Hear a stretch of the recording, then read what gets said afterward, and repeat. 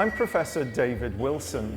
As a criminologist, I'm often asked, what's it like to interview a serial killer?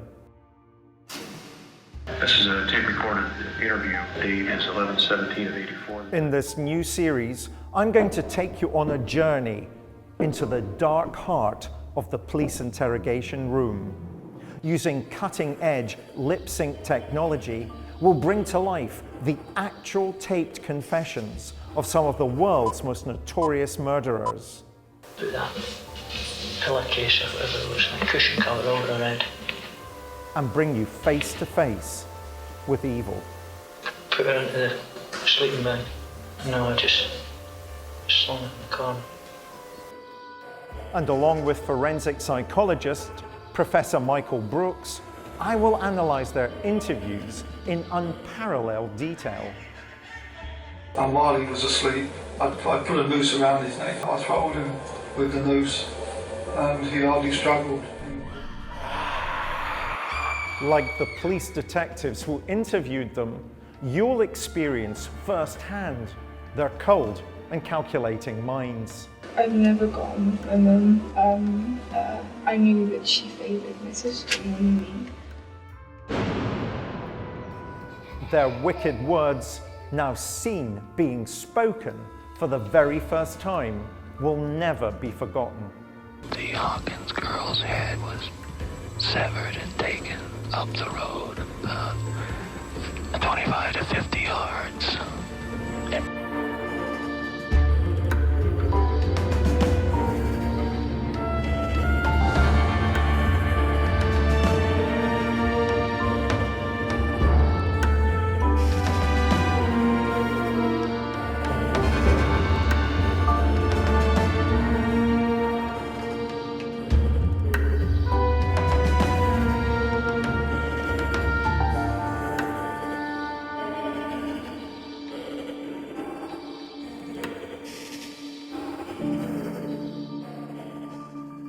Many serial murderers refuse to confess to their crimes after they've been arrested, charged, and even convicted.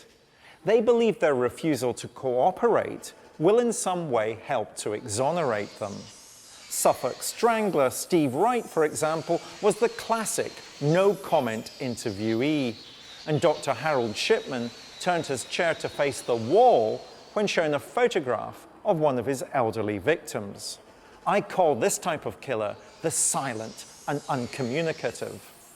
The serial killer whose confession we feature today originally behaved in this same way, claiming he was not guilty and offering no further information. He was a former soldier and then an unemployed drifter who tortured, robbed, and murdered 5 victims in Battersea, London.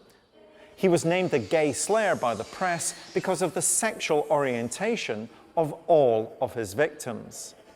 At the height of his killing spree, he killed 4 men in 15 days, and even the pet cat of one of his victims. But after a month of silence, he confessed to the police, recounting his crimes in great detail. He claimed he killed to become a serial killer, as if this was an aspiration in itself.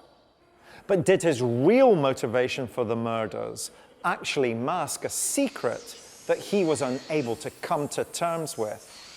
Who is he? Colin Ireland. In August 1993, 37-year-old Colin Ireland asked to speak to police detectives. He'd been held in custody for over a month, charged with the murder of 5 men. Up until this point, he had denied any involvement in the deaths. But all of that was about to change.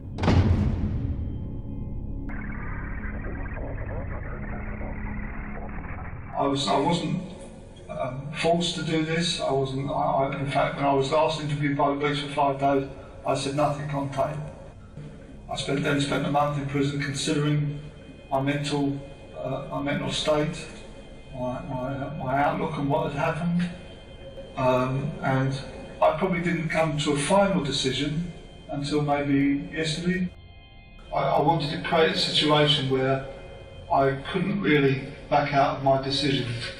So I deliberately spoke to the prison officers regarding this. I said I was intending to change my plea to a plea of guilty. I think I should be placed in a position where I can no longer inflict harm upon others. Ireland's previous stubborn denials were about to give way to one of the most cold and clinical descriptions of serial murder ever recorded by the British police. While he was asleep, I put a noose around his neck. He barely came to. It was quite quick. I throttled him with the noose and he hardly struggled.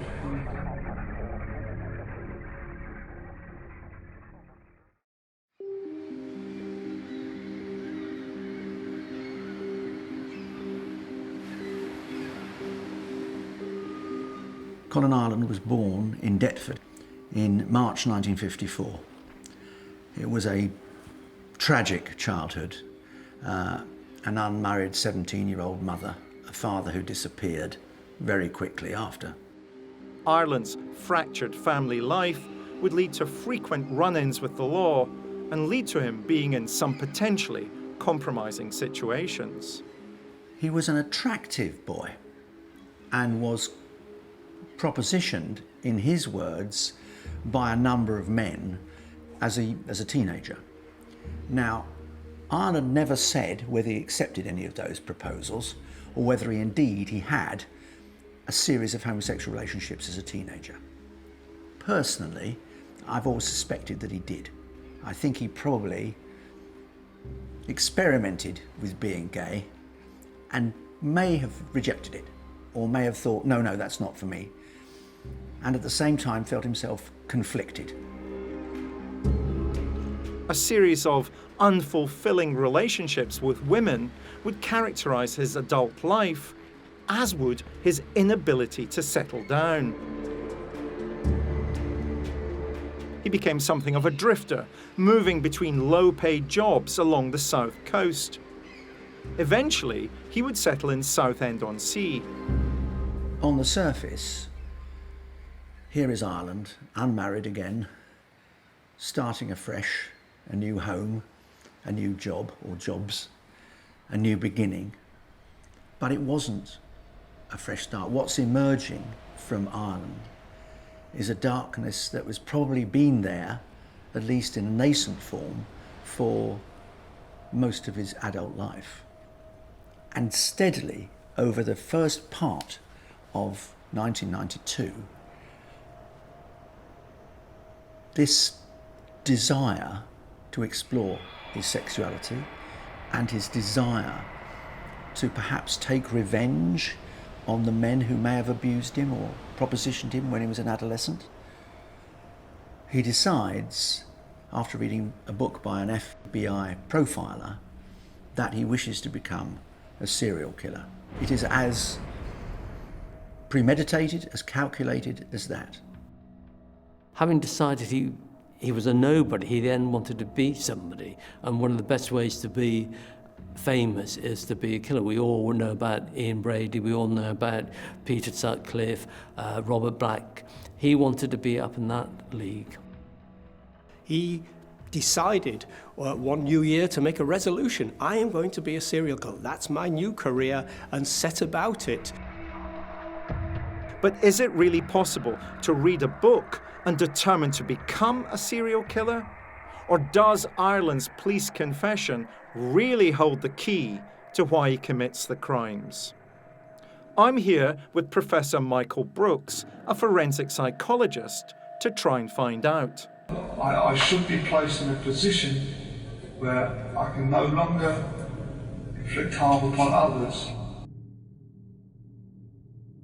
Do you buy this idea that the reason that he goes on this journey to become, as it were, a serial killer is because he reads a lot of books about serial killers and he wants to see if he can do it? The second element may be true. Just because you read books about serial killers doesn't necessarily mean that you have an interest in becoming a serial killer yourself.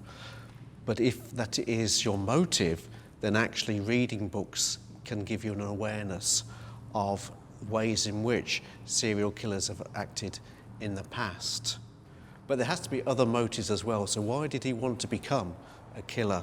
Why target homosexuals?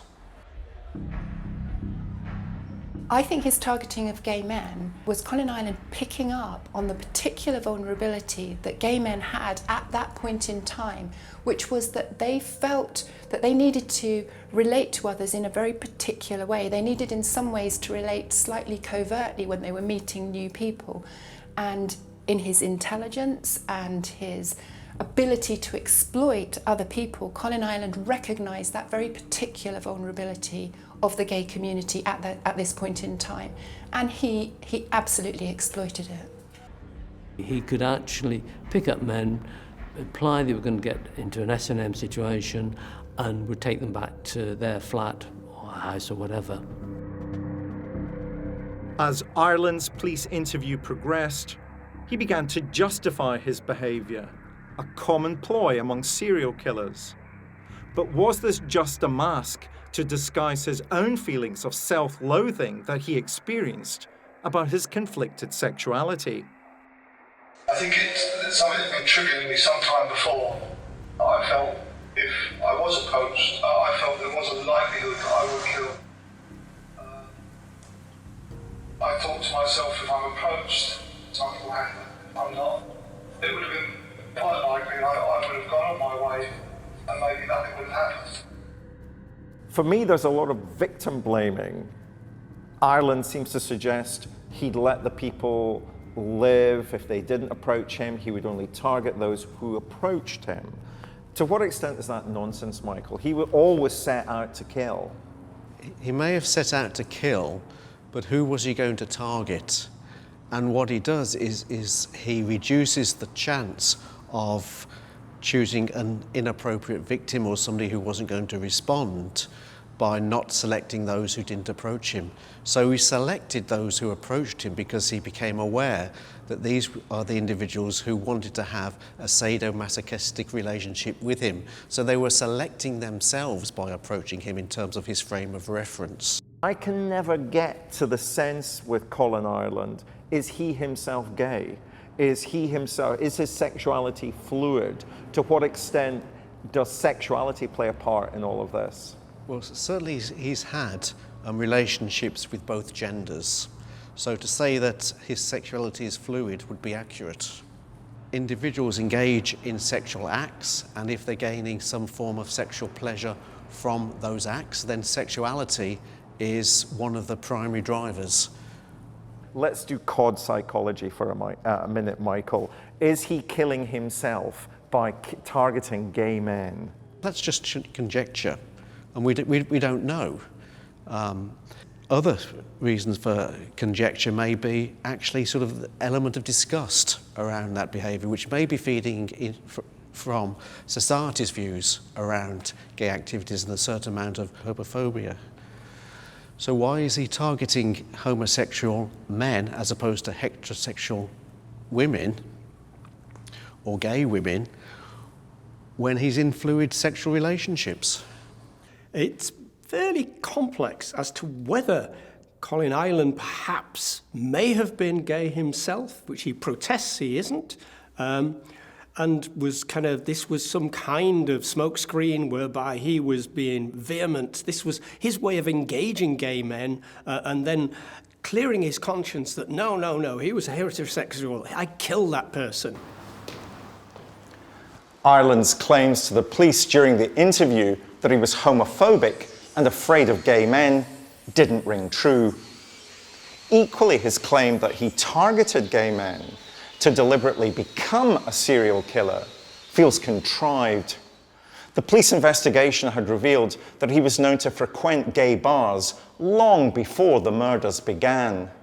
And as the police interviews continued, it was clear from the manner with which Ireland would describe how he killed his first victim that the fantasies of sadomasochistic sex provided the context for the murders.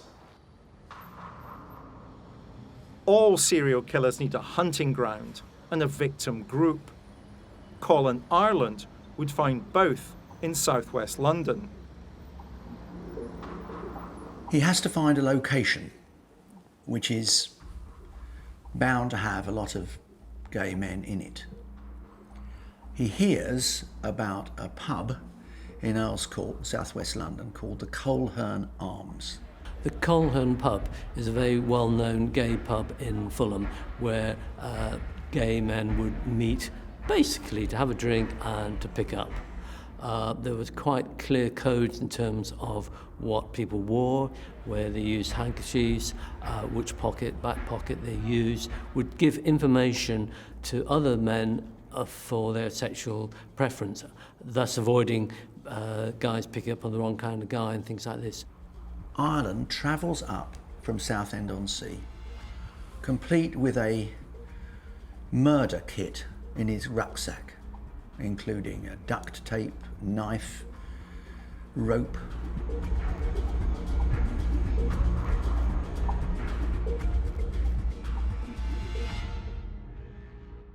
Ireland, by now, sort of tall, burly, bull-necked, cropped hair, presents, in that contemporary word, at the Coldhearted as someone interested in sadomasochist sex. He's effectively pimping himself as available to gay men, particularly gay men who want to be dominated. As detectives quizzed Ireland about his MO, he openly set the scene for how he would carry out all of the murders. He was just in there, it was early evening, 5, 6 o'clock. And we got talking, I realised he was that type. On the night in question, Ireland entered the Coldhearted and cruised the venue in search of his first victim. Ireland soon identified Peter Walker, a successful choreographer.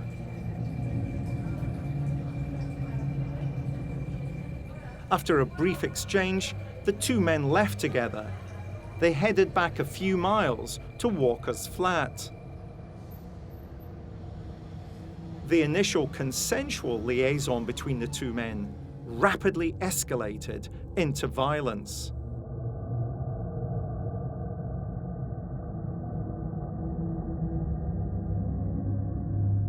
Ireland assaults Walker brutally, whips him with a dog lead, all manner of attack, which to some extent, it seems clear, Walker wanted.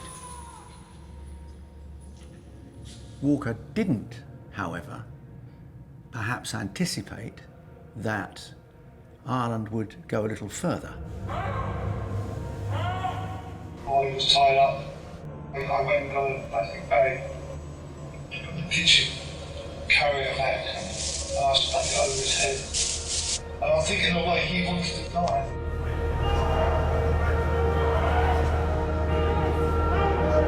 I mean, in a way, he probably didn't even realise it, but I detected in him this lack of desire to carry on. And I think he knew he was going to die, and he was quite controlled about it.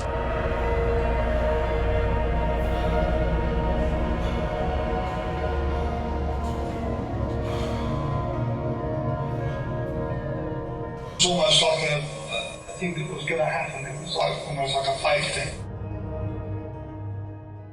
It was a most horrific killing. But it got worse. Ireland burnt Walker's pubic hair because he said at the time to see what it smelt like. It was to become part of his signature in attacking gay men.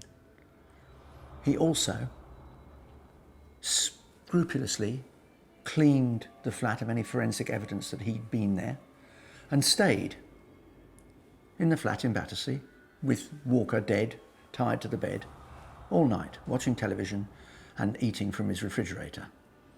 He didn't leave until the rush hour the following morning because he thought it would be less conspicuous than him walking the streets in the middle of the night. He was a calculated killer, and this was the first of 5.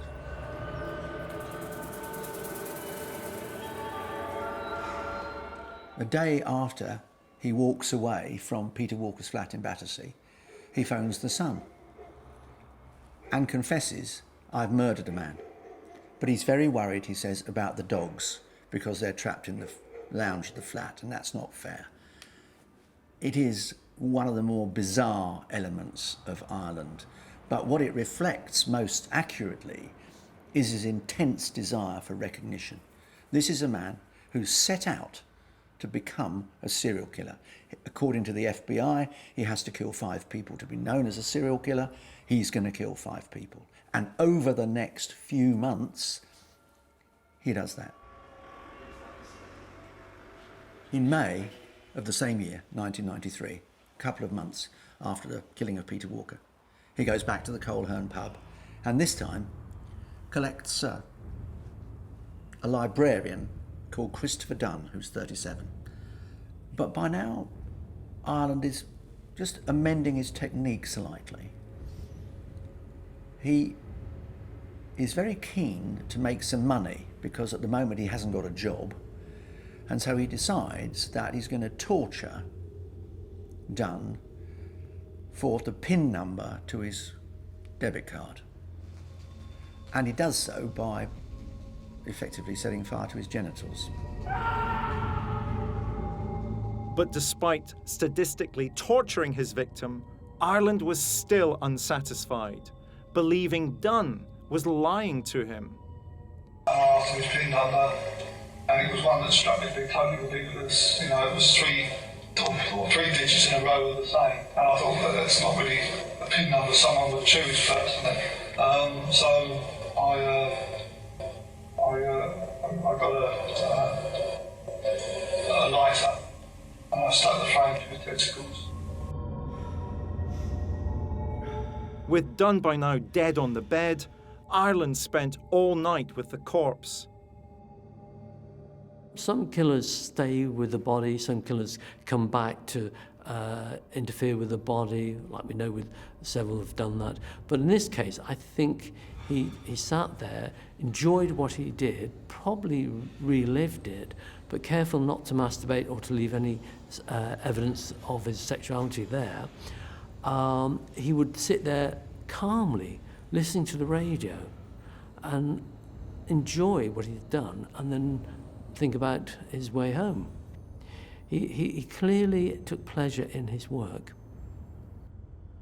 Yet despite having killed a man, Ireland was about to seek sympathy from detectives, and in doing so, displaying an extraordinary level of narcissism, even for a psychopath. I think that affected me mentally to quite a degree, sitting in with these bodies for sort of like 5 or 6 hours on some occasions, watching them gradually sort of look at blotches as they do on coal, and it wasn't something that I don't think I could cope with, to be honest. I wasn't dealing with it too well.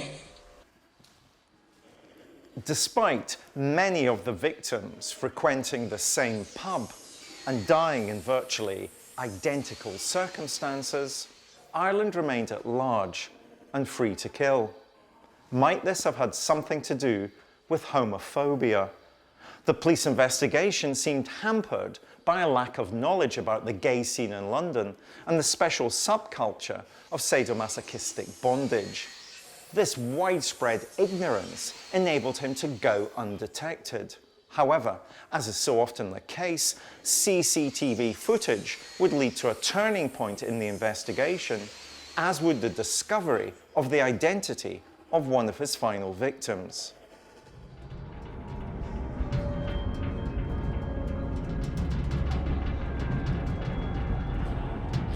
By now, Ireland has very much got the taste for killing. Only a few days later, after the death of Dunn, he returns to the Coldhearted pub, this time collecting an American, Perry Bradley III. He was a businessman, he had a flat nearby in Kensington, and we went back to the flat. Bradley was none too keen to be tied up, which is what Ireland suggested. However, he was keen on the gay relationship, and so was finally persuaded, after Ireland had told him that he could not get aroused unless there were elements of bondage, that he was impossible, he couldn't get an erection. It may or may not have been true, but it certainly served to persuade Bradley to allow himself to be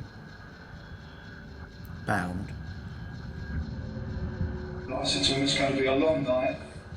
I suggest you get some sleep if you can. And I just sat and listened to the radio, and we actually went to sleep. And while he was asleep, I put a noose around his neck. He barely came to. He barely came to, it was quite quick. I throttled him with the noose, and he hardly struggled. And some, for instance, Walker, it took longer.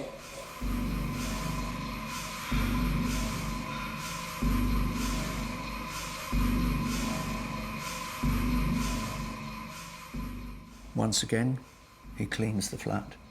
Once again, he stays the night and walks out the following morning.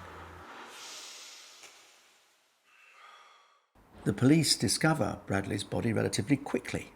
He was the son of an American senator, and he was not known to be gay. He was a closet gay, using a pub to pick up, but playing the role of a straight guy in business. He wasn't suspected at all of being involved in the gay murders. In fact, the police originally thought it was to do with the mafia, and he'd been killed for some financial reason. By now, Ireland is well and truly escalating, as the profilers call it. His blood is rushing through his veins. He is clearly desperate to kill again. Must have got some kind of fierce sexual kick out of both the killing itself and the possession of the body. Being with the body. I have the power. I am in control of you, to such an extent that I've extinguished your life. I throttled him with the noose, and he hardly struggled. Despite our very different backgrounds and training in working with these men, the elements of sadism were quite clear, were they not? Yeah, and two specific elements came out in sort of the interview. The one about the lighter and burning the testicles when Christopher Dunn didn't give what Colin Ireland thought was the correct PIN number. That's purely sadistic. I got a lighter and I stuck the flame to his testicles. But also watching someone with a noose round their neck for 5 to 6 hours, although he says it was disturbing afterwards and didn't cope too well. Well, he did nothing to stop it. So there's obviously an element within there that he was content to watch somebody take that long to die slowly and painfully. I said to him, it's going to be a long night. I suggest you get some sleep if you can. Now, in my world of criminology, I call that being process-focused. He's not act-focused. He doesn't want to kill these men quickly. He wants to enjoy the suffering that they are experiencing, because that makes them feel powerful. By now, Ireland's taste for murder was insatiable, and within days, he was back at the Colquhoun Arms to select another victim. This time he chose 33-year-old Andrew Collier. Once again, they went back to the young man's home. Once again, the familiar routine. Collier allows himself to be tied up and gagged. Ireland strangles him with a noose. He searches Collier's flat while he's there and discovers that Collier is HIV positive. Ireland is furious. It indicates to me that they actually didn't have sex I suspect Ireland did not have sex. What he wanted to do was to dominate him, and that the sexual excitement came from the domination and then the death. So I don't think there was penetration. So Ireland didn't feel that he'd been infected, but he was furious that he might have been infected had they had sex. So he decides to take a bizarre revenge on Collier. He kills Collier's cat, Millie, by hanging it. He then, over Collier's dead body, he puts, naked body, lays the cat dead. He puts Collier's penis, covered with a condom, into the cat's mouth, and he puts the cat's tail, again covered by a condom, into Collier's mouth. The reason he did this was because he was irritated by the media picking up the story about the first killing. In the first killing, there was a dog. He contacted the police and said, could they go and let the dog out? So he had been described in the media as dog-loving or animal-loving killer. Now, suddenly there was an incredible media attention. Once there was recognition that there was a gay serial killer operating in London, he would read all the papers that was written about him. He would have been up to date with everything, and quite clearly the cat incident was to show that he wasn't the animal lover. He didn't want anything taken away from him. He wants it to be about him, not about animals. Ireland said afterwards of the killing of Collier, I wanted him to have no dignity in death. And it was part anger on my part, and part the thrill of killing.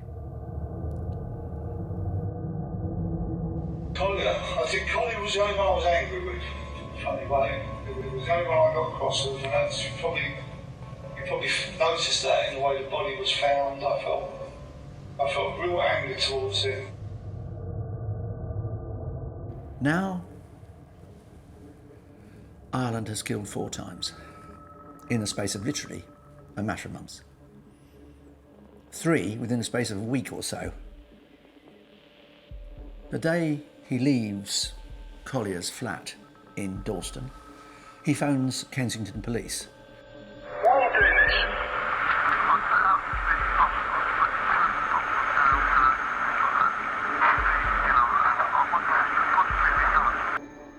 He told the officer in Kensington that if you don't stop me, it'll be 1 a week.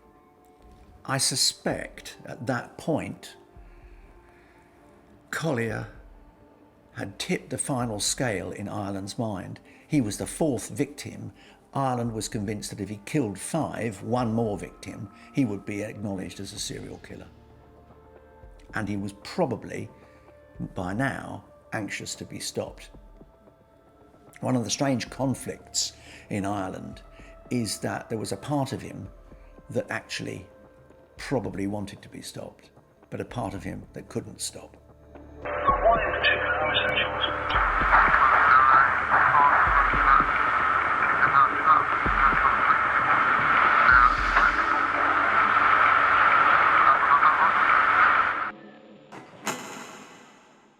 And so on the 12th of June, just a few days later, once again, Ireland returns to the Coldhearted pub, once again equipped with what he needs to kill. Once again, looking for someone who is prepared to be dominated in a sadomasochistic sex game. His 5th victim was the Maltese chef who dressed in leathers and was a typical kind of S&M stereotype image of a gay man. They went back to his place, but in the process they went on the tube and their picture was automatically picked up on CCTV. This time, however, when Ireland asks for the PIN number to take another £200 from the cash machine with his debit card, the Maltese says, no, do what you want to me. If you have to, just kill me. I think Ireland was genuinely taken aback. He later described the Maltese chef as incredibly brave. when he killed him, he set fire, or tried to set fire, to the flat to again change his MO, but also to get rid of any evidence that he may have left.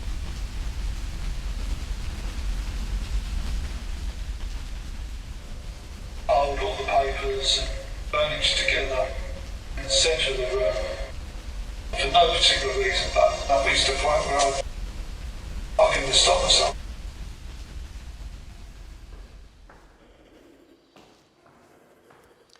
I believe the confessions of Colin Ireland clearly demonstrate a man at war with his own sexuality. A personal war that found expression in a series of murders within London's gay community, culminating with the tragic loss of 5 lives. His confessions show no remorse for what he had done, but they offer a fascinating resource for police officers and criminologists because they clearly demonstrate how Ireland tried to justify and obfuscate his wicked behaviour. These techniques of neutralization are frequently employed by serial killers when speaking to the police about their heinous crimes.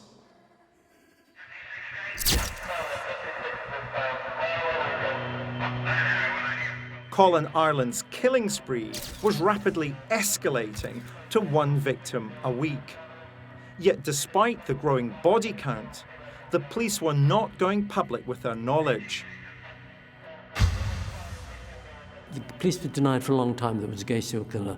And from one point of view, you can understand that. They didn't want to have a gay serial killer because that would then provoke more panic in the community. They wanted to try and deal with the matter quietly. It backfired on them. The gay community took a lot of irritation out on the police because they weren't trusting the police. Once the police started investigating the disappearance and the murder of gay men, they were going into pubs, asking gay men about their sexual behaviour. It took the police some time to realise, A, they needed to use gay police officers, and B, they had to actually start saying, we're not interested in your behaviour, we're interested in the killer's behaviour.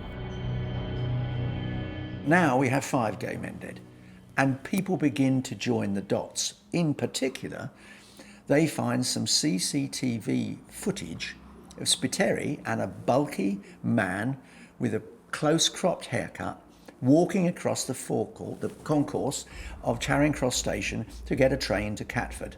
The senior investigating officer realises that this is probably the killer, and so goes public with the CCTV. Colin Ireland realised that it was him. He went along with his solicitor and said, yes, that's a picture of me.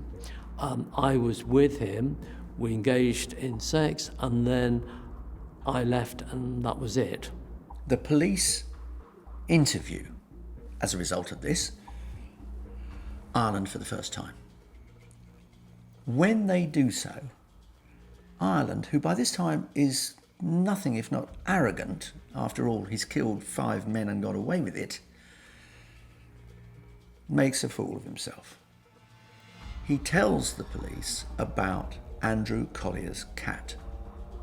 Now that information has never been made public, and convinces the police that this is indeed the gay slayer, as the tabloids have named him, and they are going to connect him to the killings. One of the mistakes, and he made very few mistakes, that Ireland made was when he was with Andrew Collier, there had been a police siren outside, and they'd both gone to the window to look out and see what was happening. And Ireland had left his fingerprints on the window frame, and that was a part that he'd forgotten to clean. So they now have his knowledge of Collier's cat, they have fingerprints from Collier's flat, they have Ireland. Colin Ireland's summer of terrorising the gay community in London ended upon his arrest. But his police confession makes it clear that he was still determined to intimidate and exert control over anyone who came before him, including the hardened detectives who interviewed him. Colin Ireland is remarkably arrogant, even by serial killer standards. He really feels that he can control and be in charge of everything and every aspect. I think we see that in the way that he carried out his crimes. They were entirely him in control, entirely him doing what he wanted to do, when he wanted to do it, with whomever he picked on. Throughout his police interviews, Ireland projected the same dominance that he had projected on his victims. He was going to tell them what it was and what he'd done, and they were going to listen. He was in control, he was in command. And if you look at his confessions carefully, he is swaggering in them. There is no hint of remorse. He is saying, look what I achieved, look what I've done, look how I am. I think I should be placed in a position where I can no longer inflict harm upon others. Even at this stage, faced with the evidence of what he's done, he is still prioritising his own emotions, his own emotional experience in the confessions.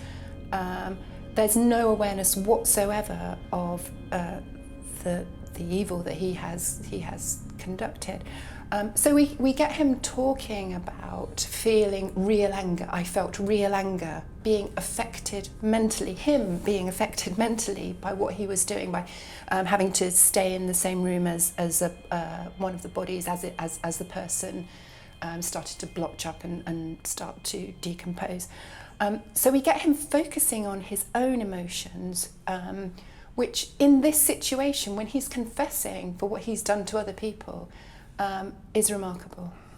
It is almost impossible to underestimate the level of Ireland's conceit, nor the level of his disconnection from his conscience.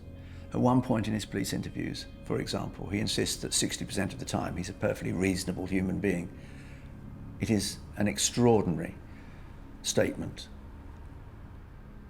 It defies belief. I'm probably 60-70% quite a reasonable human being most of the time. But there is that side of my character that is negative. It's quite cold and calculating. There can be nothing reasonable about a man who ties up, binds and gags his victims and strangles them with a noose. That is not reasonable behaviour. Michael, why stop at 5? Why doesn't he go for victim 6, victim 7, victim 8? And I think that's a good question to ask. Sometimes offenders want to be caught in order to bring what they're doing to an end. Other times they want to continue. With talking to the police and engaging in them, there's an element that he wants to be caught, and one has to say, well, why? Yes, he goes into detail with each offender and can remember and wants it sort of recorded on record. This is what he's done. But it is always an interesting question. Why leave yourself open to a situation in which you can be caught? This wasn't a slip. So why did he go to the police? I don't think that is clear. And if we try to find a rationale for that, then we're just speculating. He's proud. He is actually proud of what he's done. He thinks he's managed to achieve a level of dominance, a level of freedom of expression of what he wanted to do to these people, in a way that very few other people have the nerve to follow through on. So he's proud. That's why we get all the details that we get in his confession. Ireland died in 2013 at the age of 53. He was serving a full life tariff with no chance of parole. His bleak confessions continue to offer a fascinating resource for police officers and psychologists looking to understand how a serial killer with a mind barren of empathy thinks.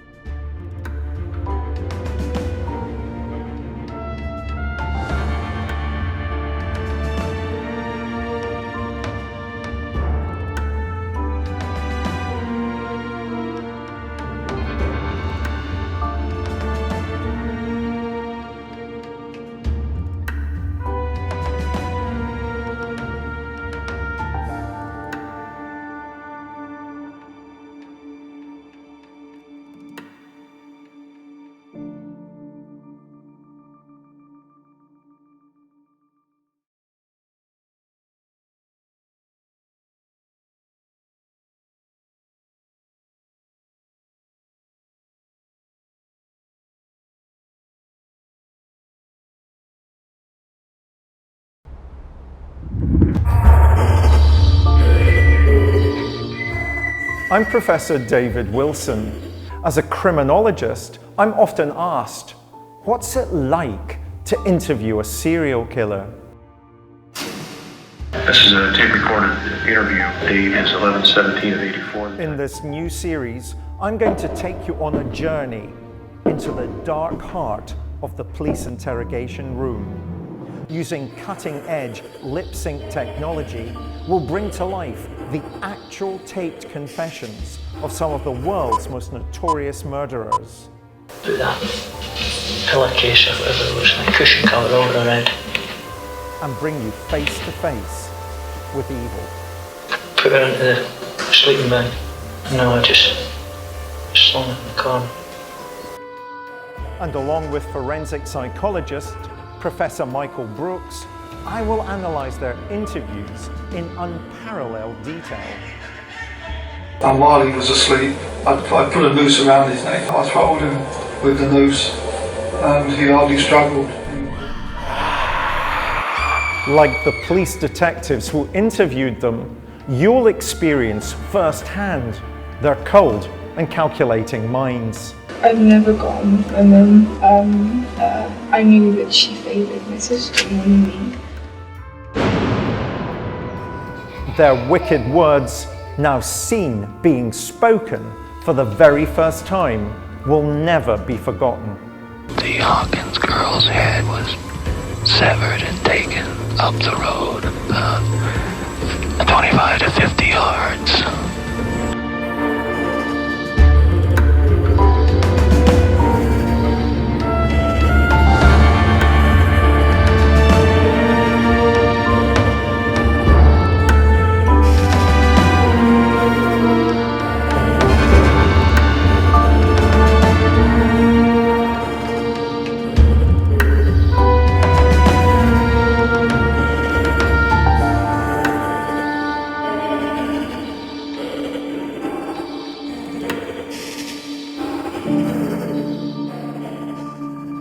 One of the greatest challenges facing any police detective comes when they have to interview a child suspected of murder.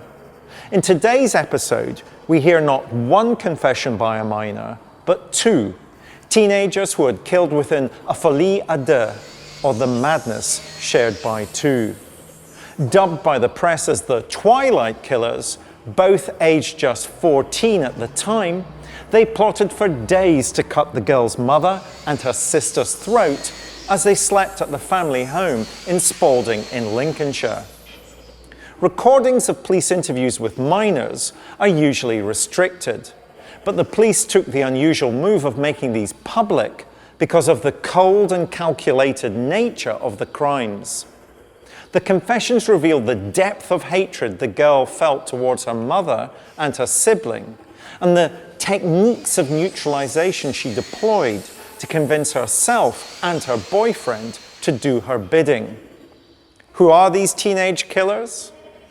Kim Edwards and Lucas Markham.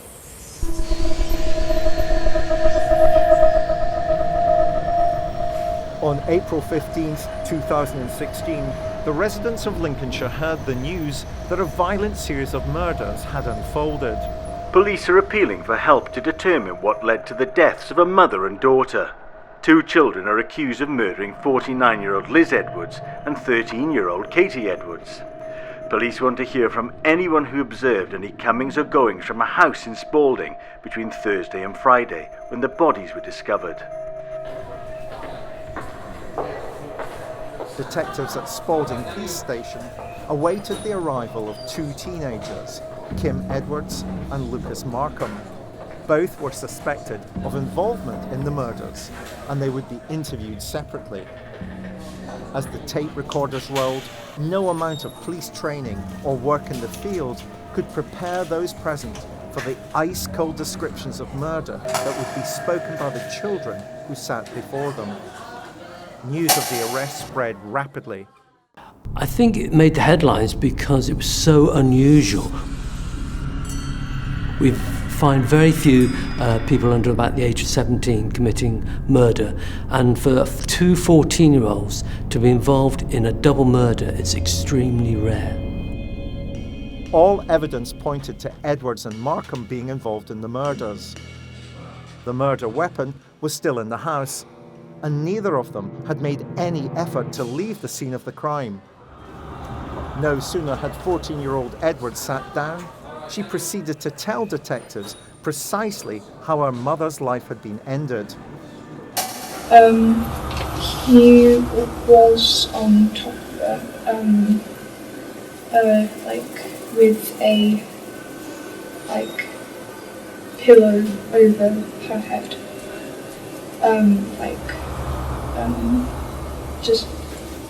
Even though her voice box and all was At this stage of the questioning, police were still trying to create a complete picture of what had happened. As Edwards gave her version of events, Markham was questioned by another detective to see if their stories matched up. I went into her mum's room, stabbed her in the neck where she was asleep on her side, and smothered her face with a pillow.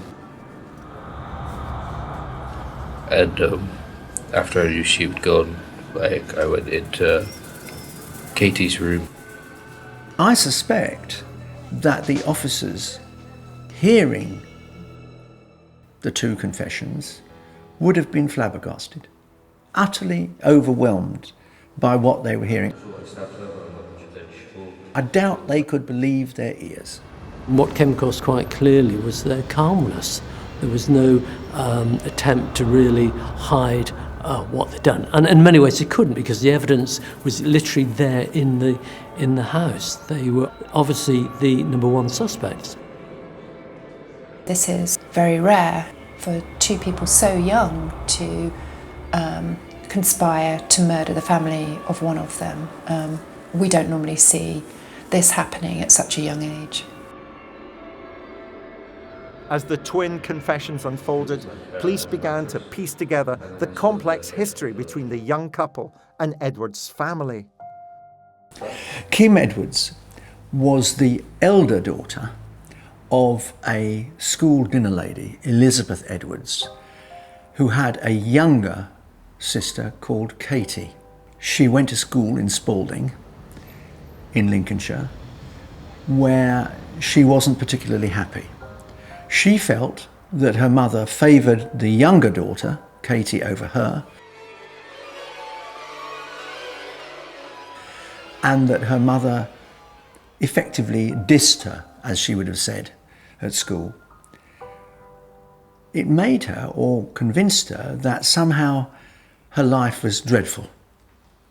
There was nothing to live for, she was unhappy, and all she was a torment to her family, Elizabeth and Katie. And worse, that her mother, Elizabeth, thought that she would probably turn out like her dad, who had disappeared off the scene.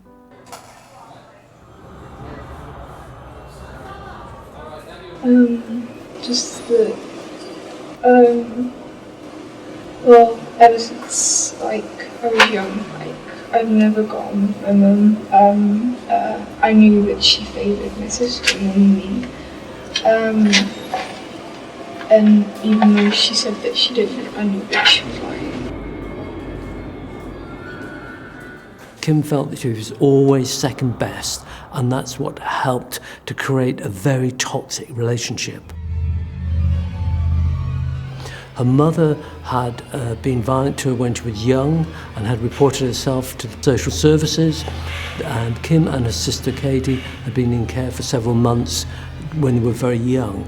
There'd been a long history of aggressive, both verbal and physical aggression in the family. This kind of got much worse when Kim finally met somebody who was a kindred spirit, somebody who was particularly conduct disordered. Lucas Markham was a boy who was probably on the pathway to becoming a rather disruptive and antisocial adult. The two, as it were, found each other and became, if you like, a Bonnie and Clyde kind of couple, where it was them against the world. and more specifically, them against Kim's mother and sister. As the relationship between the teenagers blossomed, so tensions at the Edward household heightened.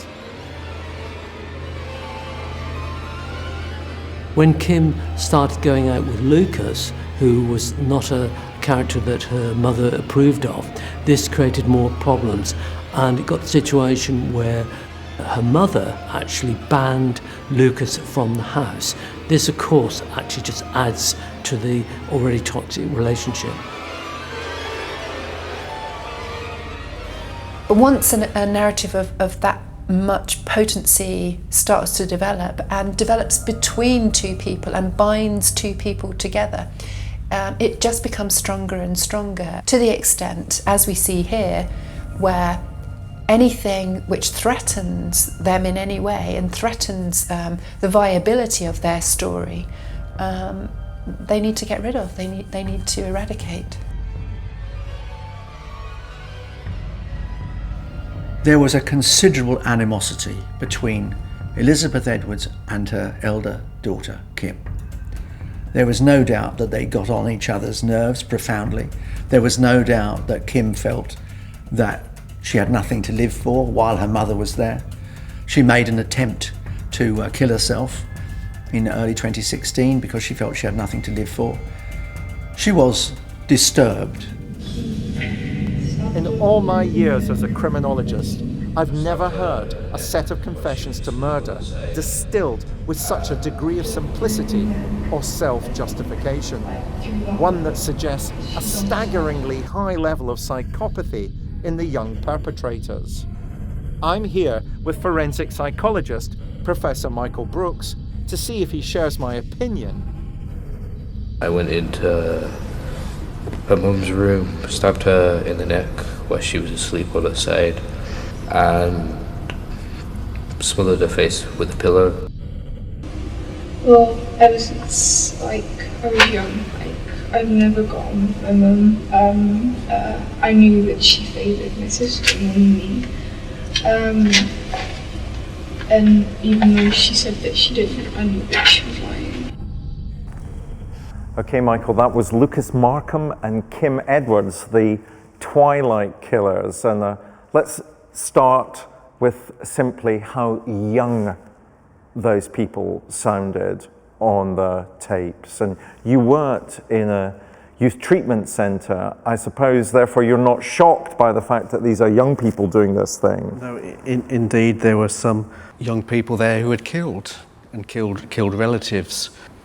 And one of the things that strikes me about the difference between what we hear from Lucas Markham and then what we hear from Kim Edwards is that Lucas Markham seems very matter of fact. Everything is very instrumental. This is what I did. I then did this, and then that happened. For me, I got much more of Kim Edwards' psychology in this murder. But for both interviews, there wasn't a sufficient motive for the killing. And so do you think this is what we would call a folie à deux, a madness shared by two? I wouldn't have said it was necessarily a madness. They knew what they were doing. What we haven't really found out is why.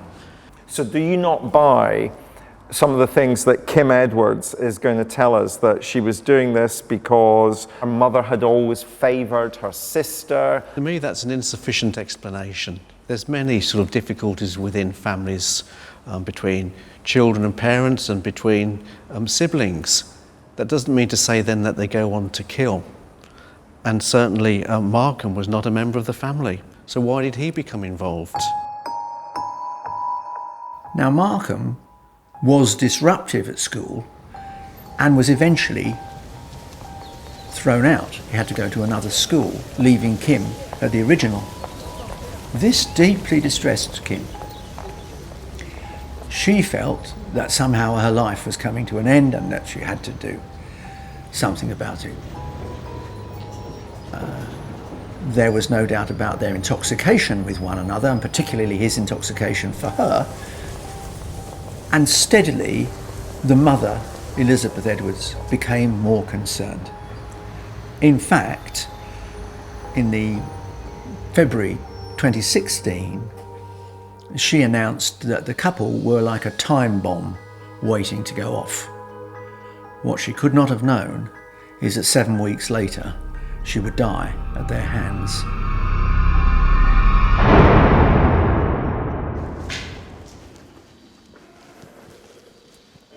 The initial confession by Kim Edwards provided the backdrop to her motivation for plotting the crime.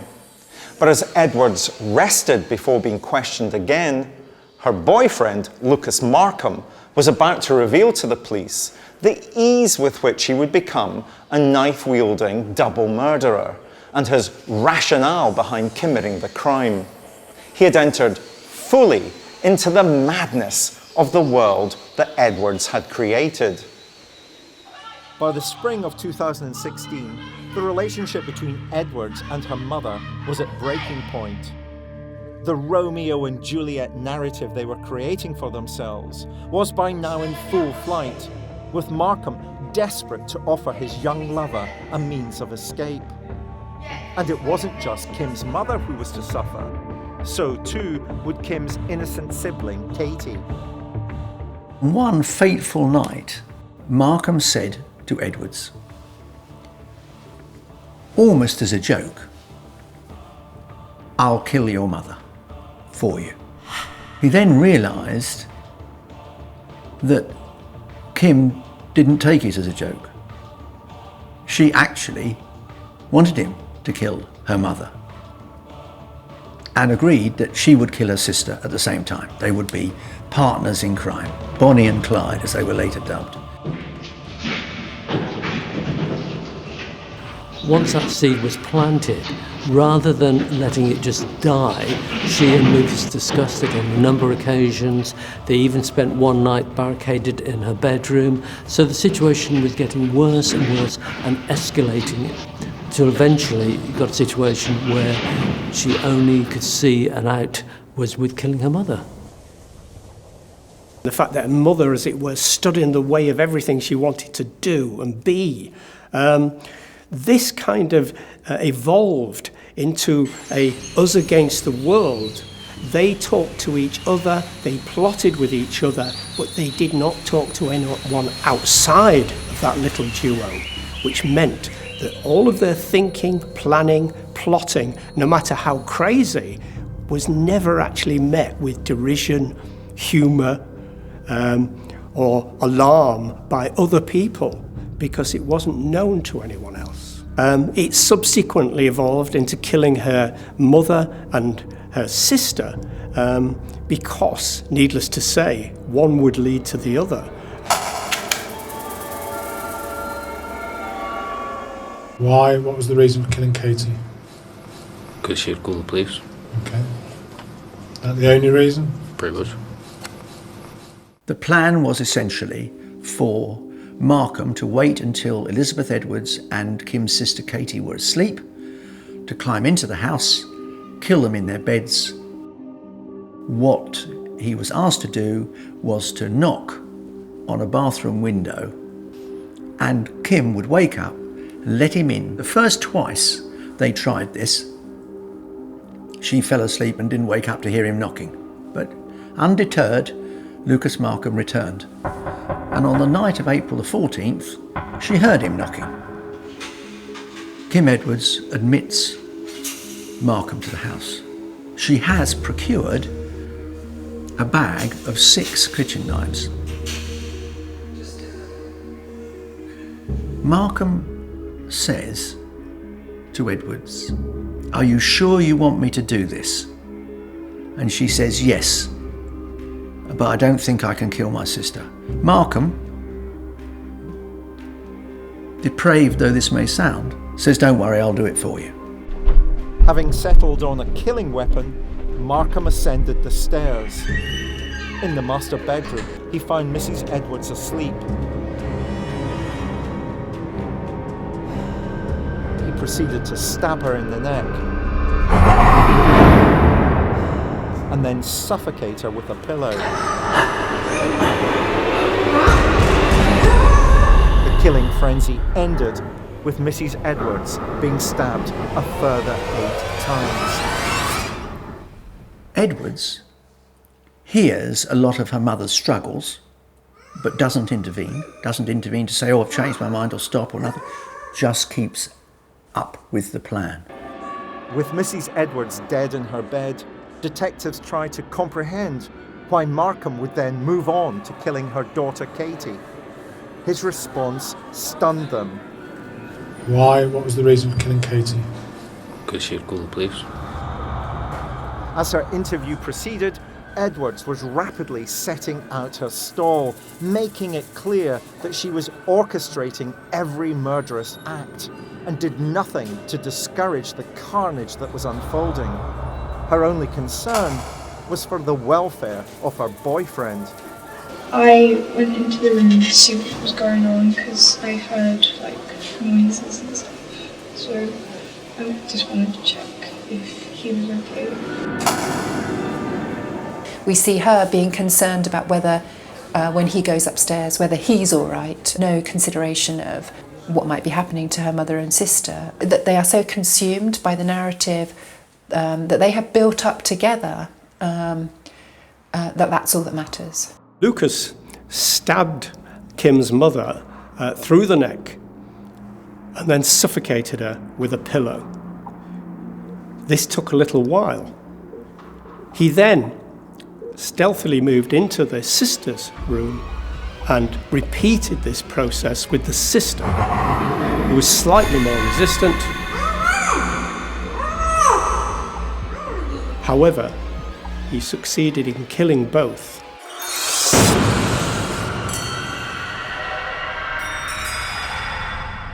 Professor Michael Brooks and I have had many discussions about murder over the years, but this case, because of its uniqueness and complexity, polarizes our professional opinions. Why? What was the reason for killing Katie? Because she'd call the police. Okay. Is that the only reason? Pretty much. I went into the room to see what was going on because I heard noises and stuff. So I just wanted to check if he was okay. And by Kim going in to check that Markham is doing the killing, that means she's literally witnessing her mother's murder, her mother's death. And complicit in its arrangement. And therefore, why do you think that Lucas Markham is the dominant? For me, she goes in to make sure Markham is carrying out what she wants to happen. But why did he allow that to occur? Love. But we don't know that actually Kim necessarily wanted her mother to die. She said that she does want her mother to die. She says that repeatedly in the confession. Well, or is that justifying what then happened?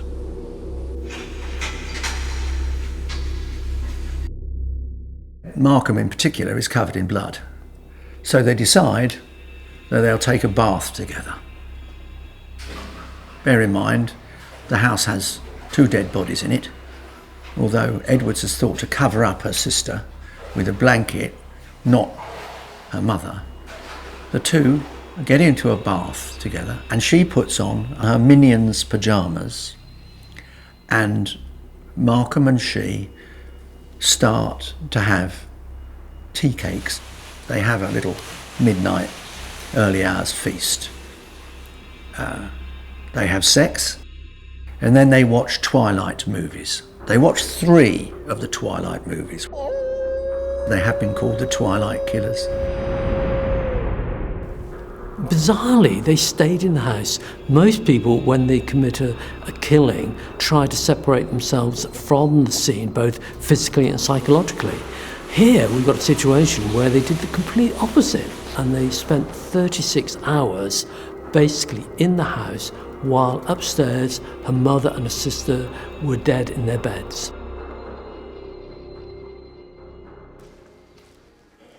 A lack of genuine remorse or display of empathy is not unusual amongst those who murder multiple victims. However, the degree of disengagement with which Edwards describes the crime and her motivations for doing it are highly unusual. And as her final confession reveals, most disturbing of all is her egocentric belief that she was actually doing her victims a favour by having them murdered. As her boyfriend Markham killed her mother and sister, Edwards looked on with a sense of satisfaction. Listen to the flat affect in her voice as she describes the murders. I thought I heard her say "get off me," but I'm not entirely sure. Then after about 10 minutes of Lucas putting his weight on her, she was dead. He was quite clear, clinically clear, without a hint of remorse or tearfulness in any way. That kind of attitude is scary. This, in a child, was astoundingly stark and frightening.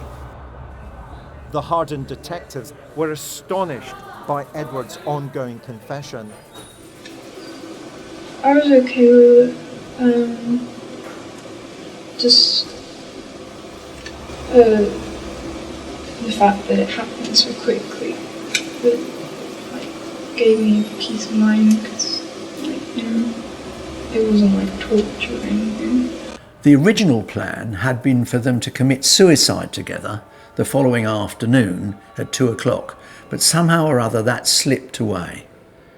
And so they watched the 4th Twilight movie together, and inevitably, Lucas Markham's mother, after all he'd disappeared from the house, had reported him missing.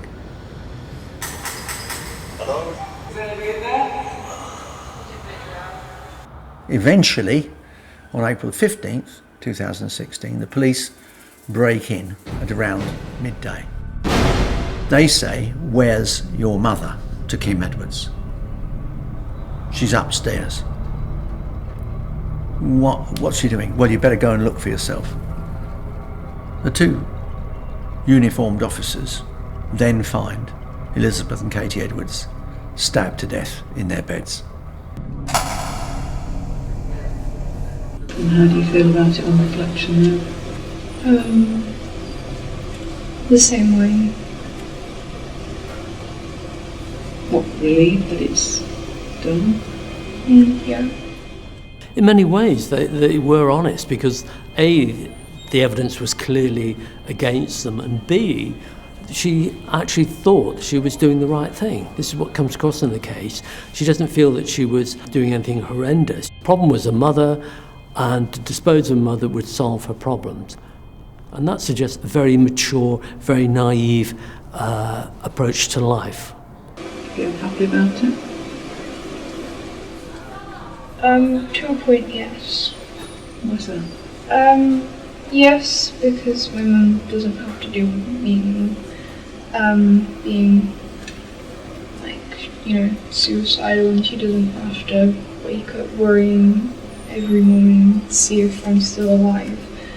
And my sister doesn't have to go through all the heartbreak and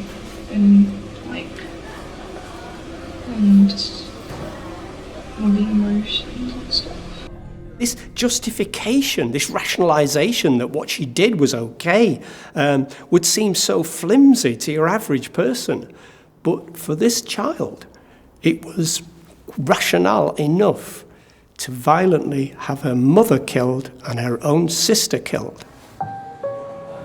With the first interviews over, police reflected on the information they had and whether after this golden hour of questioning, they would be able to gain any further valuable information from the youngsters, always mindful of the challenges faced when interviewing children. You've got to be very careful when you're interviewing children. One of the problems is suggestibility, and a lot of children, very young children, are very suggestible, so you have to be careful that you don't put words into their mouths. The other thing is you've got to be careful how you interview them, give them plenty of time to rest, not to put them under stress. They also should have a lawyer with them, and they should have an appropriate adult to look after their interests. Children are always going to understand the confession situation differently from adults who typically going to be aware. I think from the children in particular, they're always going to carry with them the idea that somehow or another, if they just speak the truth, if they just confess, that somehow it's all going to be okay. What really could have driven these teenagers with no known prior violent behaviour to commit such a horrific crime? It's a question I'm determined to put to Professor Michael Brooks. And it's Edward's explanation for the murders which troubles me the most. You're happy about it? To a point, yes. What's that? Yes, because my mum doesn't have to deal with me being, suicidal, and she doesn't have to wake up worrying every morning to see if I'm still alive. And my sister doesn't have to go through all the heartbreak and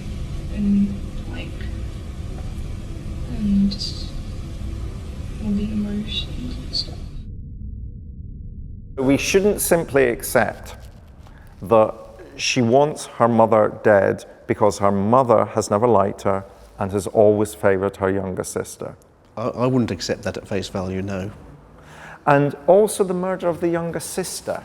It's almost like this is a family annihilation, but carried out by proxy. It's almost as if Kim Edwards has contracted a hitman, Markham, to obliterate those people who are closest to her. But did Kim really know that her sister was going to be killed as well? Do you doubt that?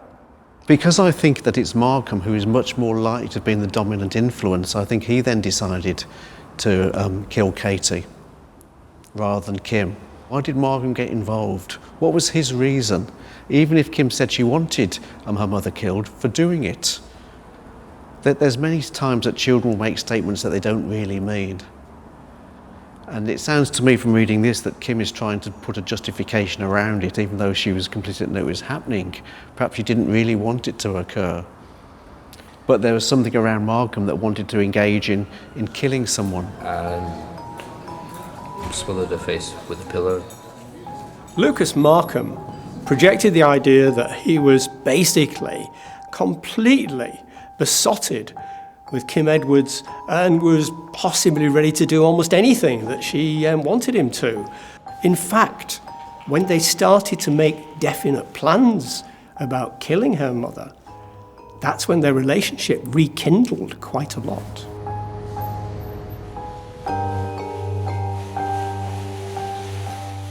What the criminologists and psychologists call folie à deux, the mixture of two people making the crime worse, or the act worse than it would be if committed by one of them alone, is rare enough. For it to be found in two teenagers is extremely rare, and even more so for the dominant force in the relationship not to be the man. A woman using a man in a folie à deux relationship to commit an act of murder or more than one murder. It's very, very rare indeed. When played in court, the confessions of Edwards and Markham would lead to the jury totally rejecting Kim Edwards' defense that she had a psychological condition which would diminish her responsibility. The confessions led to an unpalatable but inevitable conclusion. Hatred, selfishness, and a twisted sense of love and loyalty turned these teenagers into murderers. I'm sure you realise at this stage just how serious this is, don't you? You're a very young girl, but this is very, very serious. So you and Lucas. Where did you think up to kill your family, to do it via a knife, to stab them in the throat, to have a bath afterwards, to commit suicide afterwards? Where's all this come from? Where's all this? Have you seen something like it? Have you read something like it? No, really. I just like a general knowledge, really. Because the voice box really stabbing the throat, the bath because of the dog, so she wouldn't smell the blood and also because I don't smell blood. And committing suicide afterwards. Just most people who do commit murders try to commit suicide themselves. Her confessions to the police are, to put it politely, calculated, cold. She shows no regret. She doesn't demonstrate any sense of remorse. She thinks, in fact, that she's been let off the hook. I'm rather pleased. I don't know if you've got anything working that you perhaps might want to get cleared. Most police interviewers work on the principle that you slowly, stage by stage, wear down the resistance of the person that you're actually interrogating. In the case of Kim Edwards, she seemed to get stronger rather than sort of beginning to grasp what she had done, to begin to see the enormity of what she had done. She began to harden stage by stage, possibly becoming more narcissistic and more arrogant that what she did was the right thing to do. When the case went to court, the jury were unanimous in their decision, and the police relieved at the result. What makes this case even more shocking is that these two were 14 years of age when they planned, committed these callous, senseless and unprovoked attacks on Elizabeth and Katie. One of the problems is, in this case, is I think neither of them really were attached emotionally to what they've done. They kind of lacked any real affect in their relationship with the authorities and with the parents. We have examples of psychopathic tendencies where they show no guilt, no real depth of emotions, no real understanding of the consequences of their behaviour. Markham is very much the blunt weapon that's executed the crime that she wanted. And the two are charged and convicted, the two youngest British killers, the first double murderers at 14.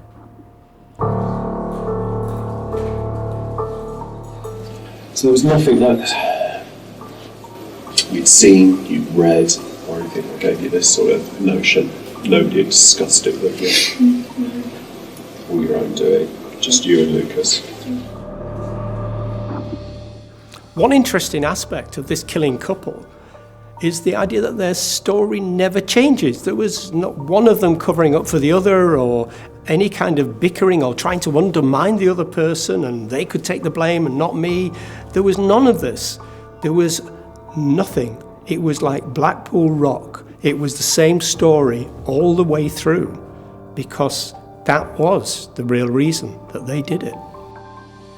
It's quite unusual that they're being so open and direct in their confessions. The narrative here that's driving them is such a strong one. It's a kind of Romeo and Juliet story that's driving the two of them, that's binding the two of them together, and that they're supporting and feeding and building it up together. But actually, they cease to see that what they're doing might not be right. Because the voice box, the stabbing in the throat, the bath because of the dog, so she wouldn't smell the blood and also because I don't like the smell of blood. And committing suicide afterwards. Just most people who do commit murders try to commit suicide themselves. One of the things that interests both you and I is helping people change their behaviour. And with young people, I always think there is the possibility that they can change in their lives. What sort of work would we have to do with Markham and Edwards? Well, I don't think we could do anything of significance until we found out what were the real reasons. Who was the dominant partner? I think it's Markham. Was he doing it as you mentioned? about Kim wanting it to occur for love, or did Markham carry it out for love? Would you want them to be separate? But I doubt that very much. In most instances in which there's a male and female relationship in which offences occur, it's usually the male that's a dominant partner. It's the male who's directing, and it's the female who is complicit within that and submissive within that, and who goes along with that and is drawn into the actions of the male. These Twilight killers seem to me to be thoroughly reprehensible, and I still think that Kim Edwards is the dominant within that relationship. You wouldn't accept that at all? I think it's highly unlikely. On June the 8th, the reporting restrictions on the case were lifted. Such was the calculated nature of the murders, the unusual step was taken to name Markham and Edwards in the British press. She would go, like, I went into Katie's room, which is the same room as Kim's, and I thought I stabbed her, but I'm not 100% sure if it was like her or the mattress.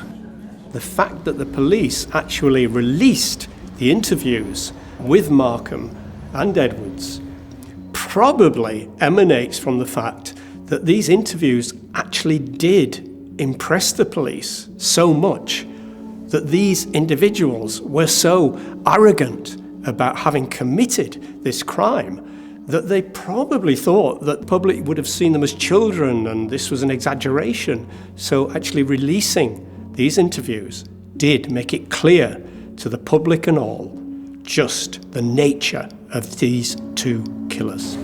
A life sentence now stretches out before Edwards and Markham. They will have time to reflect upon their crimes and hopefully work towards rehabilitation back into society when they reach adulthood. I've dealt with a number of children who've committed murder, and they find it very difficult later on. She won't find it difficult at the moment, but in another 10 years' time, when she's had the maturity to look back and realise what she's done, then I think she's going to have problems. Matricide is unusual to say the least, and I think in 10, 15 years' time, it will hit her what she's really done. I understand that, like Henley and Brady, like a lot of relationships, while they were very intense while they were together, they've now split up, and they're actually having quite a vitriolic relationship with each other. And this is quite often the case, that having had that intense situation, they can't maintain it, and then they start blaming each other. I went into her mum's room, stabbed her in the neck. Most police, and in fact most people who have studied this case, are completely baffled by the children's attitude after the killing. He stabbed her through the neck, I think, through that way, because she was on the side. Maybe we are seeing a new generation of children who have a capacity to kill others and who are, if you like, more essentially narcissistic than previous generations in thinking that they were quite entitled to do so.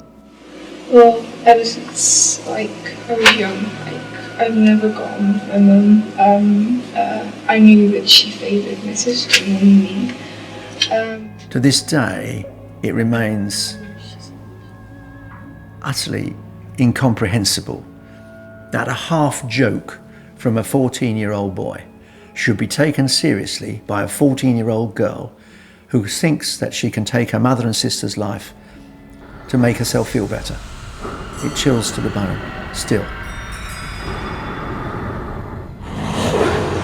Perhaps it's sad, but true. She convinced him that murder can be child's play. And play it was.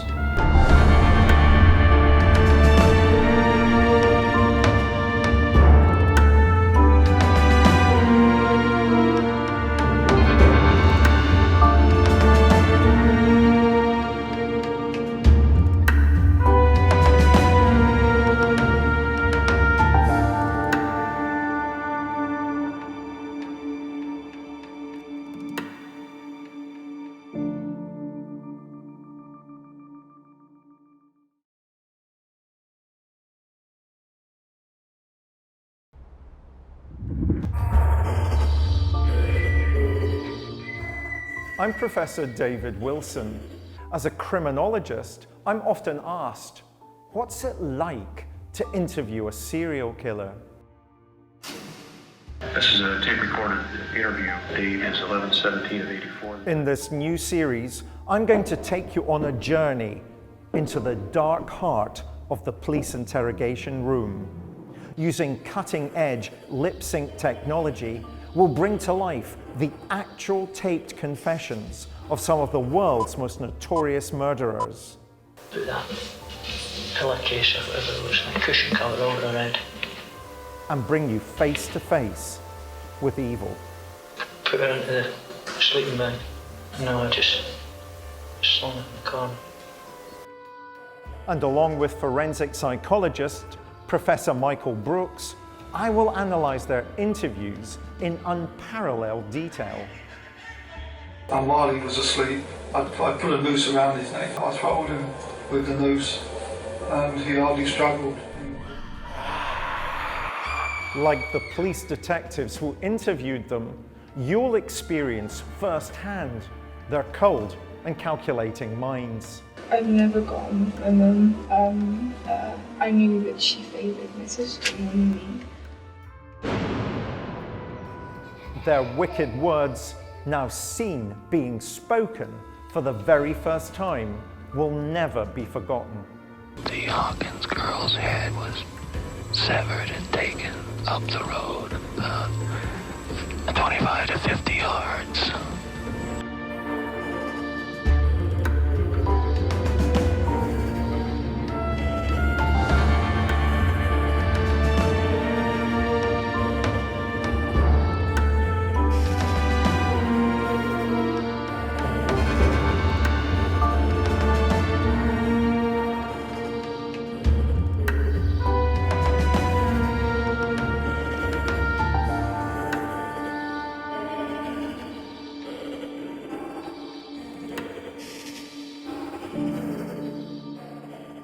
In the course of my work as a criminologist, I've written extensively about the history of British serial killing. One phenomena has been of particular interest to me: the killer who kills for thrills in order to achieve infamy, because it's their only way of living a life less ordinary. And this isn't just a postmodern phenomenon inspired by access to the internet and social media. To demonstrate this, in today's episode, we're going to compare two murderers and their confessions, which took place over 50 years apart. The first murderer takes us back to Glasgow in the west of Scotland in 1954, where for a 2-year period he terrorized the city, culminating in the murder of an entire family in their own home. And he would eventually be convicted of the murder of 7 people in total. He earned the name the Beast of Birkenshaw. He refused to confess to the police, but would eventually be caught out during a recorded conversation with a psychiatrist. This rare recording has never been played on television before. The second self-styled serial killer went by the name the Crossbow Cannibal, and he began his killing cycle in 2009 in the red light district of Bradford. His police interview is characterized by him believing that he's in some sort of macabre chess game with his interrogators, the police, as his rather inferior opponents. They may have murdered a generation apart, but these men were driven by exactly the same desires: to make headlines, to satisfy their sense of self and their inflated egos. Who are they? Peter Manuel and Stephen Griffiths. In 1958, Peter Manuel was awaiting trial at Barlinnie Prison in Scotland. He was suspected of murdering as many as 8 people in a savage and psychotic killing cycle that had lasted almost 2 years. During his time behind bars, Manuel claimed that he was insane and therefore not to blame for the crimes. To test his mental state, one of the most preeminent psychiatrists of the day, Professor Ferguson Roger agreed to meet Manuel in prison. Their conversation would be recorded. On first listening, it sounds like the disjointed ramblings of a madman.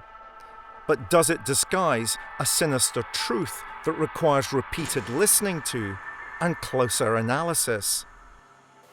I went down to this house on a Thursday, and I found this, and I set my eyes up, and I made the move I was making, then I went out. Yes, and I took the car. I thought that was a good move. I said, see, this car dump it. That looks as though somebody shot him and went away in the car. The younger generation probably have to sort of relearn about Manuel, but certainly for my generation and for my parents' generation, they just had to say the name, Peter Manuel, and people were terrified. He was a bogeyman. Manuel's attempts to try and convince anyone he was insane would ultimately prove to be futile. Found guilty of 7 murders, he was sentenced to death by hanging. But he had already achieved an infamy, one he had fought so violently for. Manuel would go down in history as the first British serial killer of the modern age. Almost inevitably, according to the behavioural scientists, serial killers begin with petty crime, progress to crimes with a moderate amount of violence, go on to sexual assault and rape, and then escalate still further to murder, and often serial murder. Manuel, in many ways, was absolutely typical of that progression. Not only was Peter Manuel actually someone who was one of the first people in the UK to carry that label, serial killer, when it was kind of invented, and he was also outstanding as a psychopath. On a scale of 40, which is what we kind of measure psychopathy on, he scored 40, which meant he had every characteristic of a psychopath. Some 50 years after they were recorded, the Peter Manuel tapes demand close scrutiny. Listen to what he's saying again. Manuel's psychopathy is in full flight because amongst the veneer of garbled words, he's actually reliving the crime he committed, the annihilation of a family called the Smarts. You can't stand at somebody's house, load a gun at it, shoot at that, do that in a quiet bedroom, and then go off there for a minute without waking somebody up. And then you let this thing back very carefully, because if you just do the safety of it goes off, lift it carefully, then you can fire it. One of the problems you often find with offenders is that they will try to show how clever they are and actually end up giving, like in this case, information that was not known to the public. So they would give information by explaining how something is done, and in the process, actually incriminate themselves. It's akin to the way in which we know when somebody's lying or when somebody's telling the truth. We know in the details, it's in the details. Always it's the details that give people away one way or the other. And here, because he really did it and he really experienced it and he's reliving it now, we get the description of the details, and they're the kinds of details that you only know if you've actually been there and you've actually had the sensory experiences of having been there and experienced and actually carried out these murders. And I made the move I was making, then I went out. You were now prepared to smart? Yes, and I took the car. I thought that was a good move. He sounds glib. He sounds like a man who knows he's describing his own movements, but he's using a third party. He did this, he did that. It sounds as if he is trying to convince Professor Roger that for some unknown reason the real perpetrator has told him all these details. And I think in effect it sounds very unconvincing. even though they're giving out extreme detail that only the killer would know, as it were, they're not really confessing. They're just telling a story in that way, in their own mind. That confession means nothing. Professor Ferguson Roger would later say Manuel was amongst the most dangerous men he'd ever met. But where had this killer, unlike any seen in the UK before, come from? And what was so terrible about his crimes that would see him labelled the Beast of Birkenshaw? Peter Manuel was a Scot who began life in the States and came over to Britain and resided finally in Scotland.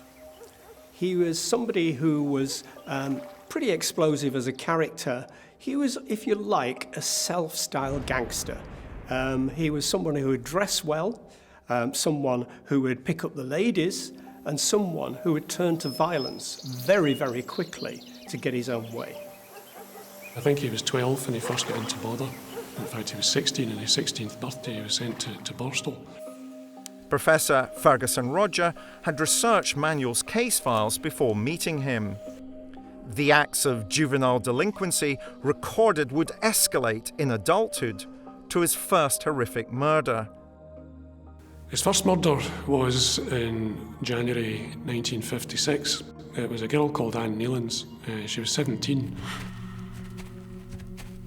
She'd gone out to meet a soldier that she'd met at a New Year dance. Tradition in the west of Scotland, he didn't turn up. Then decided to walk home because she only had 4 pence in her purse. When he finally wrote down a confession to this, he claimed, and another psychopathic trait I suppose, that she'd virtually invited her own murder because she's the one that didn't want him to leave. In fact, what had happened was she'd been chased across a field. Poor girl was terrified. She'd lost a shoe in the mud. He then hit her in the head and broke her skull into many, many pieces.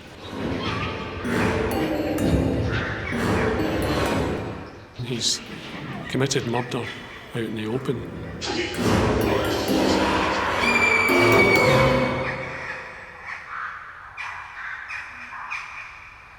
Peter Manuel was somebody who was a classic psychopath. And as such, he had that kind of characteristic where he was fundamentally bored. He was bored with most normal things. He was not really interested in a normal life. He would do most things for excitement. He would create danger for himself for excitement. And ultimately, he would kill for excitement. But killing an innocent young girl no longer held any thrill for Manuel. He'd become excited at the thought of killing an entire family. Something he achieved when he annihilated Mr. and Mrs. Smart and their young son Michael as they slept in their beds. Manuel has always denied all involvement in the massacre of the Smart family. Yet during his conversation with Professor Thomas Ferguson Roger of Glasgow University, he was about to allow his own vanity to lead him into a trap set by the psychiatrist.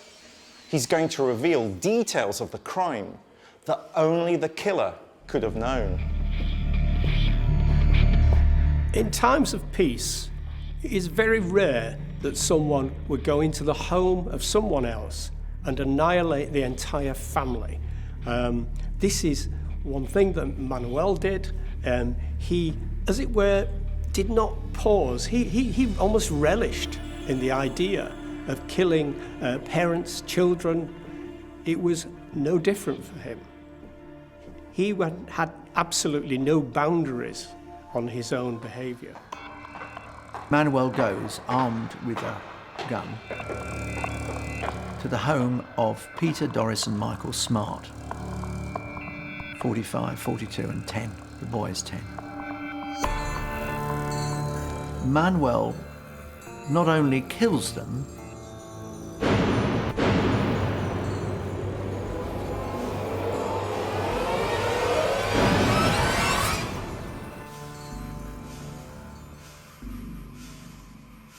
but then proceeds to live in the house with the dead bodies for 6 days. And perhaps further evidence of this trait that he had about staying at a crime scene. He was going back and forward to the house between the 1st and the 6th of January, and he was opening and shutting curtains, he fed the cat, he eventually stole the family car. There is something about Manuel's confidence that is nothing if not chilling. It isn't until after Manuel leaves the Smarts' home, the bodies are discovered, that the Scottish police finally cotton on to the fact that they actually have a serial killer. Manuel was arrested at the wheel of Mr. Smart's car. It wasn't long before the police began to connect him to a string of other murders. There was an abundance of forensic and physical evidence linking him to murder. But perhaps the most damning evidence of all came from his own mouth. I think that the extent to which we see Peter Manuel reliving his crimes in this statement is actually quite unusual. That he's actually back in the moment. He's not just thinking about what he's done, he's actually back there. And that's actually quite unusual. And it gives me an insight into what actually drove him, which was a pure excitement of doing what he did. His attempts to convince a psychiatrist he was insane would instead see him reveal details of the Smart murders that only the killer could have known. I said, this man's reconstructed a crime. I said, he told me when I went into the house and I didn't recognise Peter because I shot him with an automatic pistol like that, bang, bang, quick. I said, he's got a Beretta, it's defective. I said, there's a homemade film in it. I said, the magazine, the springs are open. The bang bang, click click refers to the murder weapon having a faulty barrel and the gun, a Beretta, being defective and needing to be reloaded down the barrel, not the chamber. The police knew this because they'd recovered the murder weapon. It was a faulty Beretta. If there's any clearer example of the chill in Manuel's soul, it is when he tells the psychiatrist that he's about to kill the 10-year-old Michael Smart in his bed. And he has to reload the gun. Can you imagine what the child must have thought? To see a man standing over him, clearly intending to kill him. What this fictitious third party has told him, he says that this chap had gone in to the house with a defective Beretta. Every third time it was fired, it misfired or it didn't fire. So when Manuel mentioned the Beretta's defect, he described it as bang, bang, click. And it does raise this spectre of this 10-year-old boy, you know, on the 1st of January, wondering what's going on, why is this strange man in my room, what are these noises? And then having to wait until Manuel loaded the gun for the third time. I said, the only way you can load it is put the safety catch on, pull back the carriage, the whole carriage, and it catches in the safety catch, and you've got to put a bullet up a spout, and then you let this thing back very carefully, because you just put the safety off it goes off, lift it carefully, and then you can fire it. There's this presumption among psychopaths, narcissistic types, that they know better even than the police about their own job, and that they would educate them about how people would go about killing, even if it was kind of in the third person and not really talking about me, but this is how you would do it. They can't resist the idea of showing off and sometimes just drawing too much attention to themselves. I said, this man's reconstructed a crime. I said, he told me when I went into the house and I didn't recognise Peter because I shot him with an automatic pistol like that, bang, bang, quick. I said, he's got a Beretta, it's defective. I said, there's a homemade film in it. I said, the magazine, the springs are open. One of the chilling things about the tape is we discover, because this is an entire family, he's going to kill the Smart family, a mother, a father, and a child. He kills the parents first. The gun jams. He has to reload the gun prior to shooting the little boy. That's incredibly sadistic, is it not? So sadism is concerned with how much pain you inflict. But it was very instrumental, it's very purposeful. He knew that he wanted to eliminate the entire family, and that's what he achieved.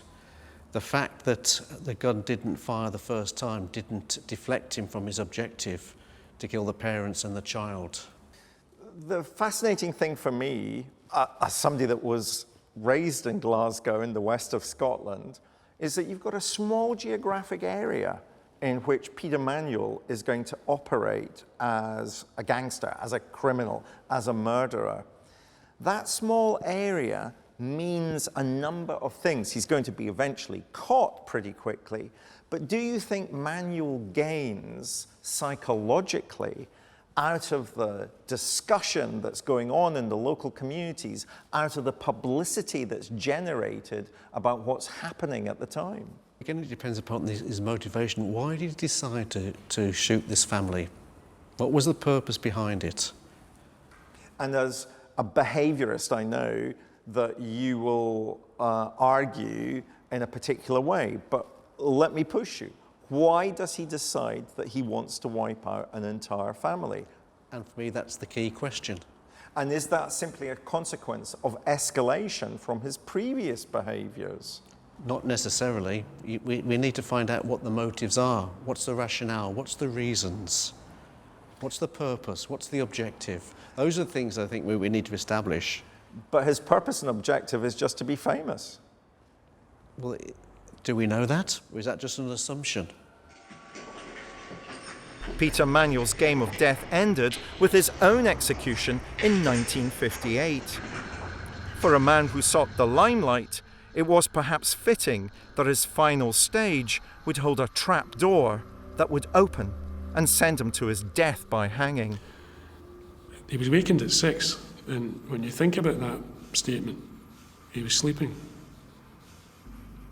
I mean, he'd fallen asleep the night before. I think a lot of people wouldn't even have fallen asleep. But they woke him at 6, and he was given a glass of whiskey and a breakfast.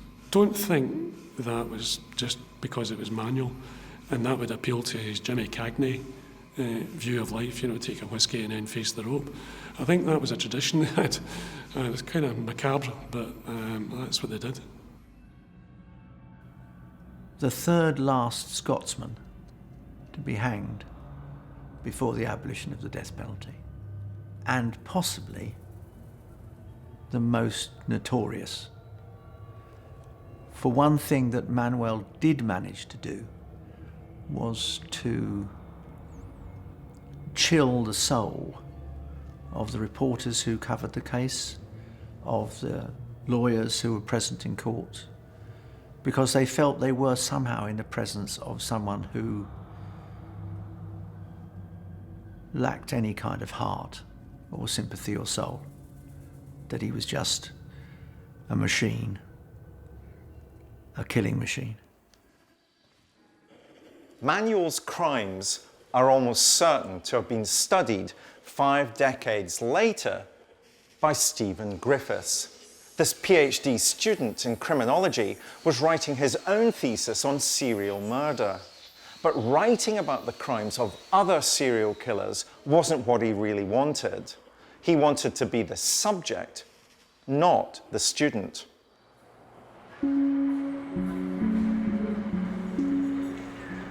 In May 2010, Bradford PhD student Stephen Griffiths was taken into custody. Police had caught him literally red-handed, murdering a local sex worker in the corridor of his block of flats. With such incriminating evidence held against him, Griffiths sat down to be interviewed by detectives. He was determined to present himself as a master of murder for whom being caught on camera was all part of his plan. Stephen, you further arrested with suspicion of murder of Susan Blue between Friday the 21st and today. From the outset, Griffiths' modus operandi for his killings seemed to be very meticulously planned. He would, as it were, groom or at least befriend one of the prostitutes, get them back to his place. He would then dispose of them in his own mind, very cleanly, with a crossbow. In this, it's almost pre-planned that he was looking at the front page of the tabloids and envisioning himself as some kind of crossbow killer. I think it would be fair to say that Griffiths thought himself superior to the officers interviewing him. Whether he was is a matter of doubt, but it's certainly that he liked to present that. After all, I'm doing a PhD in criminology at the University of Bradford. I know far more about crime and criminology than you do, and I've got a degree in psychology, and so I'm not going to treat you as my equals. You are my audience. You are there to take down my words. You are my disciples, my pupils. You are there to be given my words of wisdom. What an absolutely outrageous, inflated view of himself. And what sort of location have you put them in? If you can't tell us where, what sort of location have you put them? I don't know. Where a robot, where a computer would put it. You know, a rational, emotionless aberration would put it.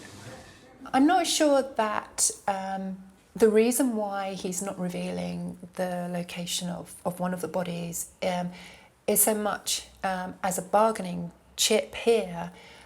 It's more for his own satisfaction, so that he can hold on to one last piece of, in a sense, his pride, his professional pride.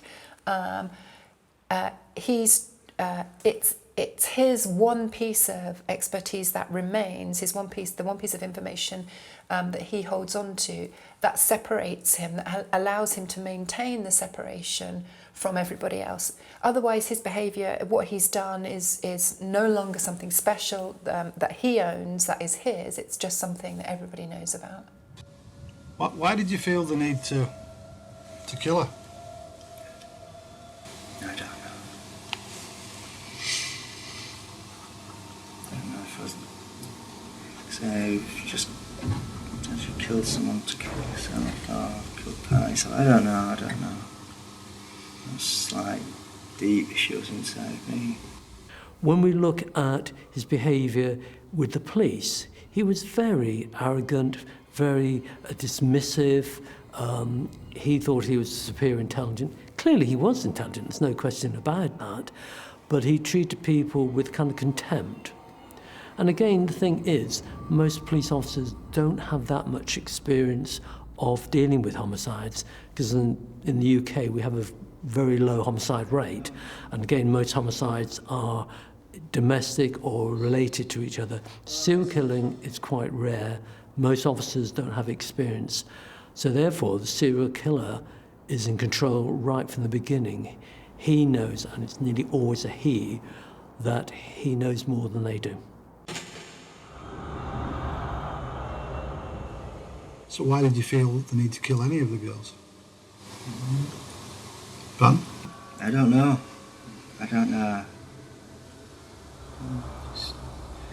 Well, I'm misanthropic. I don't have much time for the human race. There are a number of ways in which Stephen Griffiths is trying to justify what he's done by separating himself from the police and indeed from humanity. I don't have much time for the human race, as if he weren't part of it, as if what he's done is not part of the world.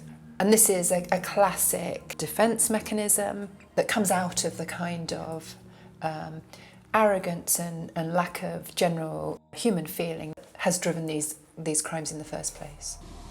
And what sort of location have you put them in? If you can't tell us where, what sort of location have you put them? Where a robot, where a computer would put it. You know, a rational, emotionless aberration would put it. I was struck by a number of things that Griffiths said in these interviews. I thought this idea of where would he put the bodies? Where a robot would put the body, where a computer would put it. Yeah, you know, a rational, emotionless aberration. Is this him trying to play with the police? Is this him trying to show off to the police? Is he playing chess? Or is that just reflective of who he is? That he's emotionless, that he functions as a robot, that he doesn't feel these things? Well, then we've got this statement that he says, sometimes you kill someone to kill yourself. Can we accept that as a motive for why he would kill his victims? I think we can give it some credence. If this seems to be, when undertaking a full analysis of the case, one of the dominant factors, one of the rationales for why he may have perpetrated the offences that he did. It's getting quite deep, and that may be sort of linked to some of his studies in terms of why do people commit offences, but what is it within him that he's wanting to kill? Stephen Griffiths was born in 1968. Raised in Yorkshire, his early years were characterised by a fractious family upbringing. His father left very early, and his mother seemed to struggle very much with actually making a living. His early life was a little bit of a struggle. He wasn't the most sociable of people.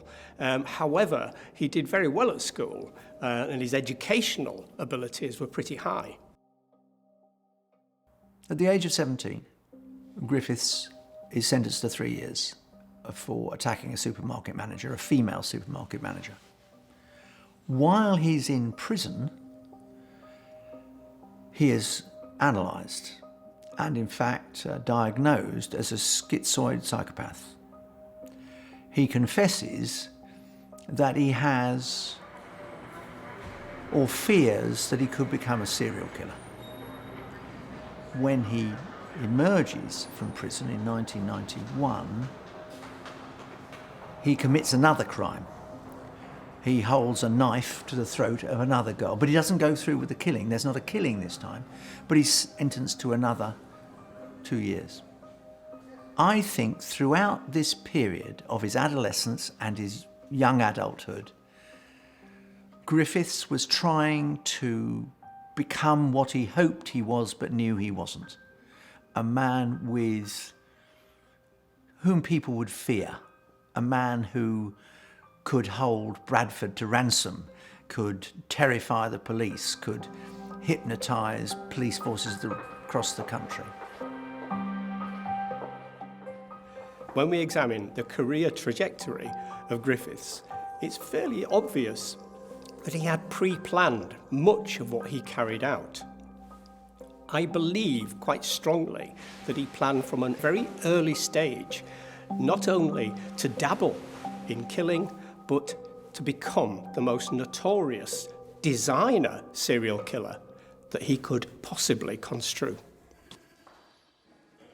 We've heard two very different styles of confessions from two killers with a common goal: bloody notoriety, a desperate desire to stand out from the crowd and be noticed.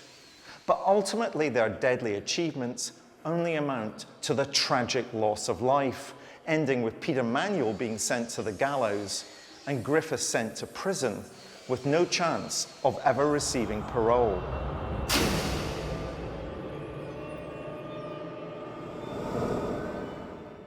When Griffiths was questioned by the police, he wanted to impress them with his knowledge of forensics.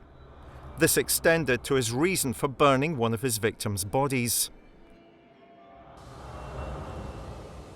Well, to destroy DNA, but like I say, in such a reckless, crazy manner. I can't believe, mind you, I don't know, I think, like I say, caretaker perhaps had other things on his mind, but otherwise I can't believe, you know, with the smoke that must have been billowing out of the windows. Although I did keep them shut for a while as well, so that's why I got a lot of soot all over me, and eventually I got a breathing mask on. But, So, how do you know that the fire destroys DNA?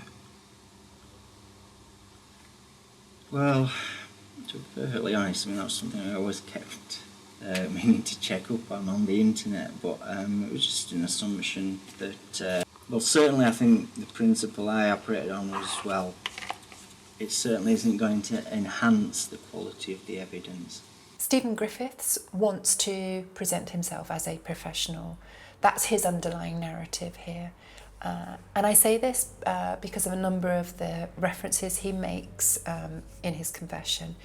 He talks about wearing a breathing mask as if he were part of some kind of legitimate activity.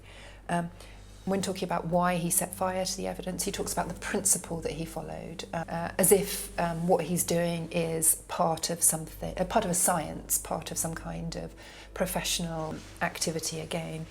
And we see him even making references to having made decisions in the same way that a computer might have made decisions.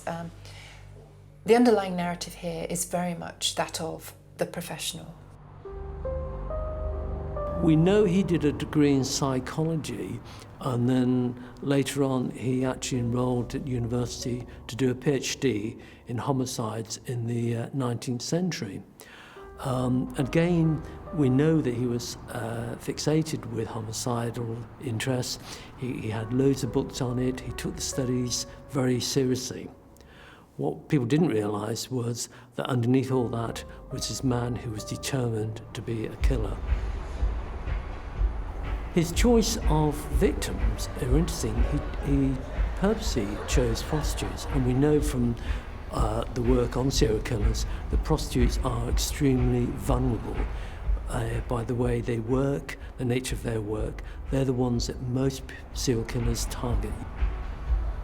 The red light area of Bradford was particularly seedy, and this actually was a big attractant to Griffiths. This was an area he kind of felt comfortable in, and it's an area where he wouldn't stand out too much.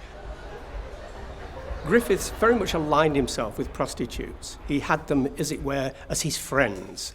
Although the prostitutes tended to exploit him, there's a bit of a numpty character that they could kind of manipulate, or they thought they could, to get money and to actually cheat him out of bits of drugs and things. Griffiths' MO involved befriending sex workers and inviting them back to his flat for a party. But on entering his home, it was clear only one thing awaited the women: death. It's almost certain that he dismembered her. He may have put her in dustbin bags and distributed around Yorkshire. He may have, as he bragged at one point, have eaten parts of her. Although I think that is yet again him trying to build himself up rather than the actual reality. By this time, the police had already begun to take an interest in Griffiths. A number of people had said he was slightly odd. The housing association flat he lived in, they improved the CCTV to keep a closer watch on him. I suspect that Griffiths knew, at least to some extent, that there was a certain interest in him. And he killed again. He was very astute about the risk of being detected, so obviously was going to use as many techniques as he could to avoid being detected from the early killings.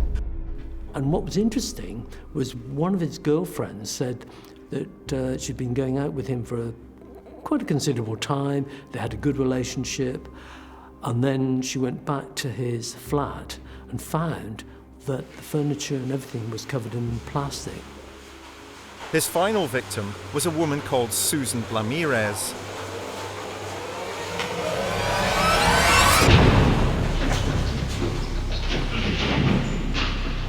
Final prostitute, Blamirez, as she escapes from the flat, they're outside.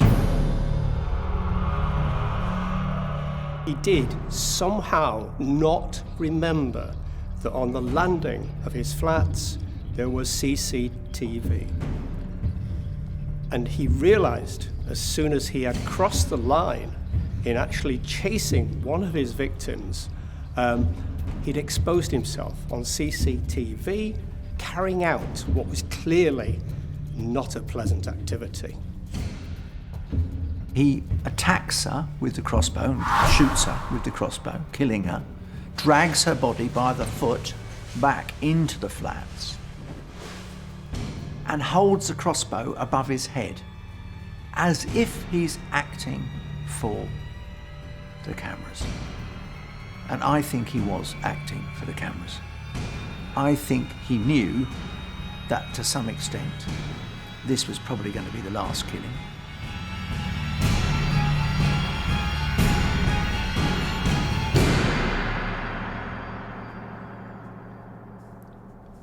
There was no way that he could escape the fact that this is all being caught on CCTV. And I think he relished it. I think he thought, this is my signature. I will forever be known as the crossbow cannibal. So, how do you know that the fire destroys DNA? Well, certainly I think the principle I operated on was, well, it certainly isn't going to enhance the quality of the evidence. So Michael, Stephen Griffiths, the PhD student in criminology, we both supervise PhD students. Is this confession about him showing off his criminological knowledge? I think it shows a lack of insight and awareness because he didn't research sufficiently, if at all, the impact of fire on DNA evidence. You'd have expected someone who was studying for a PhD, if they were going to carry out something that was very deliberate, to have researched the consequences of that action. And he never went onto the internet to find out about fire and DNA. I find that surprising.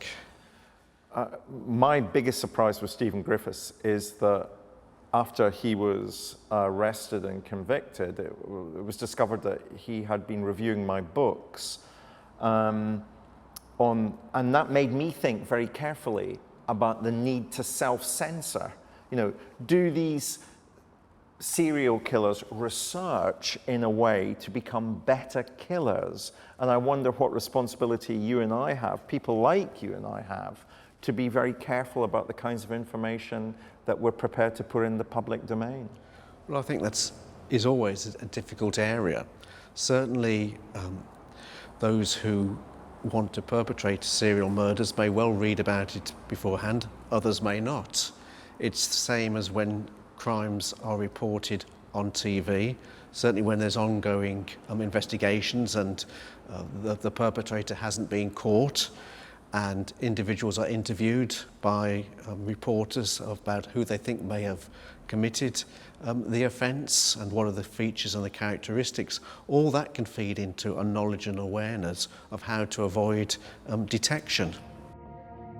One of the things you find with serial killers is they do like to establish their record. They do like to establish what they've done, how they've done it, because there's almost kind of like a pecking order of serial killers. We think of Yorkshire Ripper, we think of Ian Brady, we think of Black. There's a pecking order in terms of serial killers, and the new guy on the block wants to establish his role.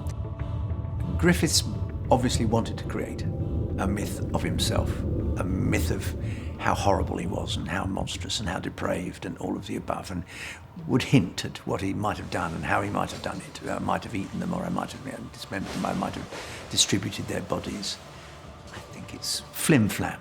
I think it's no more than a magician in a fairground. I think he doesn't deserve to be taken seriously. I don't think much of what he said he did. I think in the end he is a man of straw, but for the fact that he killed 3 unfortunate women.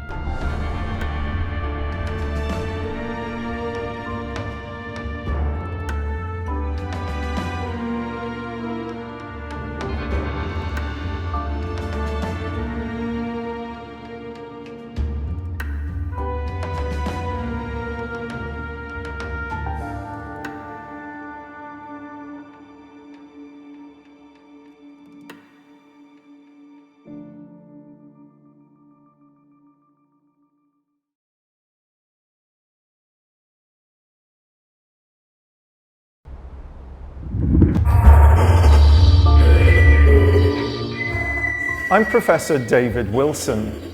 As a criminologist, I'm often asked, what's it like to interview a serial killer? This is a tape-recorded interview. Date is 11/17 of 84. In this new series, I'm going to take you on a journey into the dark heart of the police interrogation room. Using cutting-edge lip-sync technology, we'll bring to life the actual taped confessions of some of the world's most notorious murderers. Put that pillowcase or whatever it was, like cushion cover over her head. And bring you face to face with evil. Put her into the sleeping bag. No, I just slung her in the corner. And along with forensic psychologist Professor Michael Brooks, I will analyse their interviews in unparalleled detail. And while he was asleep, I put a noose around his neck. I throttled him with the noose and he hardly struggled. Like the police detectives who interviewed them, you'll experience firsthand their cold and calculating minds. I've never got on with my mum. I knew that she favoured my sister more than me. Their wicked words, now seen being spoken for the very first time, will never be forgotten. The Hawkins girl's head was severed and taken up the road about 25 to 50 yards.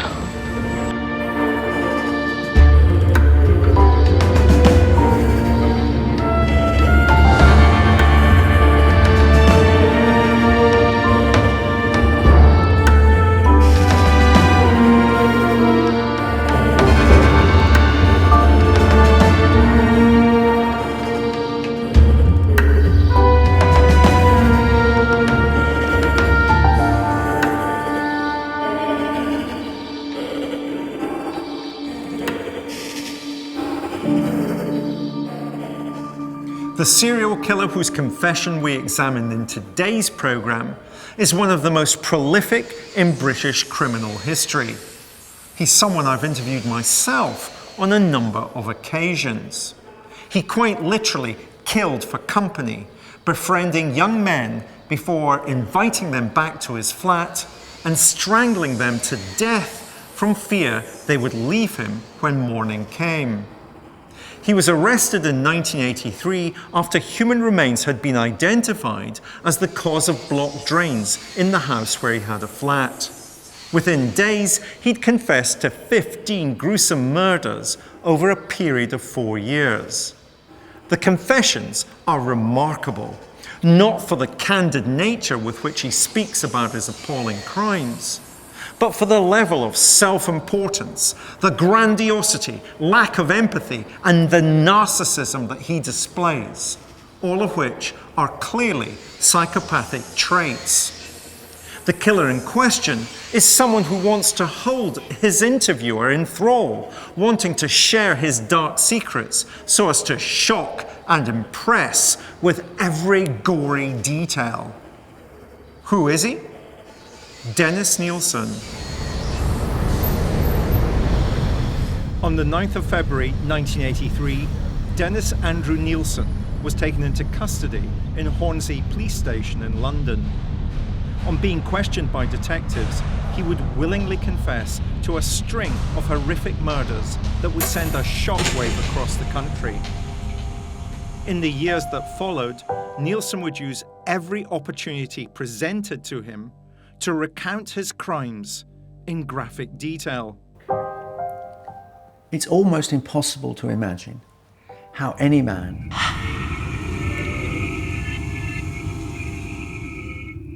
could have committed murders of such grotesque depravity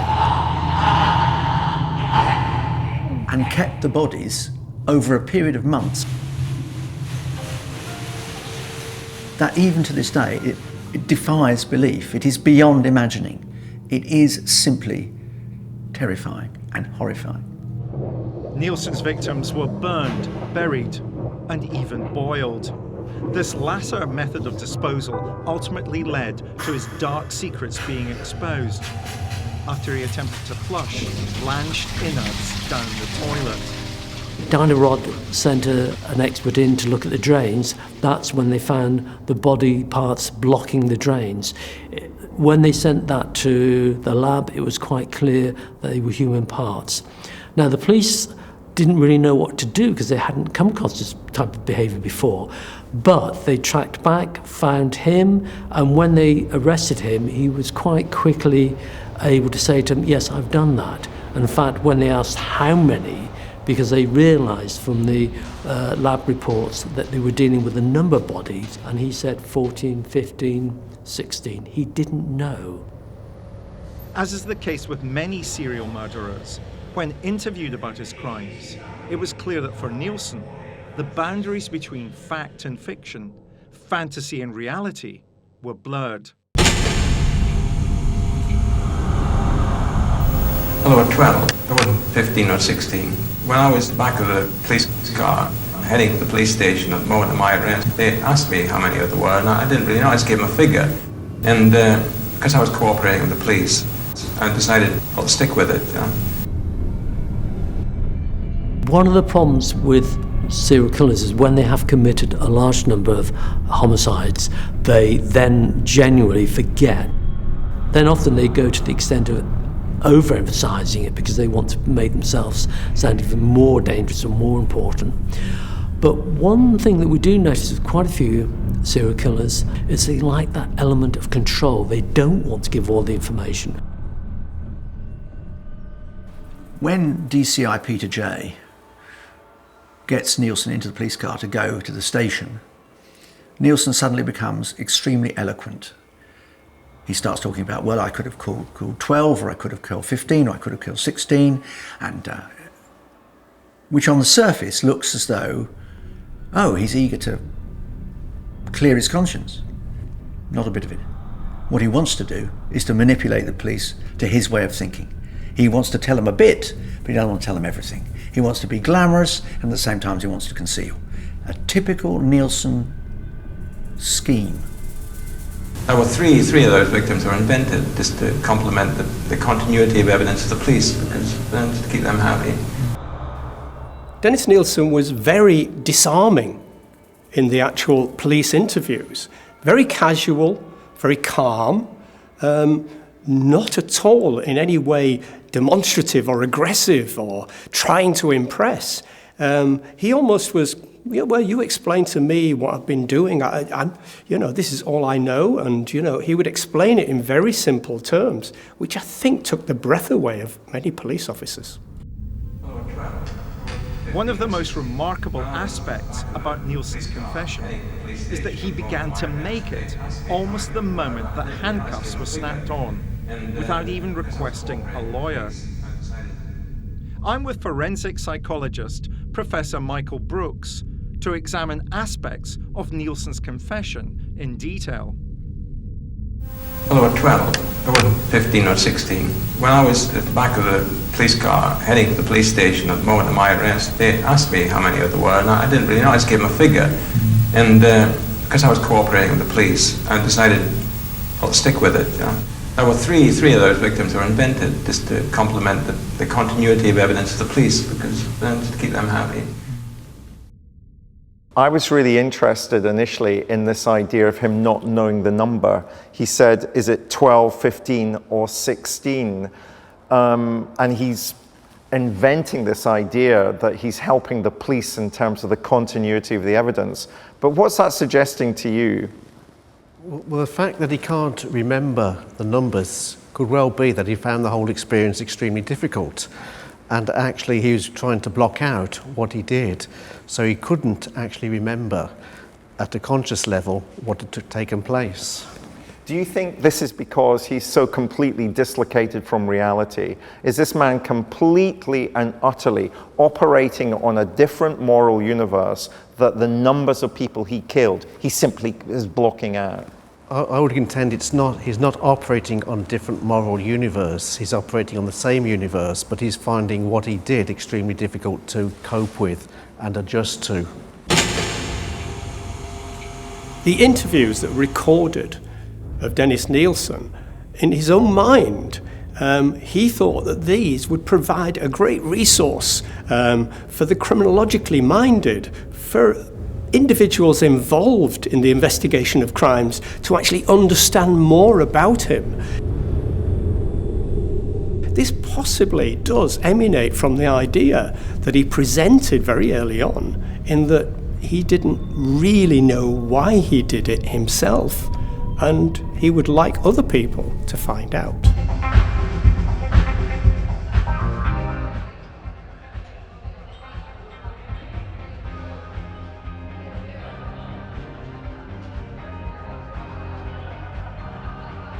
He had a very tough upbringing. He wasn't very popular in school. He came from a poor background. He was bullied. He was aware of his sexual difference. He knew that he was different from other boys, but wasn't very sure how. Dennis Nilsen was a fairly troubled and very lonely character. He was someone who had difficulty in getting individuals to engage with him and stay engaged with him. He was really somebody who was kind of devoid of some kind of continuity in company. The problem for him was he was desperate to find a relationship. He had several relationships, some which were short-term and very unsatisfactory. What he wanted was a long-term relationship. He wasn't getting that.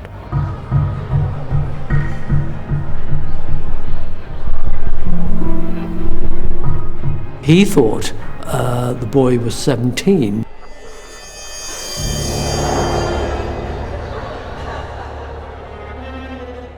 And the boy went back to the flat to have more food, more drinks.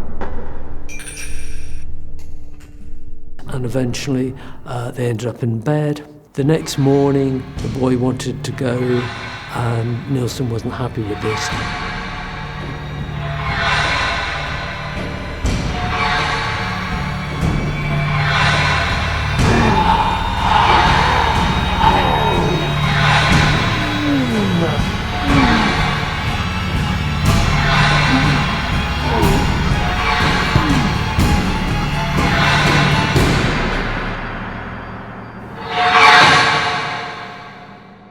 But Nilsen went a little further. Nilsen was frightened that the fact that he'd strangled him hadn't completely killed him. And so, in what was to become a trademark of his killings, he took the young Irishman and stuffed his head in a bucket of water, effectively completing the job if it wasn't completed.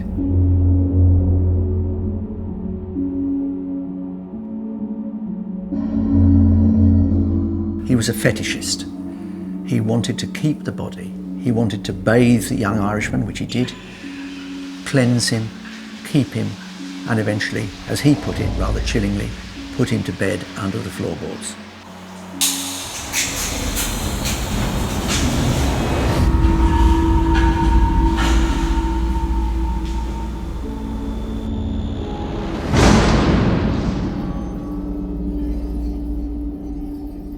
It was something that Nilsen continued to do in the further 14 killings.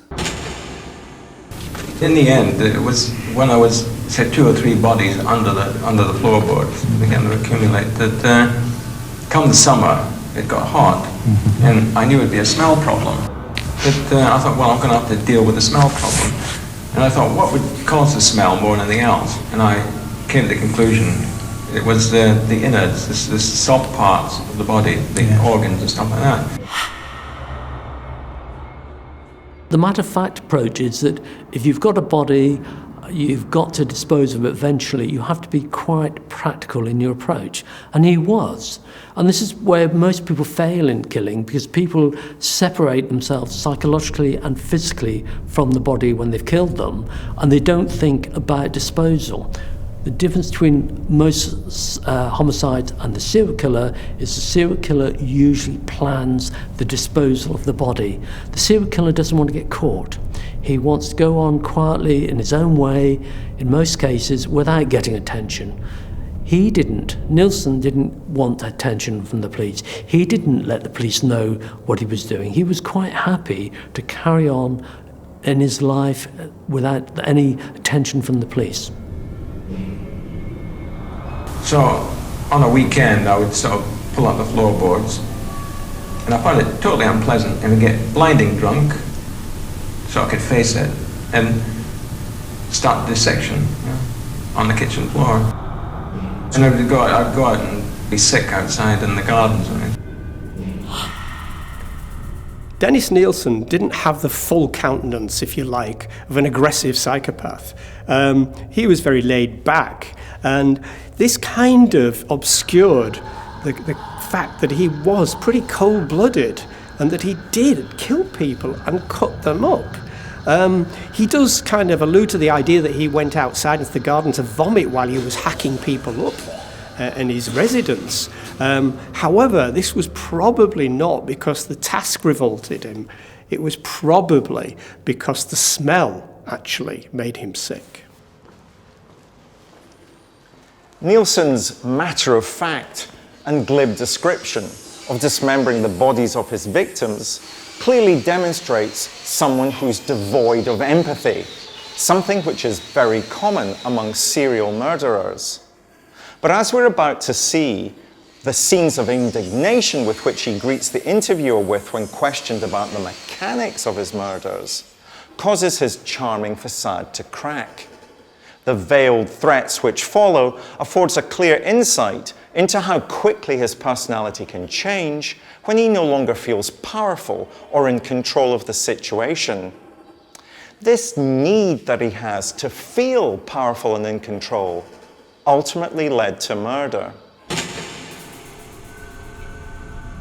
Whenever an opportunity arose to tell his story, Nilsen was sure to embrace it, paying no heed to the fact that the deeds of which they proudly speak refer to ending human life.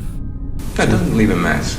Why does it leave a mess? No, it doesn't. It doesn't leave a mess. You see, when people in death situations where a knife is involved, there's a lot of blood flying around. I'd love to stab you right now. You have to stab me. The heart is pumping away there. There'll be blood splashing all over the place. Dennis Nilsen turned to his interviewer just to kind of elaborate on the idea that live bodies will ooze blood and that dead bodies where the blood's congealed just doesn't actually flow out.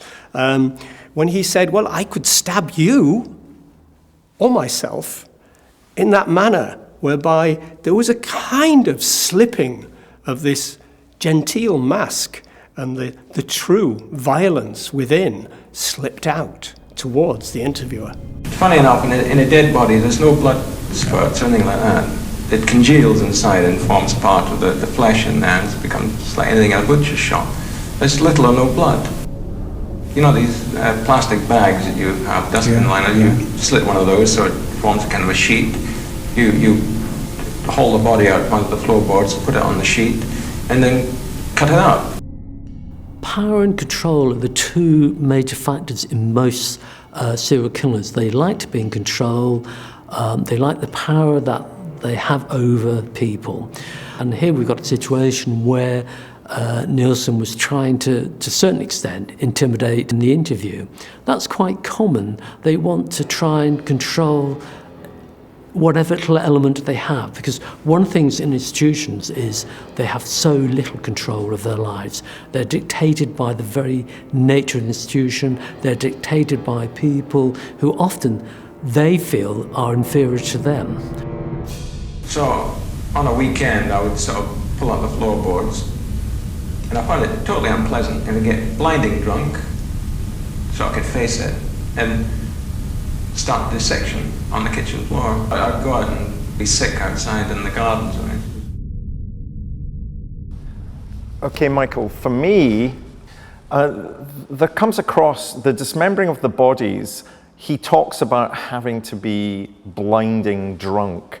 And I do get a sense that alcohol plays a big part in Nilsen's life, not only in terms of being able to dismember bodies and chat these young men up in pubs, but alcohol is a huge issue for him, I think.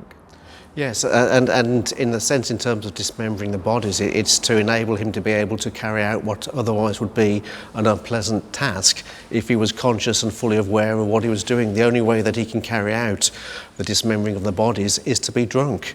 And in a sense, we don't know when he was sick in the garden, whether that was a consequence of too much alcohol, or whether it's the disgust at the idea of what he's having to do or having done. Nilsen was a civil servant at the time that he was arrested, but 2 previous occupations are very important as well. Nilsen was in the Army catering corps, so he had butchering skills, and he had previously been a police officer. So some of those that employment context and background does find its way into these crimes, doesn't it? Well, certainly in terms of the way that he was able to dismember the bodies and knowing what to do and how to do it. And then secondly, being a police officer, he would know of actions that needed to be taken. And he knew that when the summer came, the bodies would start smelling and that he would need to take some actions, he would need to dispose of them. Otherwise, suspicions would be aroused, and that would lead to further investigations, which is what he's wanting to avoid. I do get the impression once or twice in this interview that Nilsen's mask slips and we begin to see the serial killer. Did you pick up on any points where that was important? The one in which he threatened to stab the police officer is a case in point. I'd love to stab you right now, you have to stab me. The heart is pumping away there, there'd be blood splashing all over the place. And the other one would be when Nilsen expresses disgust at the police officer for not knowing that actually if a body is dead and you cut it up, that there won't be any mess, there won't be any blood, that it's been congealed, which again is around an element of arrogance and superiority that sometimes comes out.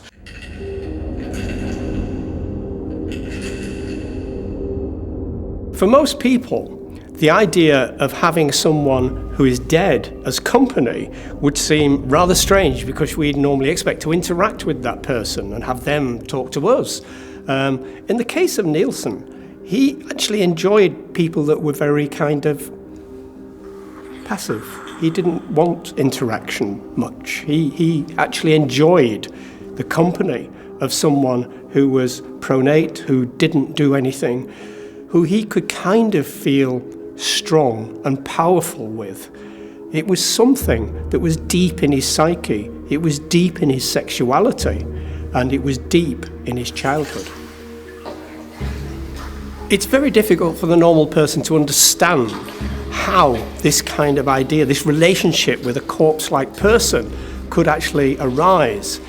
If you look in Nilsen's past, his grandfather, who was a big and important figure to him, was someone who would pick him up, throw him on his shoulders, and carry him around when they went for walks. This sensation of being a floppy, helpless person with a powerful person guiding them and sweeping them along, this was kind of the relationship that Nilsen was trying to create, only with himself as the powerful person and his victims as his friends that were passive. Yes, one of the things he'd learnt in the army was to be passive. He wasn't the aggressive soldier, he was passive. His sexual behaviour with partners was always being passive and not the aggressor in a sexual relationship. And it's interesting that, according to him and from what little evidence we have, he did not penetrate any of his victims. His sexual behaviour was very insignificant compared to other serial killers. He was very passive sexually, he was very passive in his normal behaviour, which is in strong contrast when you consider the fact that he killed 14, 15, 16 people.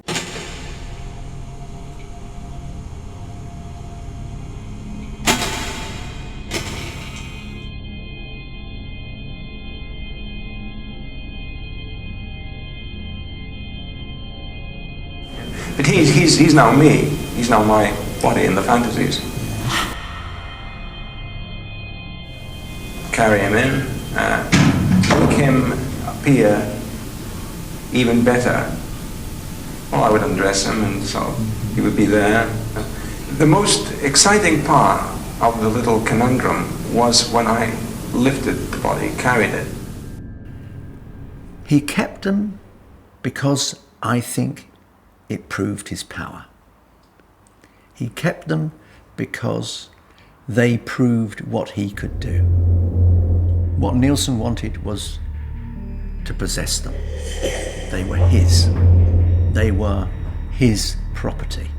Until he decided, and it was his decision to make, that he would gradually dismember them and get rid of their bodies. Starting in 1978, Nilsen would conduct a 4-year campaign of terror that would see many young lives senselessly ended. He would always cut the head off first, and then the hands, and then the feet. And then he would cut the body open, remove the soft organs, and carefully deposit them in different places. He kept a couple of heads in suitcases under rubble at the bottom of this rather disreputable garden that he had in Melrose Avenue. Well, he was at one stage he was killing something like 4 or 5 people in a year, and that's quite a high rate of killing. But the problem is, you're never quite satisfied as a serial killer. It never quite matches all the drama, all the excitement that you want. And this is something that serial killers find, that eventually they have to kill again to get that pleasure. And what normally happens is the time period gets shorter and shorter. And again, we see this in Nilsen, that he had to kill because he needed another victim.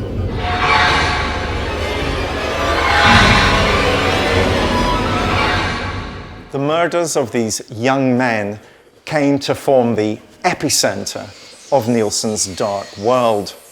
A world where sexual fantasy rapidly consumed all sense of reality. In the dominion of his flat, with the door closed and the outside world shut away, Nilsen was king and wore the emblems of power and control over his victims as his crown.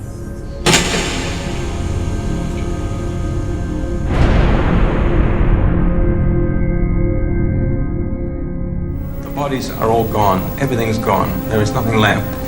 But I still feel in a spiritual communion with these people. I believe that Nilsen, once his victims were dead, no longer regarded them as human. He was quite happy to confess to the police what he did to their bodies, because he didn't see them as real anymore. He saw them simply as his trophies. They were somehow no longer human. They did not represent a future, a life, a career, a relationship. They were simply something that needed to be dealt with, except that they represented something to him. They were no more than symbols. Nilsen, along with many other serial killers, talked about him always carrying the spirit of his victims with him. Even if his victims were dismembered and disposed of, their spirit, as it were, was still with him and within him. He thought of himself as being the repository, as it were, for all of the people that he'd killed, almost as if they spiritually increased his value as a person. This is an odd characteristic, but a very narcissistic one. It may, in fact, be some kind of appeasement to police officers and others to say that, no, they're still here, it's okay. I didn't want to annihilate them. Even to this day, when Nilsen talks about his crimes, he uses the experience to vicariously relive them through the listener. To him, The bodies are all gone, everything's gone, there is nothing left. But I still feel in a spiritual communion with these people. Do you get a sense of power and control for me, there's a real issue here about him being narcissistic and needing to be powerful, like many serial killers. And indeed, he makes reference to that in his statement, that what he enjoys most is when the victim is completely passive. Because when the victim is completely passive, then he's in control, he has the power.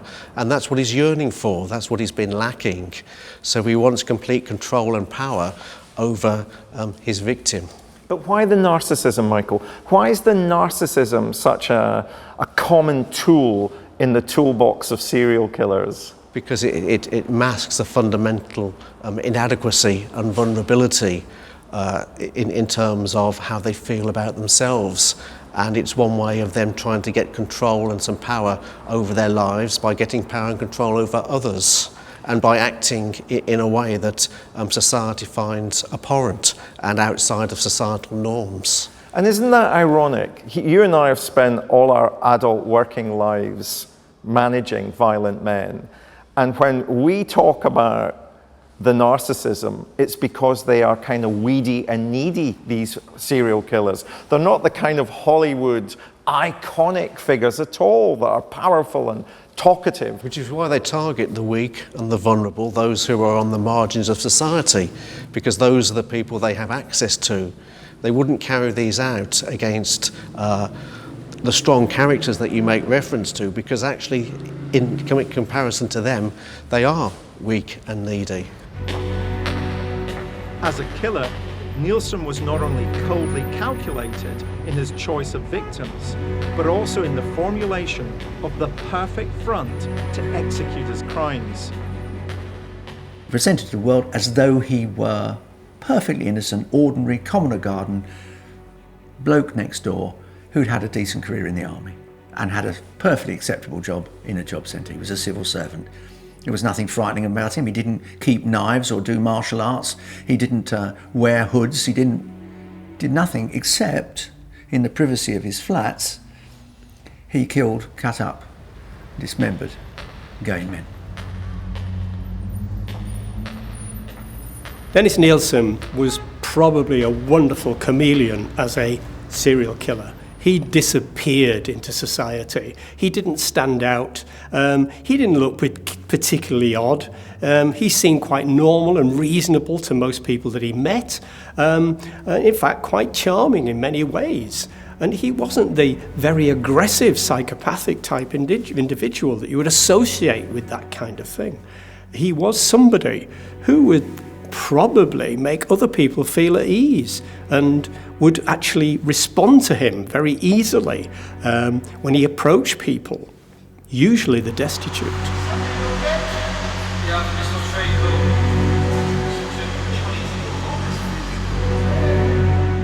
There's no doubt in my mind that Nilsen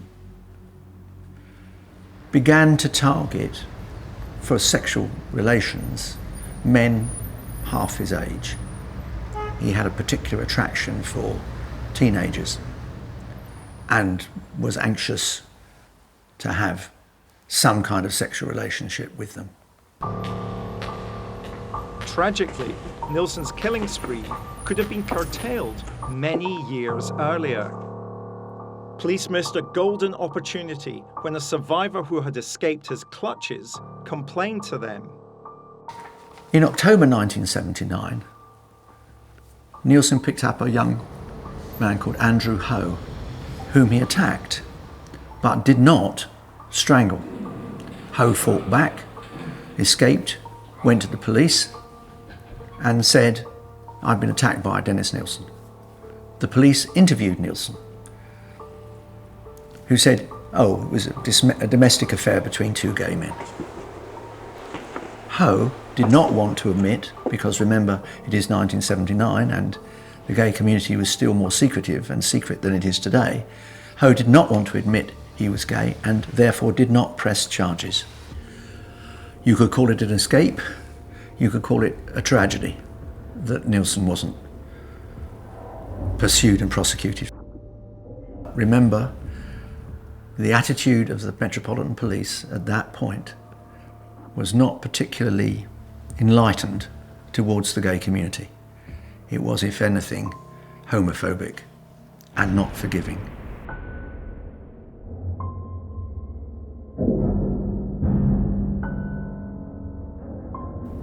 Perhaps not surprisingly, Nilsen decides at this point it might be wise to move from Melrose Avenue. After all, I might need a different place to operate. But he doesn't quite think it through. He moves from Melrose Avenue to Cranley Gardens, but this time there's no garden. There's no rubble to hide bodies under. There's no garden for a fire. There's no fence at the back of the bit of garden that you can dump bits in. There's no places to put plastic bags. He's now got a much more constrained space. And ironically, it was that decision to move that probably was the reason for his eventual arrest and conviction.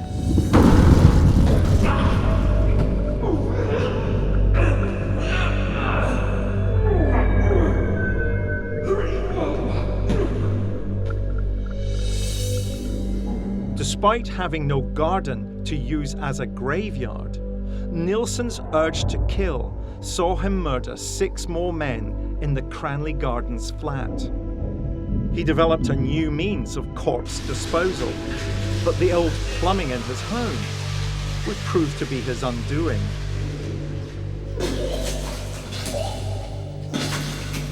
He was trying to dispose of his victims, and it got to the stage where they were actually backing up the drains. I appear to have a problem with my drains. Is that something that you can possibly help me with? A cleaning company were called to unblock the drains.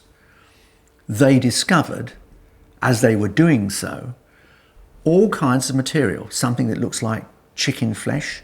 Could it be human? The cleaning company called the police. On the 9th of February, 1983, the senior investigating officer of these probably human remains in the drains at Cranley Garden waits for Nilsen outside the door to his house at the flat that Nilsen lives in with 2 colleagues, and says to Nilsen, "Mr. Nilsen, we've come to talk to you about the drains. We've found," they go inside, "we found human remains." Now, once they're inside the flat in Cranley Gardens, there's no mistaking the smell of decomposing flesh. There's no mistaking the smell of death. None whatever. And Jay says to Nilsen, "Where are the rest of them?" It was at this point that Nilsen first begins to confess to the killings. Many serial killers try to create their own myth, and so like to philosophize as to why they committed such heinous crimes. Dennis Nilsen is no exception. But Nilsen is no philosopher. He's a psychopath.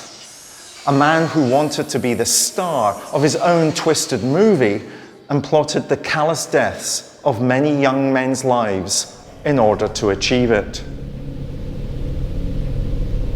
The making myself look dead was nothing to do with death itself. It was making myself look as different from me as it was possible to imagine, so that I could really be convincing as being somebody else.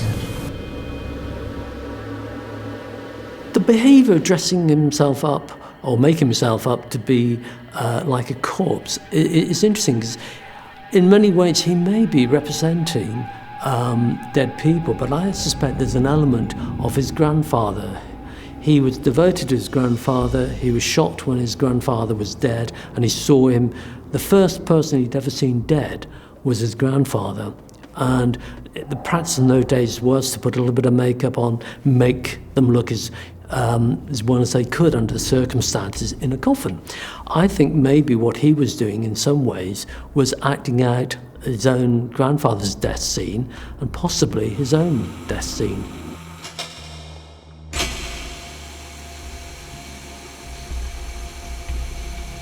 As with Nilsen, as with many other killers, you have to be aware of the fact that underneath whatever veneer has been put forward, there is a person who has reached out and violently killed other individuals by one means or another, hanging around just beneath the skin. The making myself look dead, or it was nothing to do with death itself. It was making myself look as different from me as it was possible to imagine, so that I could really be convincing as being somebody else. One of the big things for me about Nilsen, again working with him and interviewing him on a number of occasions, and I'd be interested to hear your view, is that he's one of the few serial killers who talks. He talks endlessly about what he does.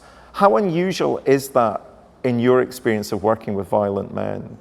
Well, I'm always very wary of what a serial offender says, and you have to locate what they say in their actions. Does what they're saying match with what they do or not? Do you ever trust what a serial killer tells you? No. No, neither do I. It's ironic, isn't it? But so you then have to look at the behaviours, look at the evidence, look at the actions, and that will tell you why they're doing what they're doing. And my view is that Nilsen would have continued to do what he was doing if he hadn't started to flush body parts down the loo. Well, he would have continued to do what he was doing until he was caught. And he was only caught because the drains got blocked. Let's be honest, it wasn't because of fantastic policing, it was because of the Dynarod engineer. And you'd have thought, actually, that he should have had sufficient awareness of that and actually found another way of disposing of the bodies and of the bones. You're absolutely right. When he has access to a garden, he burns the bodies, and that's a way of destroying any evidence, of course, as well. When he moves home and has the top floor flat, he has this problem about what to do with the young men that he's killed. So there is a disposal issue. But I think by that stage that he has, a number of young men have escaped from his clutches, and he still doesn't get arrested. And I think he feels powerful. I think that encourages him to continue to behave as he's done. As with all serial offenders, they become overconfident, and they feel, which is why eventually they're caught, because they make errors. Nilsen was tried at the Old Bailey, initially for the murder of 7 young men. No one present would ever forget the gruesome evidence laid out before them by the prosecution, nor the still figure of Nilsen in the dock. He sat throughout the trial, almost unmoving. There were no tears, no remorse, there was no hysteria, there was no refusing to come into the dock. He simply sat there, calculating, watching the events unfold, probably knowing in his heart that this was inevitably going to end in his conviction, but determined never to display any sense of weakness.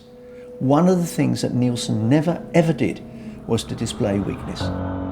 Nilsen later said, and I think it's evidence of his intelligence, "My power lay in the victim's passivity. The more passive he was, therefore dead, the more powerful I was." And I think that goes to the heart of explaining Nilsen's actions. And in a phrase that haunts me, he said, "I shed no tears for my victims." The confessions that Dennis Nilsen made over the years clearly demonstrate a man who has no remorse and a killer who maintains a strong sense of pride about his wicked deeds. As to the question of evil, that says more about society. People aren't born evil. They are corrupted by the world they live in, and the circumstances make them behave in certain ways, and they take a choice over how they behave. But we want them to be evil. We want them to be different from ourselves, because otherwise we're faced with the reality that most of us could become killers. I think in Nilsen's confessions, he underlines his intelligence, his eloquence, his manipulation, his God complex, his acute awareness that he is very special and much more special than the officers who are charged with interrogating him. He preens himself. That is how he presents the image that he wants to give the world. I'm extremely clever. I got away with it for a very long time, And what's more, I am deeply proud of myself for doing so.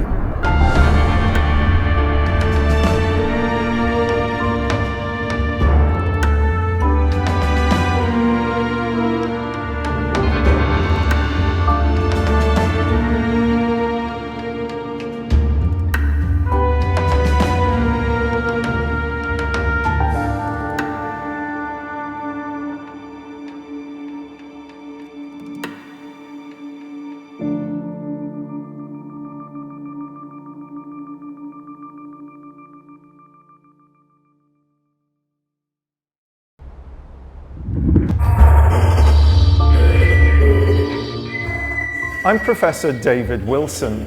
As a criminologist, I'm often asked, what's it like to interview a serial killer?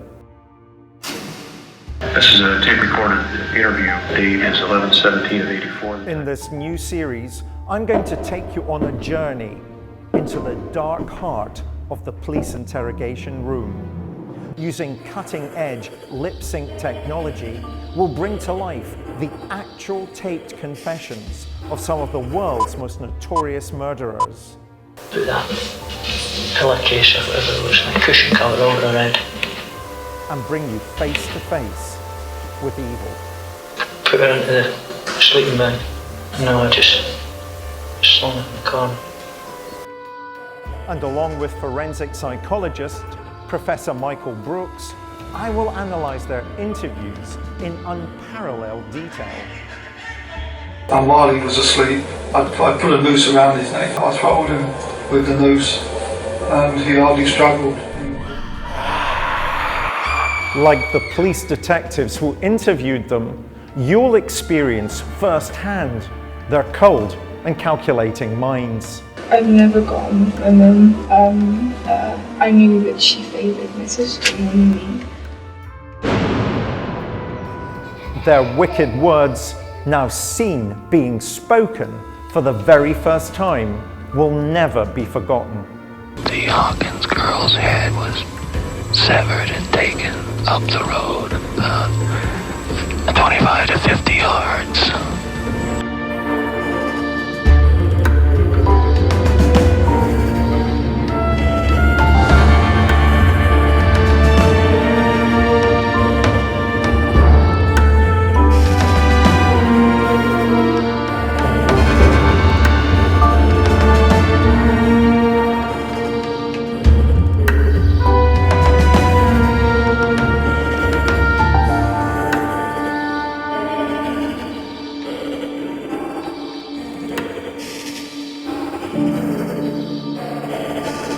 When the police arrest someone on suspicion of serial murder, they'll pursue every avenue available in a bid to encourage the guilty party to confess.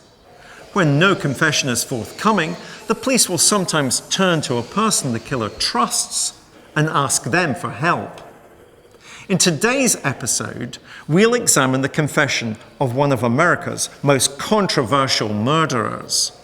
Murder, especially serial murder, is usually a man's business. Not in today's episode. Nicknamed the Damsel of Death, she died on death row in 2002 following her conviction for killing 6 men when she worked as a sex worker on Florida's highways between 1989 and 1990.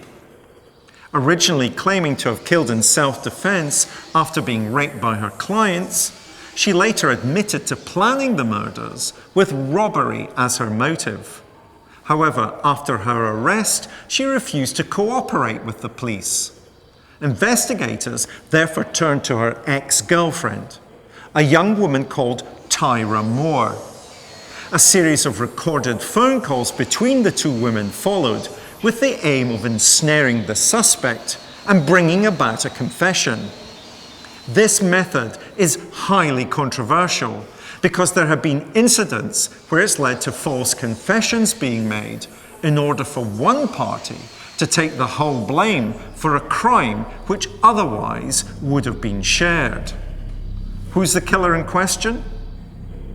Aileen Wuornos. In July 1990, Aileen Wuornos was arrested by the Florida State Police. She was suspected of having shot in cold blood a man who had solicited her for sex. Within days, Wuornos would find herself in the frame for a total of 6 murders. If found guilty, she'd become one of the most prolific female serial killers in American history.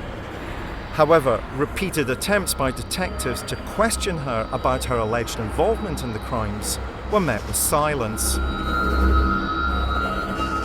Wuornos came from a background of being fairly hardened and being, as it were, in the kind of area where people were forensically aware because they had to be, because they had so many encounters with the law. So when she was arrested, she basically said nothing. She stonewalled the cops. They could not get beneath the surface. They could not get a response from her on anything to do with the murders she was accused of. And then they worked out that the love of her life, Tyria, was the key to the entire situation.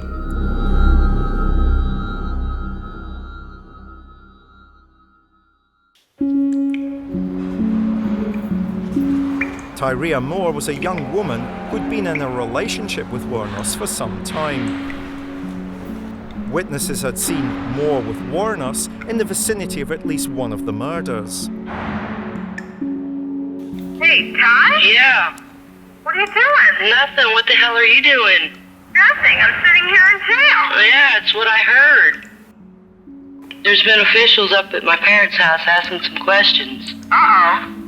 And I'm getting scared. I think what happened, there was pictures in the newspaper. Mm-hmm. And it was a case of mistaken identity. In the days that followed, the calls between the two women continued, with Moore sounding increasingly desperate, and Aileen Wuornos pushed ever closer to the cliff edge of confession. I don't know whether I should keep on living or if I should... No, Ty. What? You go ahead and let us know what you need to know. You want to know that you're innocent. Listen, if I have to confess, I will. This was more than Wuornos could actually stand. Wuornos suddenly was ready to actually spill the beans to protect the love of her life.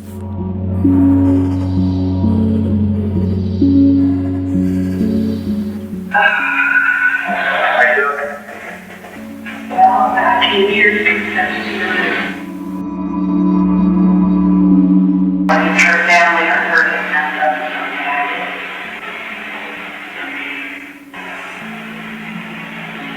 I know my sister. She's a real good person. So sweet and kind.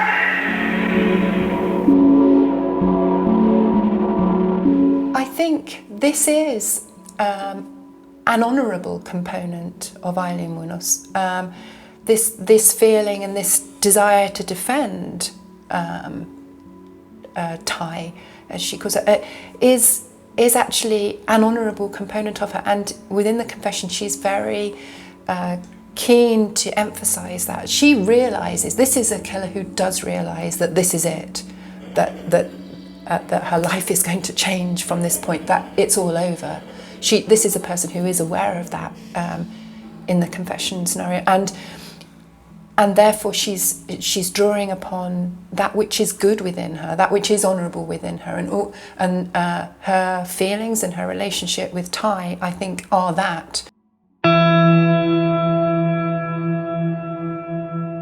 Aileen Wuornos is perhaps known as one of America's worst female serial killers. I've interviewed quite a few of them in the United States, but she's notorious. Aileen, I call her Lee, was literally born on the wrong side of the tracks.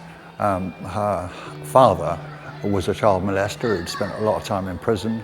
The mother, she was an unwanted child. And Lee was passed on at a very early age, around about the age of 9 or 10.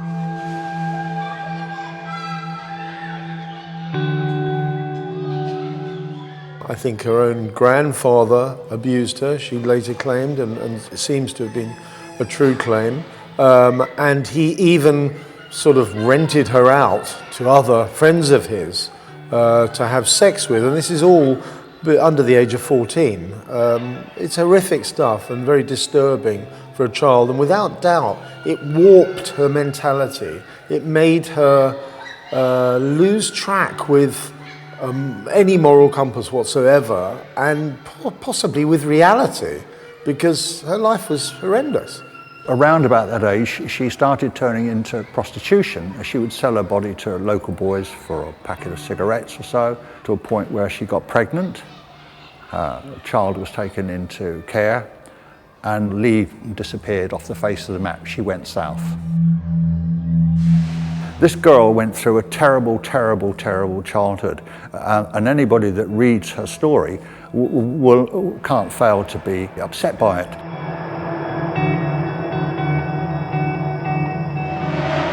When Lee effectively left home, she was streetwise. I mean, she'd go and play pool. She was known to drink.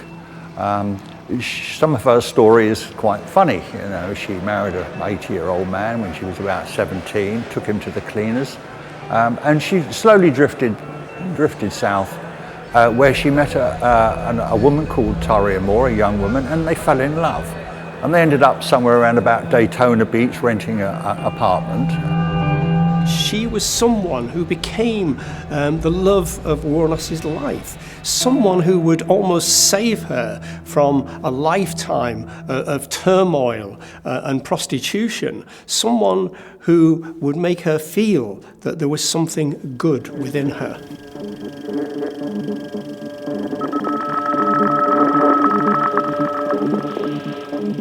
Tyria was the one that shocked her. She made a deal with the police so that she would have immunity, and Aileen would end up on death row, basically. What the police did was they had the weaker Tyria Moore, who did not have a history like that. She hadn't really no criminal history at all. So they leaned on her. They went to her home. They bothered her parents. They sweated her.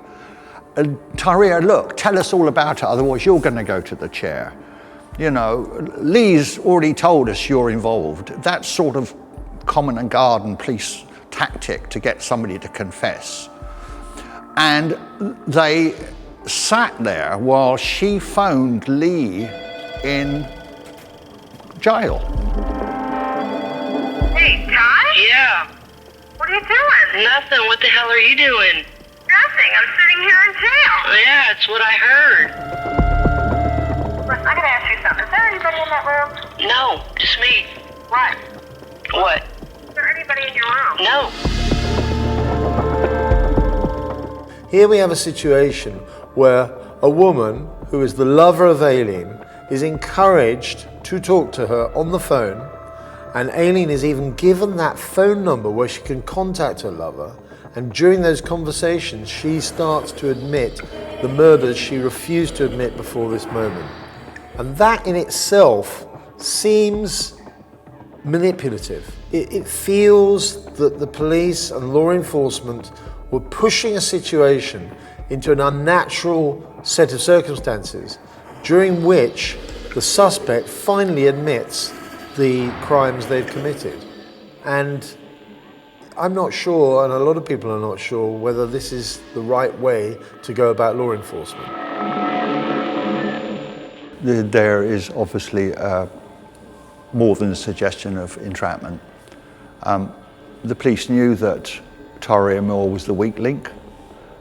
They used that against Wuornos, even when they had plenty of evidence to convict her for at least 6 of the homicides.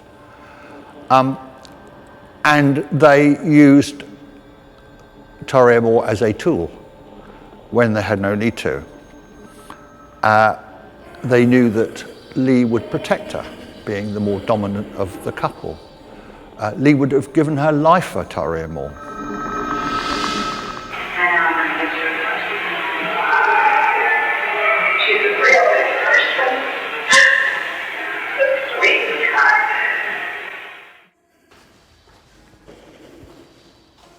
The secretly recorded conversations with her lover Moore were the catalyst for Wuornos opening up to her interrogators. She demanded to speak to detectives.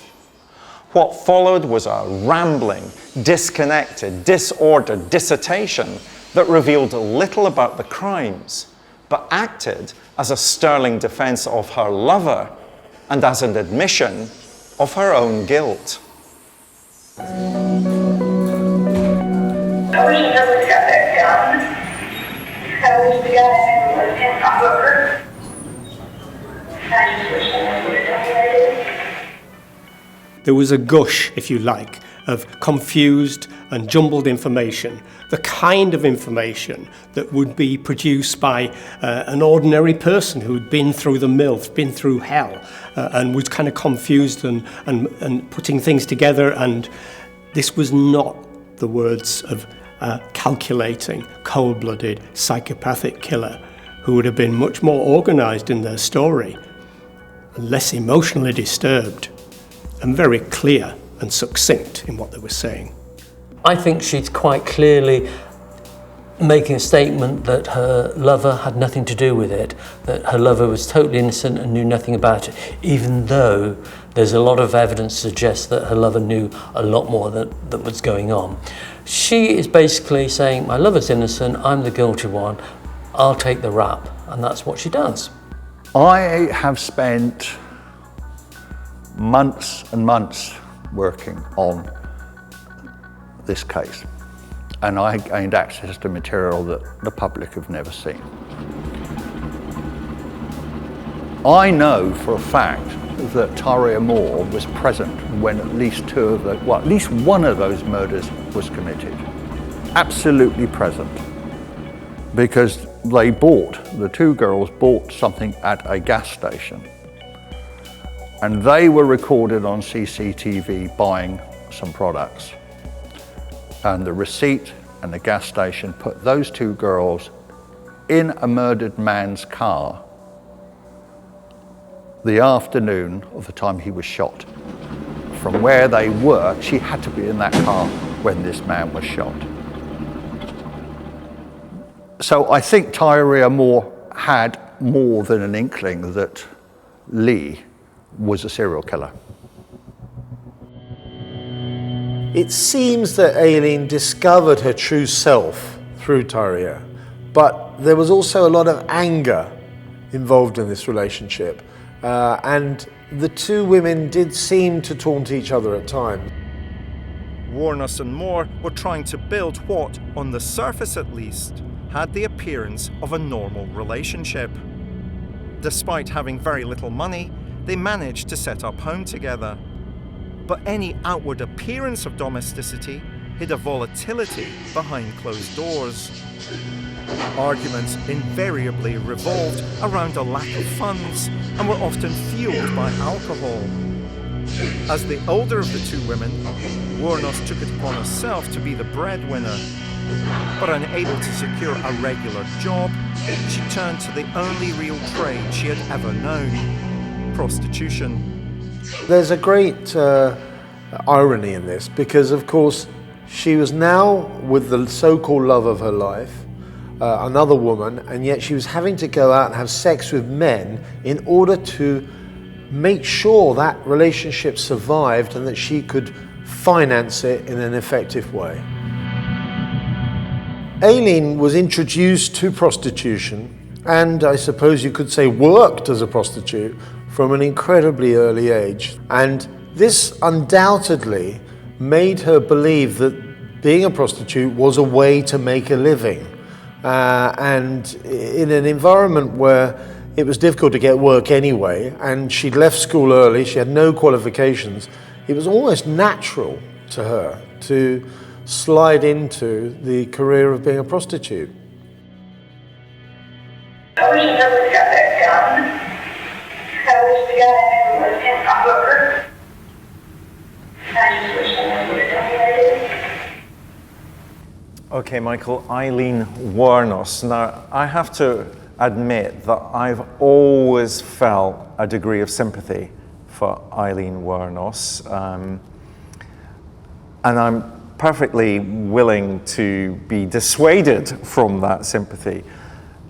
Do you buy any of the things that we heard, though, about her saying that she killed in self-defense? She kills her clients in self-defense because they were going to rough her up, they were going to beat up on her. No, because there's other actions that she could have taken. So she could have run away.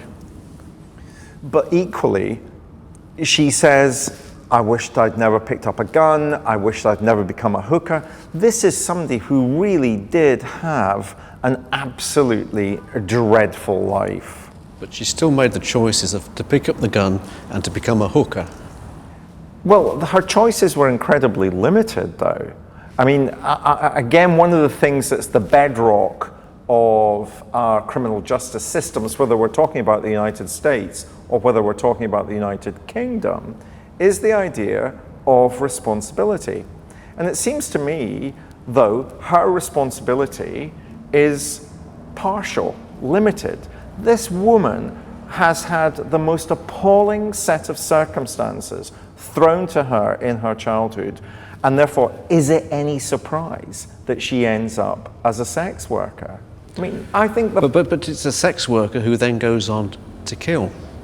So actually, if she knew she was getting into a situation in which she was likely to be roughed up and beaten, why perpetuate that? Why not stop at that point?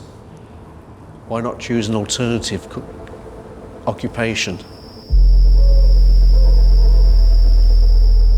Aileen didn't seem to have a lot of sense of danger, and as such, when she was working as a prostitute, she was working as a freeway hooker, and that is the most dangerous part of an already dangerous profession. This is about hitchhiking for men to stop their cars on the hard shoulder of a motorway and offer them sex. And that usually meant getting into the car with them, driving off and finding a lonely, isolated, very dark lane where they could have sex. She then received her money, and that was the end of the transaction. And the men she was meeting were expecting her in many ways to be violent, and they wanted to be violent to her.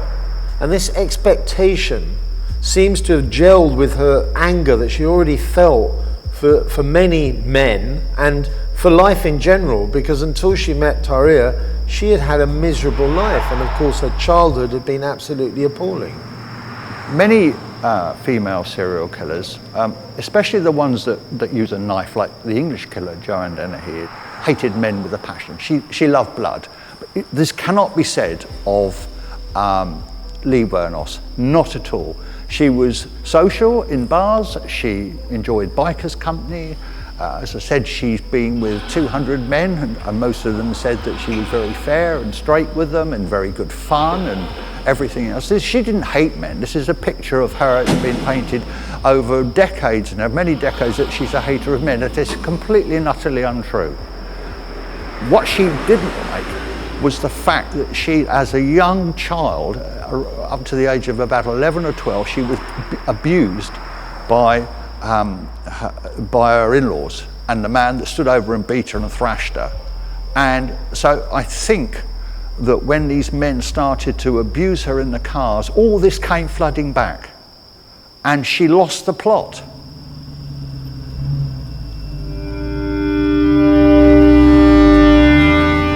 I still say to myself, I still say that this is self-defense, because most of them either going to start to beat me up or going to screw me down, not anyone don't action. So I fight on and I get away from it. Now, if you're a client just treating her with respect as such, and you're treating her gently, and she's giving the client sex, she's in control. She knows what he wants, he knows what he wants. It's an amicable, almost, if you like, a business relationship. But there are men, and certainly the ones that she killed, that went beyond that deal. They broke that deal. They wanted more. They wanted to treat her like trash. They wanted her to strip off. They wanted to punch her and do terrible things to her when they were alone in a car. They wanted to treat that woman like dirt. And it got to that point where she just, all her memories of her youth and childhood came back to her, and she was defenseless against these men without some sort of weapon, and in her bag she carried a revolver. And that point came when eventually she says, I can't deal with this anymore, stop it. And then she shot them. And then as I get away from them, I run to the front of the car or jump over the seat or whatever, grab my gun and just start shooting. Which they would be out of the car, most of them would be nude. Because they just close. And then they, didn't think about running back in the car or anything. I would start shooting out from out of the car. Shoot out.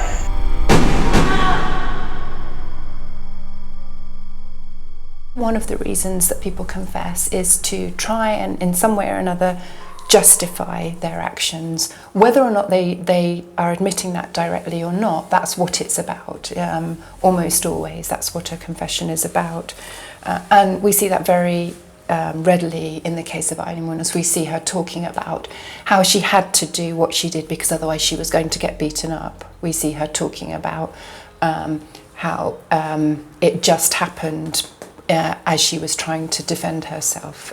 So a very clear psychological purpose, somebody trying to justify what they've done. My impression of the woman is an enormous degree of bitter alienation.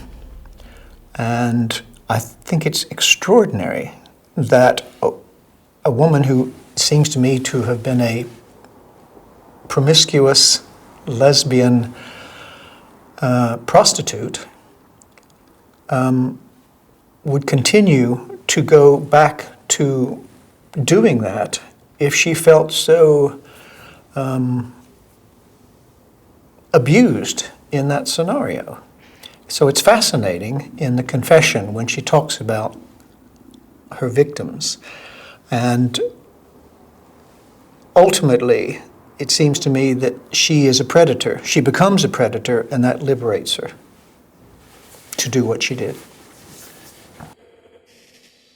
My reading of the way she describes events and how she felt the need to defend herself within her confession does suggest to me that Aileen Wuornos is speaking the truth, that this is how she experienced the situations, how she felt about what was happening. Now, whether or not that's reality, or whether that's all distorted by her own perception of what she was doing, her own understanding of what she was doing, I'm not sure. With Wuornos' situation deteriorating by the hour, she was informed that her conversations with Moore had been recorded by the police, and that this had been done with Moore's full cooperation.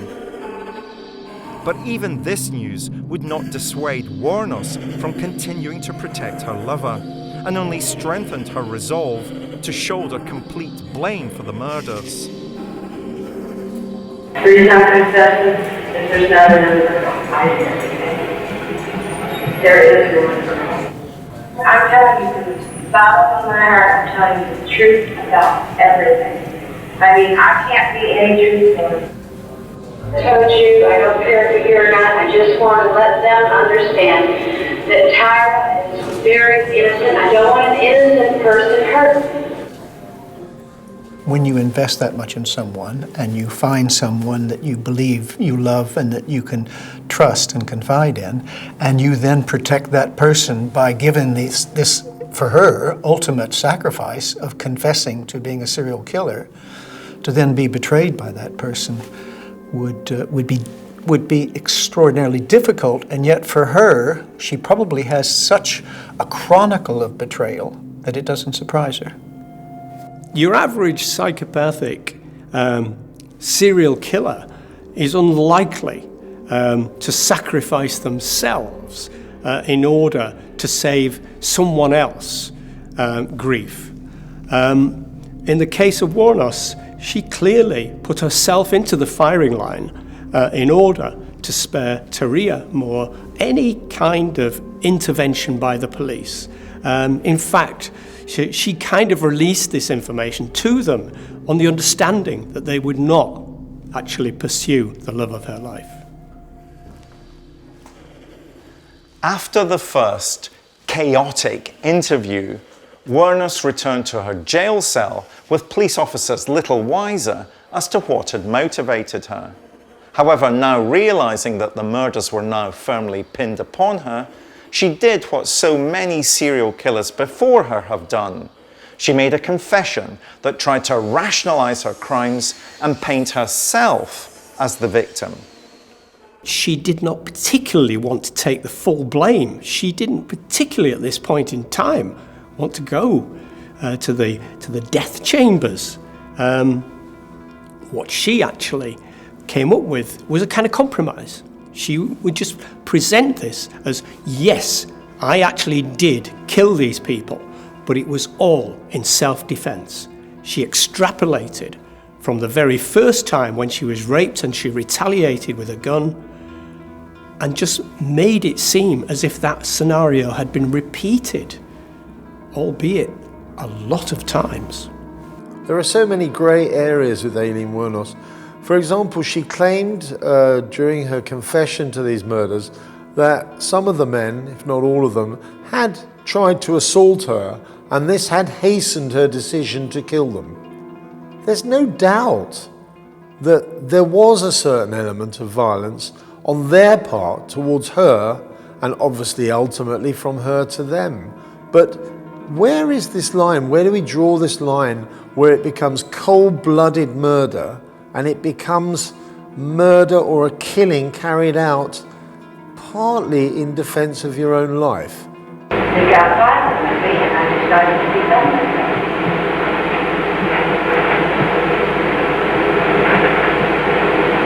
I wasn't going to let them reach. I don't need it.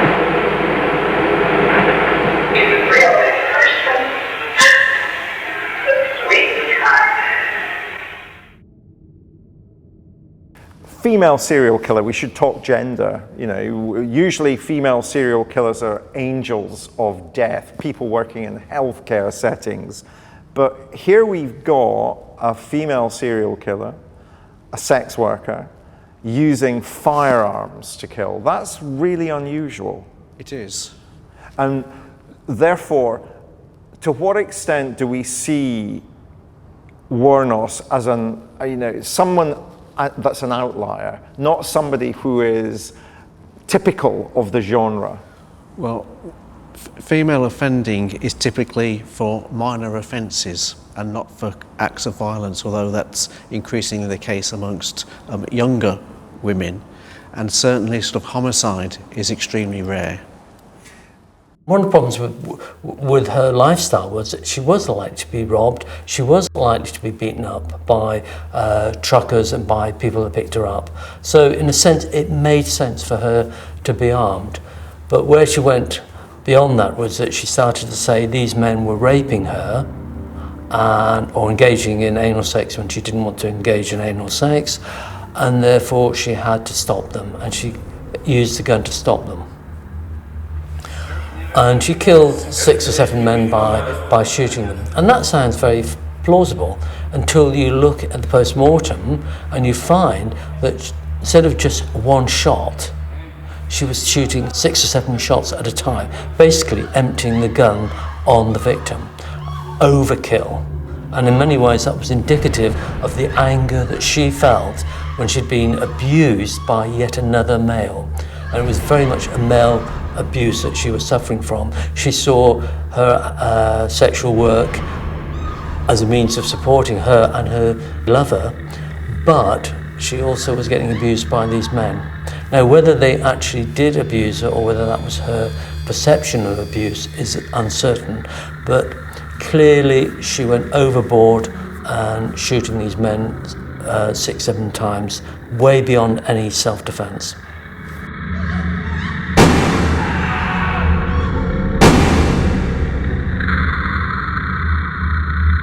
I think without any doubt she projected onto these men her sense of betrayal, her anger at being abused. They were the men, the 50s and 60s, were the age group that abused her earlier in her life. So she's just repeating the same abuse. Now, whether they actually abused her or not is debatable, but we're looking at her perception. Her perception is that these are abusers. I need to protect myself against them. And at the same time, get revenge on society for what society's allowed to happen to her as a child. But she's also, it's multifactorial because she's driven by the need for money. She's driven by the need to look after her lover, as well as dealing with the perception of the abuse that she's getting from these men. So several factors running at the same time, and that's what makes it quite interesting, but also quite complex case. They got violent with me, and I decided to be done with them. I wasn't going to let them reach. I didn't show me either.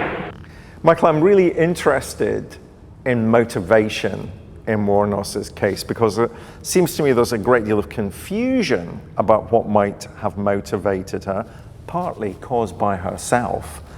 What do you think is driving the sequence of murders?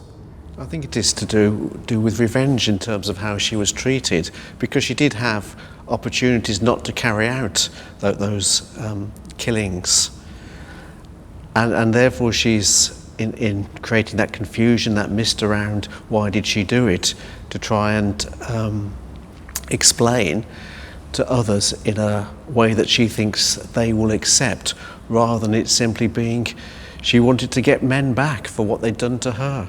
So you think revenge is motive enough for her? It isn't. I think this seems to me to be the predominant motive in this particular case. Doesn't justify it, but it does seem to me to be the predominant reason. Now, there's many other young people who have been abused as children who don't go on to kill. We mentioned it's a rarity amongst female offenders. We know that most abuse occurs against females. So their actions quite often are to internalise it, to be much more sort of suicidal, to be much more negative about themselves and not to take actions against perpetrators. But in this case, this is clearly what she does. She didn't have to shoot. She didn't have to get the gun. She didn't have to be a hooker. She went down that path.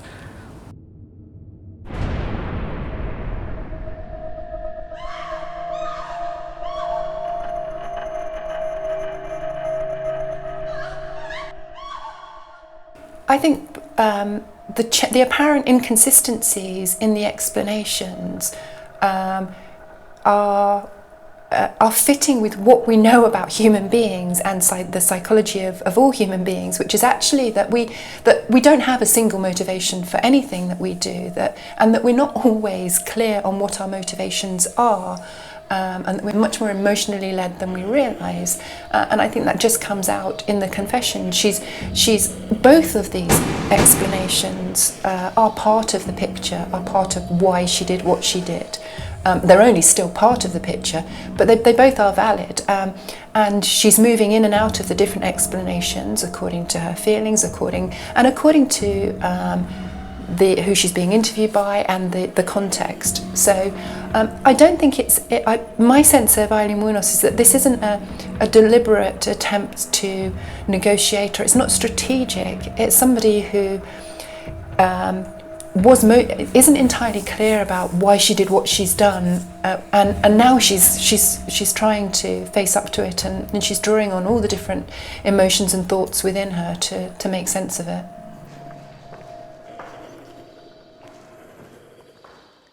Wuornos's confessions clearly demonstrate that she was a complex personality who was ultimately driven to confess out of love and loyalty to her ex-lover Moore. This kind of empathy for others is rarely apparent in the behaviour of psychopathic murderers, who quite simply can't genuinely feel for other people. What this serves to illustrate is why controversy still reigns around Aileen Wuornos and whether she should ever have been executed for the crimes for which she ultimately willingly confessed to. It would be right to say that Lee literally dug her own grave. She was stacked up against law enforcement that obtained Tyria Moore's confession and used her like some sort of tool. Corrupt police officers that were offered bribes and money from film companies. And you have the Florida Department of Law Enforcement, the FDLE, have got a coup. They've caught a serial killer, a female serial killer of everything that's gone around shooting people. Her reputation with her criminal record, which wasn't up to much, and the fact that she was a hooker, everything was stacked against her, right from day one. As for executing Aileen Wuornos, I can't see what purpose that served at all. It seems that Aileen Wuornos was a victim to a certain degree. I mean, she did commit the murders, let's not pretend otherwise, but it feels as if because her victims were white middle-class men and her pursuers, the police, were most of them similar profiles, that they, in a sense, decided that she was a heartless, cold-blooded person. And yet, when you look at what she did by confessing these murders, she protected Tyria and at the same time literally sentenced herself to death. It is interesting to note that Wuornos was clearly not entirely psychopathic. She was borderline. She was explosive as a character. She was a little bit crazy and paranoid. However, she possibly didn't actually show that she was an ongoing danger to others. She clearly had killed people, but under great duress and under circumstances where most rules and regulations had gone out the window.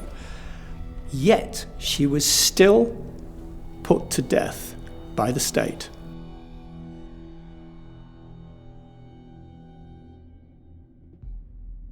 Ultimately, I feel it's justified when the end justifies the means, and the end here was significant. If you're talking about preventing someone from killing other people, I think extreme measures can be justified. Ethically, I think there's a point beyond which the argument for rehabilitation doesn't hold. I think ultimately people have to pay for their crimes, even if the crimes and the magnitude of the crimes are beyond cost. I think to allow someone to live in the knowledge of what they've done, of that magnitude of depravity, is in itself an injustice.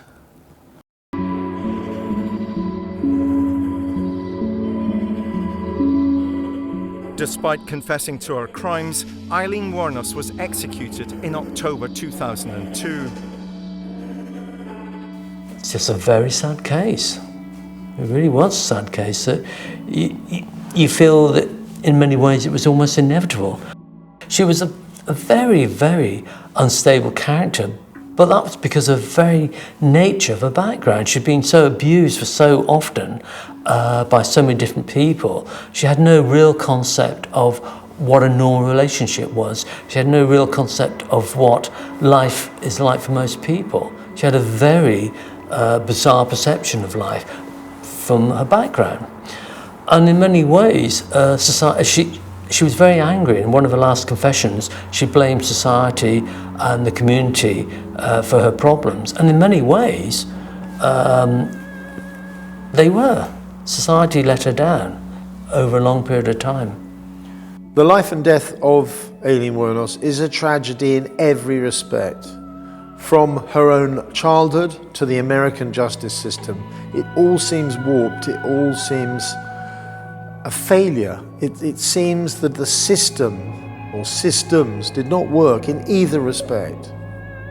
In some ways it's a more upsetting confession for me psychologically, because you can see the way in which events have unfolded for somebody who is basically fairly human, but has been caught up and carried along in a chain of events that has led to her being where she is now.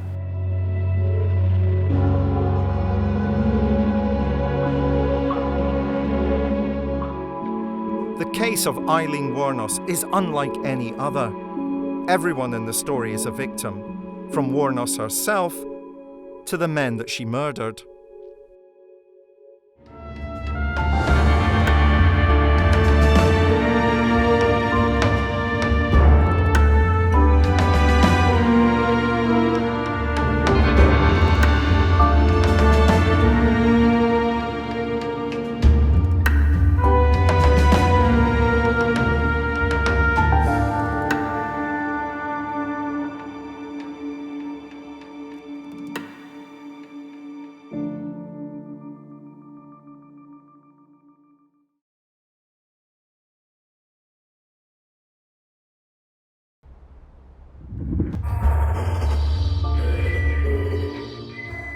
I'm Professor David Wilson. As a criminologist, I'm often asked, what's it like to interview a serial killer? This is a tape-recorded interview. Date is 11/17 of '84. In this new series, I'm going to take you on a journey into the dark heart of the police interrogation room. Using cutting-edge lip-sync technology, we'll bring to life the actual taped confessions of some of the world's most notorious murderers. Put that pillowcase or whatever it was, like cushion cover over her head. And bring you face to face with evil. Put her into the sleeping bag. No, I just slung her in the corner. And along with forensic psychologist Professor Michael Brooks, I will analyse their interviews in unparalleled detail. And while he was asleep, I put a noose around his neck. I throttled him with the noose, and he hardly struggled. Like the police detectives who interviewed them, you'll experience firsthand their cold and calculating minds. I've never got on with my mum. I knew that she favoured my sister more than me. Their wicked words, now seen being spoken for the very first time, will never be forgotten. The Hawkins girl's head was severed and taken up the road about 25 to 50 yards.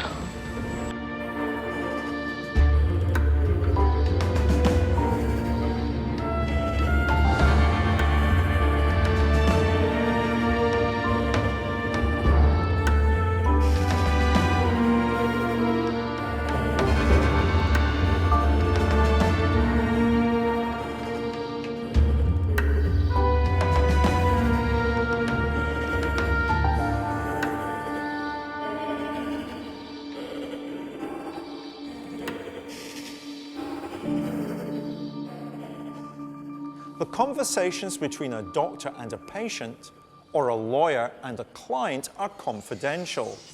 But therein can lie a very challenging dilemma. What would happen if, for example, during a counselling session, a person seeking help confessed to a murder?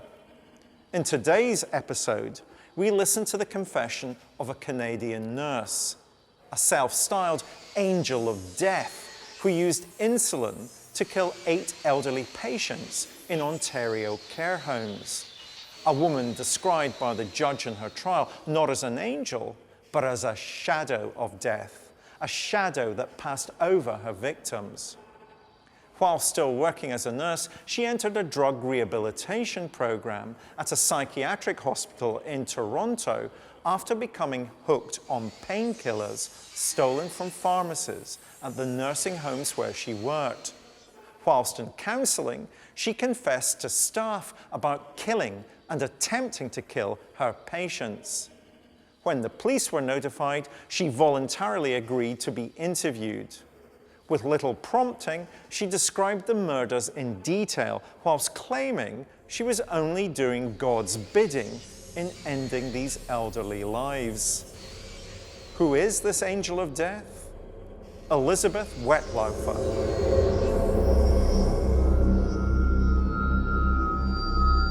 On October 15th, 2016, Elizabeth Wettlaufer walked into a Toronto police station requesting to speak to detectives. Escorted to her seat by a police officer, she sat and waited quietly.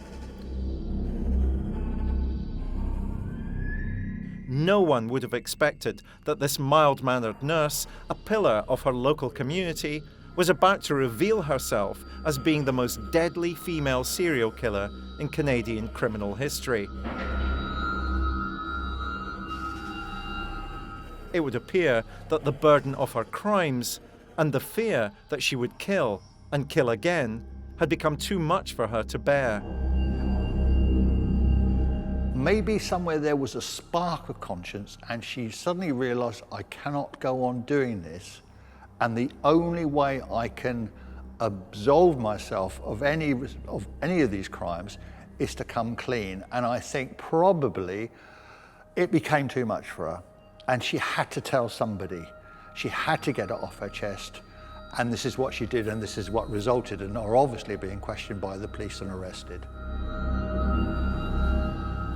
As the tape recorder rolled, the church-going caregiver set the scene for detectives, describing a history of drug addiction and despair that had driven her to a dark and ultimately deadly place. I told them that I had been killing people to continue to sell my drugs. And they all said, yes, you better go get help. So off I went. It was almost as if when she went into that police station, it was as if she'd gone to confession, to admit her sins to her priest. But in this case, it was a police officer. She knows they know what she's been up to. She's already confessed to it. So now she goes through the whole process as a kind of religious confession. And it's quite therapeutic for her. At the end, she sounds as if she's actually got some relief. I suspect she's had a sense of anger and frustration and irritation for a long time, and guilt. And here's an opportunity now to get emotional release from that.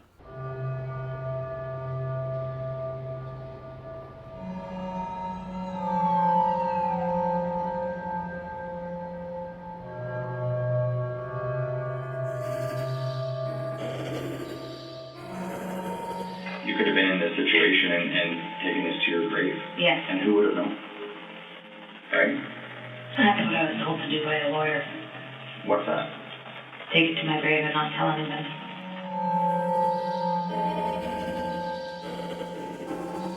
In the most matter-of-fact voice, she starts to explain how she came to kill her victims, why it happened, why she believed she was right to do what she was doing, and it started to seem to the officers present that she didn't even see herself as having done anything that bad.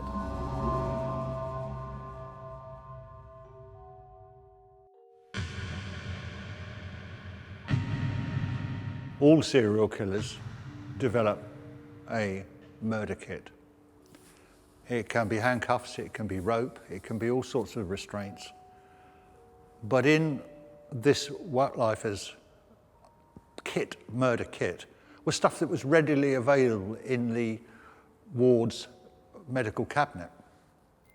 We think of Dr. Shipman, who was a drug addict. He was addicted to hydromorphine. He injected himself. You have Beverly Allett with access to drugs on a daily basis. Wettlaufer was no exception.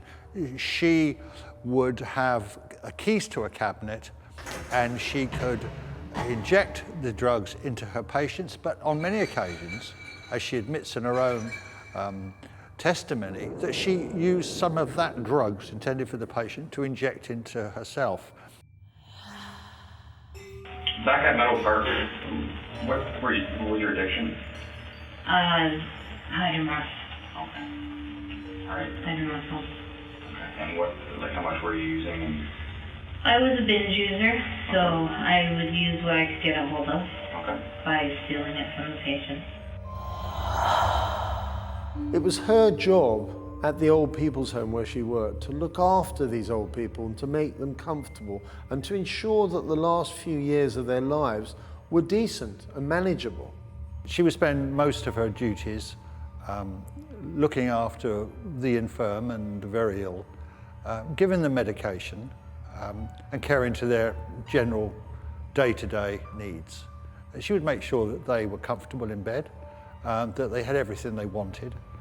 And these patients looked to her for love and support and care when they were estranged from their own families.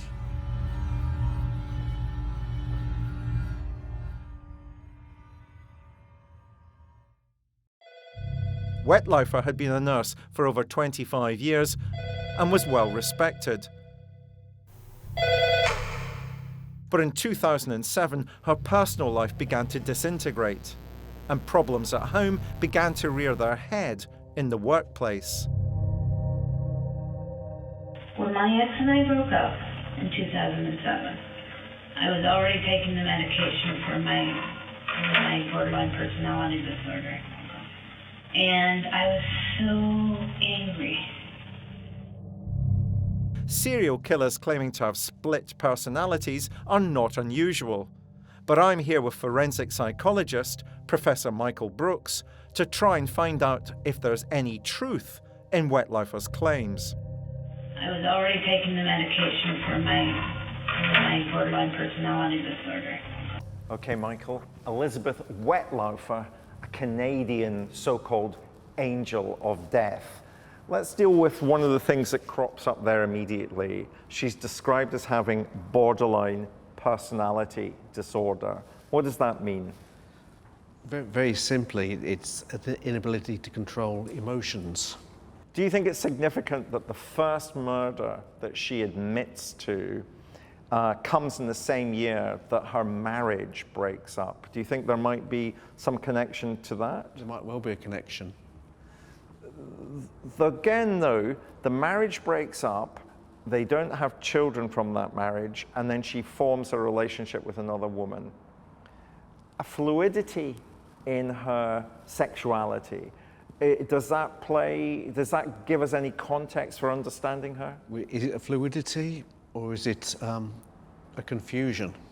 Is she not certain whether her orientation is towards male or females?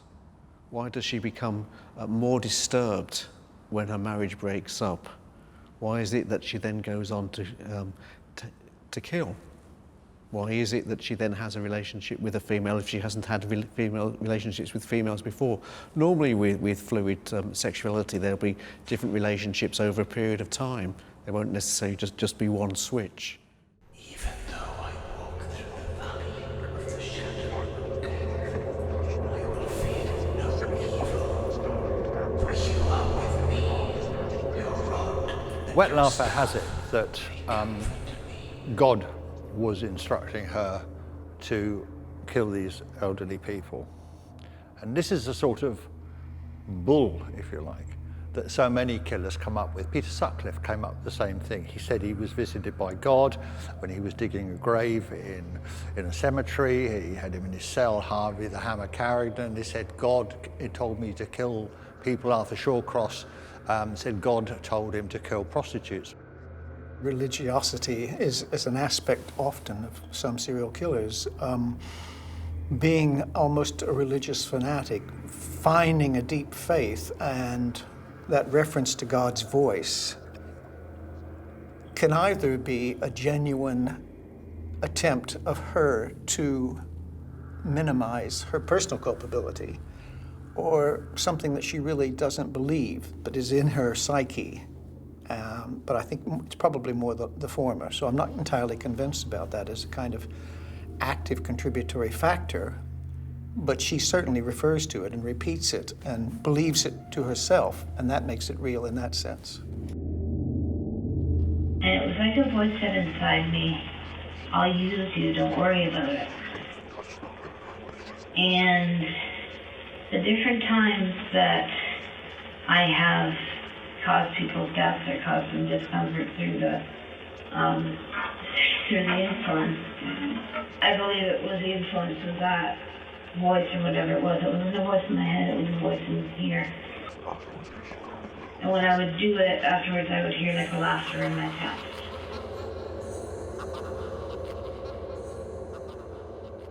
She even talks about a red surge, that during those moments, God is telling her to kill her victims.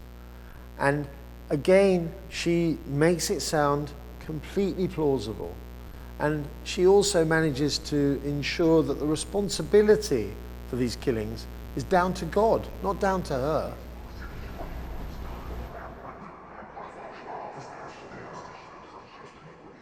Well, we don't know whether she was high on the medication or whether she was suffering delusions. I mean, she talks about a red surge. She was a very angry woman.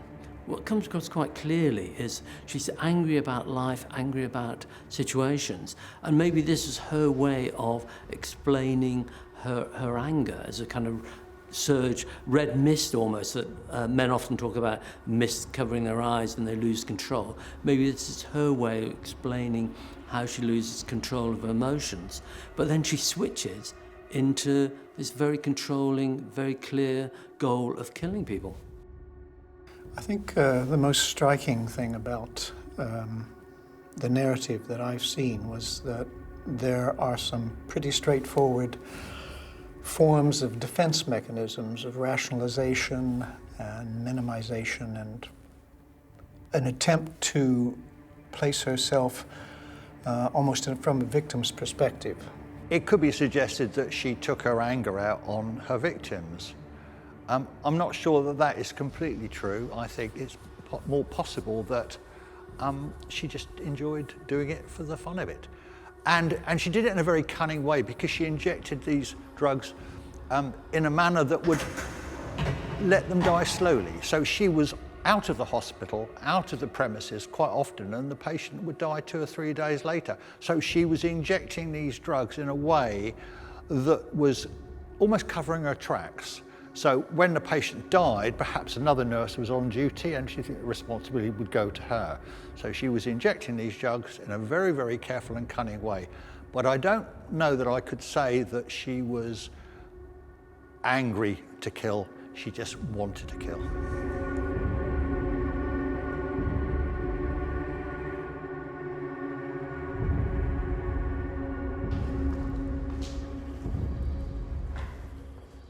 So far during her confession, Wettlaufer has remained calm and cooperative.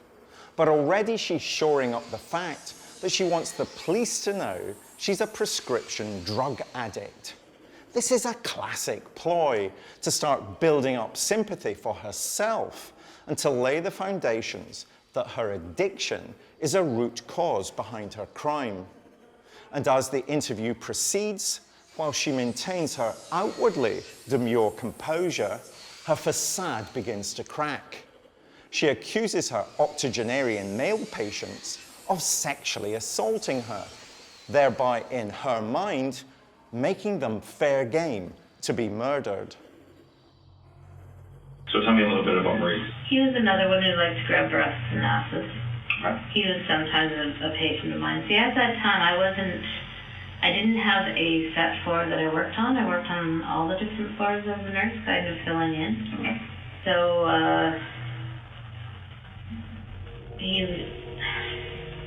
one afternoon I was working with him and he did grab me.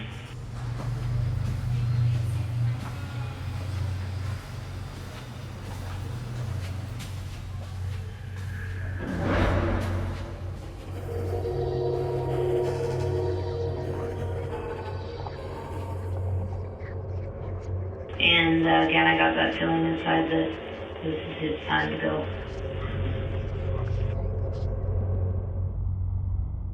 Wettlaufer was by now constructing a narrative wherein her elderly male patients were abusive towards her and therefore deserved to die. Yet, before long, it wouldn't just be Wettlaufer's male patients who were at risk. As a serial killer, her preferred victim group had become anyone who was geriatric. It is pretty common knowledge that most serial killers have a preferred victim type. Beverly Alec went for much young children in many cases. But this woman, Wettlaufer, she had a ready supply of victims literally laying in their beds waiting for her to come along and kill them. And you cannot imagine again that some of these elderly people, some were in their 80s, still had good life left in them, although they were sick. They still look forward to seeing their grandchildren once a week, or their younger children come in to visit them for Easter or birthday presents. They still had life left in them. Yet this woman, Wettlaufer, who really was just a lonely, sad drug addict with a split personality, decided that she would take all that away from those children and remove their lives. And she didn't have to go trawling the streets like serial killers do for a victim. She didn't have to go and find prostitutes on the street corner. She had them laying them in front of her. Serial killers, especially those within the medical profession, seem to hone in to the older patients, the elderly who perhaps don't have many people visiting them, who perhaps are sickly, not necessarily close to death, but then people like Elizabeth and Shipman, for example, they start to feel that it's their duty, or almost they're doing these patients a favour by ending their life before their lives become more painful, as if they are God. One of the great things about being a serial killer is power and control. Serial killers love to be in a powerful position. Now, she was a nurse, she was administrating medication appropriately, but she was also giving it inappropriately. She was controlling, she was playing God. I mean, that's what she enjoyed doing. That's what all serial killers enjoy. That moment when they decide you live or you don't live. That is a fantastic turn on for anybody who's into that kind of behaviour.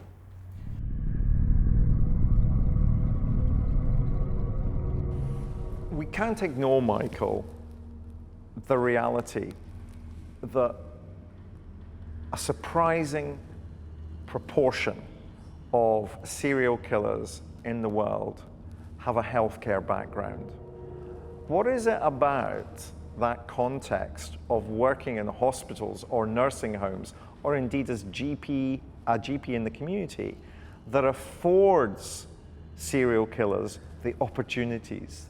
In many situations, you have to ask, why is somebody applying for a particular post? What's their attraction? So if you look at teaching as a profession, it will draw in those who are attracted to children. And usually they're those who will go out of the way. Everybody will think they're an excellent teacher. They will volunteer for additional activities. That then gives them the opportunity to offend, because they will have children by themselves with very little other adults around. You have to ask, why do these individuals go into healthcare? Is the healthcare environment providing them with the victims that they're seeking? And of course, there's access to drugs.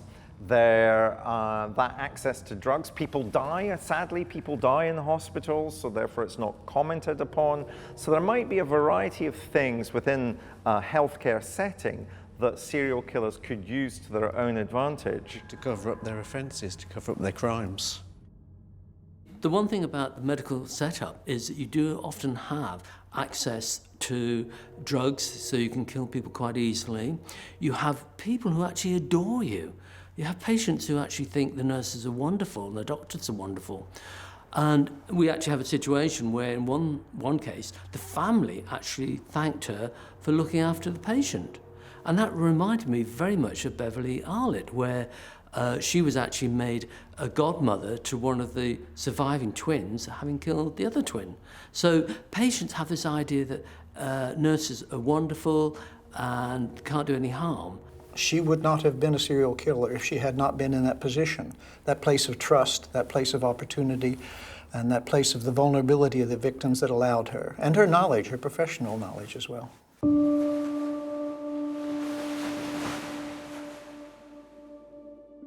As a trained nurse, obviously she knew how to give an injection.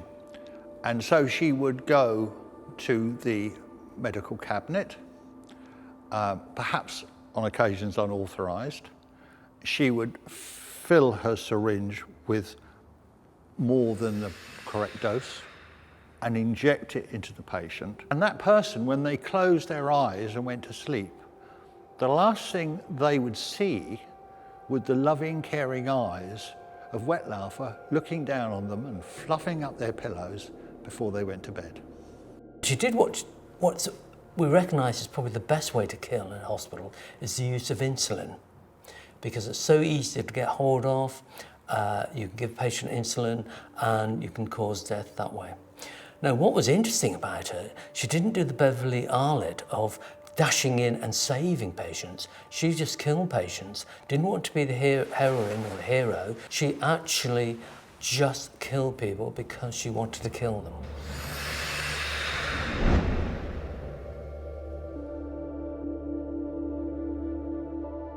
So tell me a little bit about Maurice. He was another one who liked to grab breasts and asses.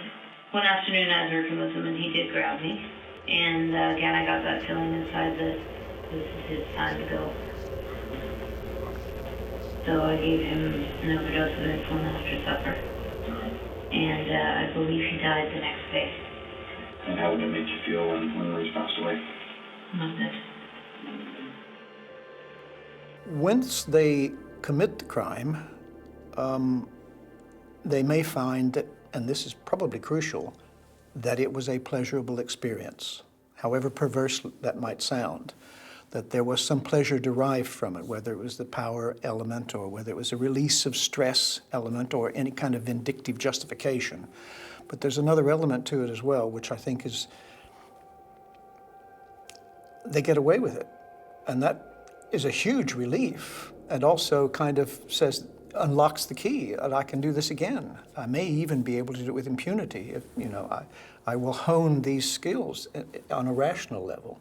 So I think it's those two things fundamentally. It's kind of the pleasure response. We're more likely to do something again if we enjoyed it. It's as simple as that.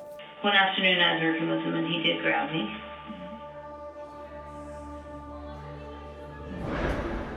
Again, I got that feeling inside that this is his time to go.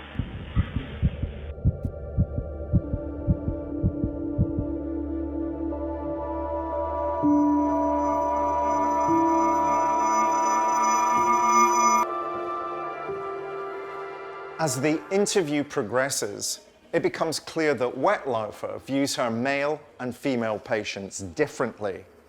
The men are almost universally abusive and abusers. The women are, by and large, being put out of their misery. And in doing so, she's determined to paint herself as a martyr to their pain and as a cleanser of evil.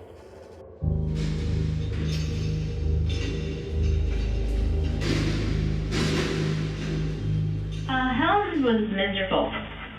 She frequently yelled out, "Help me, nurse." She frequently yelled out she wanted to die. She just was not happy with her life. She would wheel around in her wheelchair saying, "Help me, nurse, help me, nurse, help me, nurse, help me, nurse."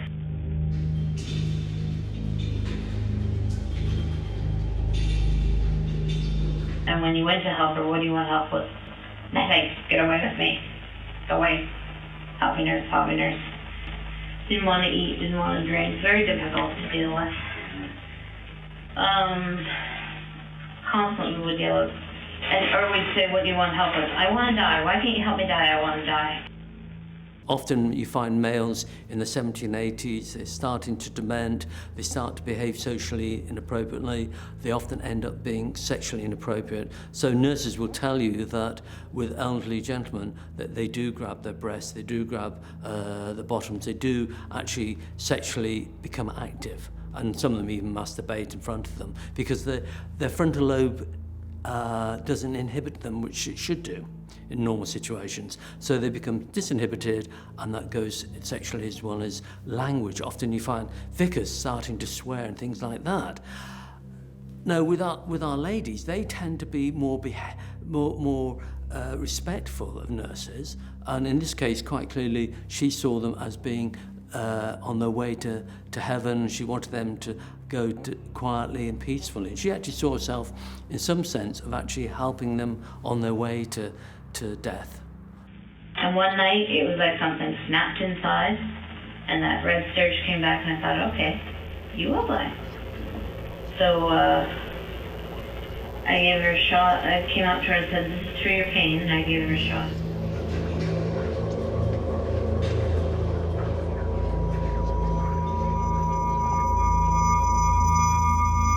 Wettlaufer's admissions to police are multifaceted and multi-leveled, and I think we have to look again behind the words and read between the lines of what she's saying.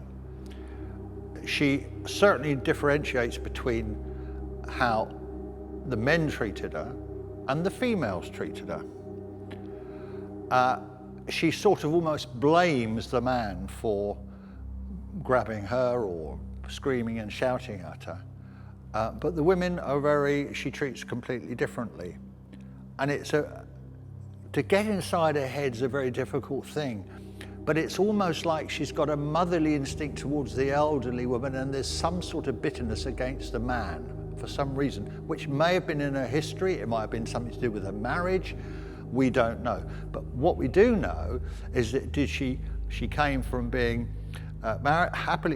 married to a guy, and then she became a lesbian. And it was perhaps that lesbian instinct, that female instinct, that made her think slightly differently the way she treated the female patients rather than the man.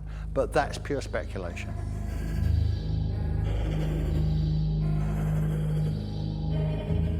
One afternoon I was working with him and he did grab me. And again, I got that feeling inside that this is his time to go. Do you think the fact that she has a rationale for herself as to why she's killing her male patients, and that rationale is different to the rationale she has for herself in relation to killing her female patients, has any sense whatsoever? Or is this simply a construction that she gives post-arrest? I wouldn't use the word rationale, I'd use the word justification. Why? So she provides a justification to herself for why she's killing male patients, which she couldn't apply to female patients. So she needs another justification for killing female patients, and the justification is to ease the pain.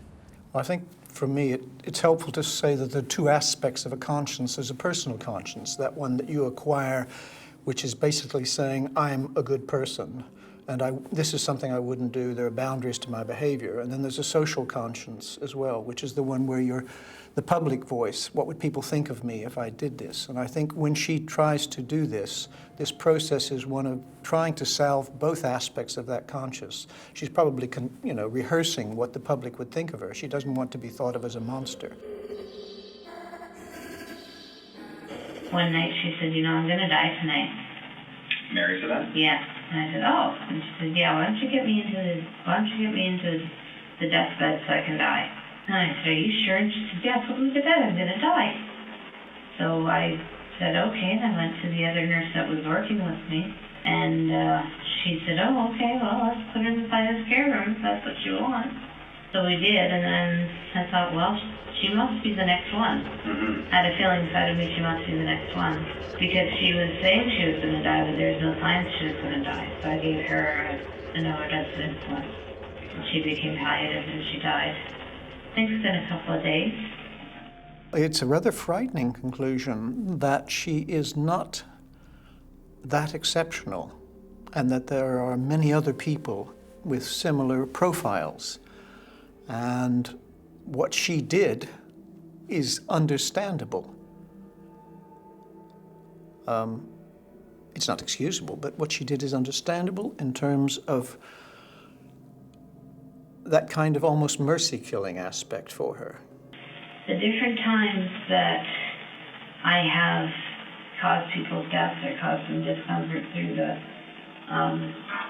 insulin, I believe it was the influence of that voice or whatever it was. It wasn't a voice in my head, it was a voice in here.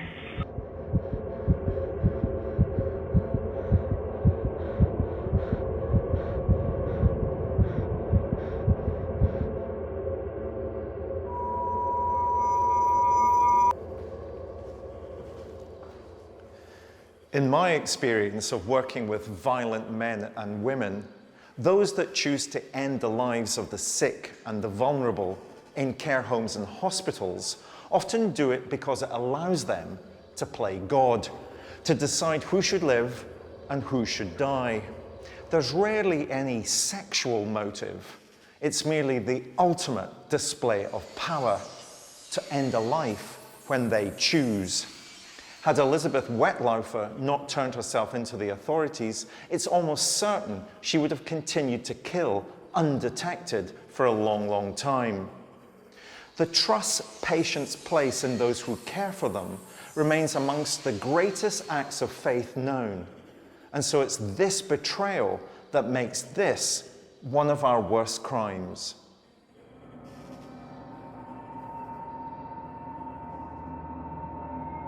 This confession is fascinating also because most people within the medical profession who commit these sort of heinous crimes do not explain why they do it. They don't explain how they do it. It's almost as if they have a godlike persona about them and just believe they have the right to do it. But in the case of Elizabeth, she sat there and explained it all in intricate detail. You even get an insight into how her mind is working at the time. And this makes it all the more chilling. Her confessions to the police, it is almost like she's confessing to God. It's almost as if she's gone to church and asked for forgiveness. That's the way she's talking to the police officer. And the police officer has done a remarkable job of working with her through that period of absolution, if you will.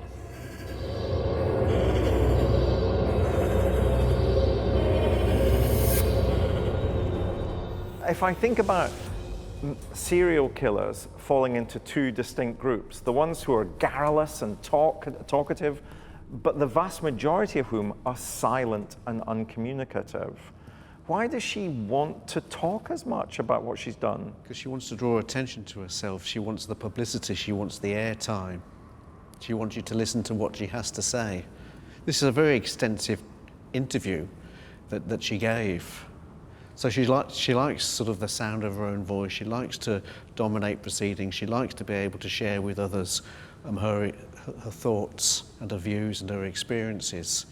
But that doesn't mean to say that in any way that what she's saying is actually the case.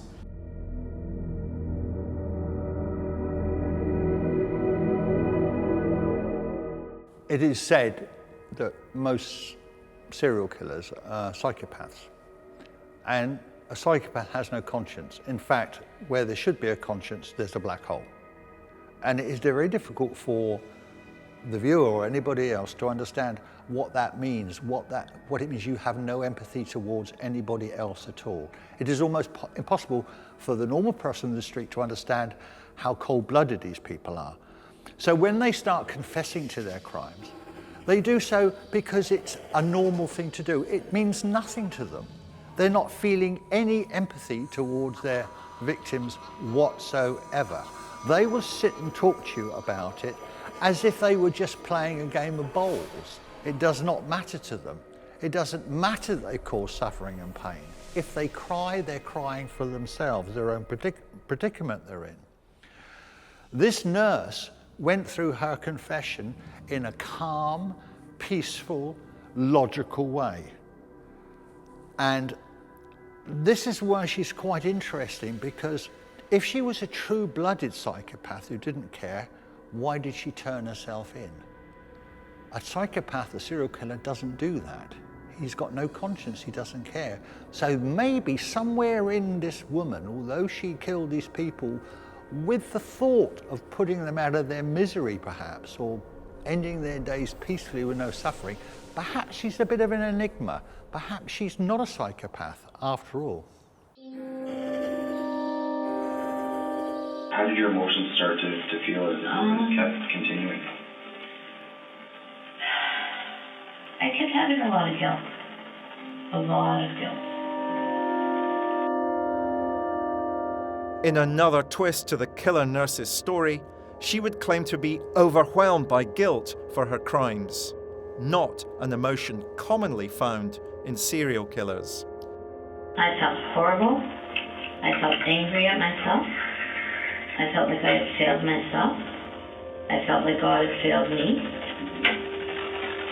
Did you continue to practice in the church? I continued going to church, yes. I was trying very, very hard to get close to God, to make sure that this wasn't Him, and to just live my life, read the Bible, go to church, and not do that because I didn't want to do it anymore. So I tried very hard. I'm still using a little bit.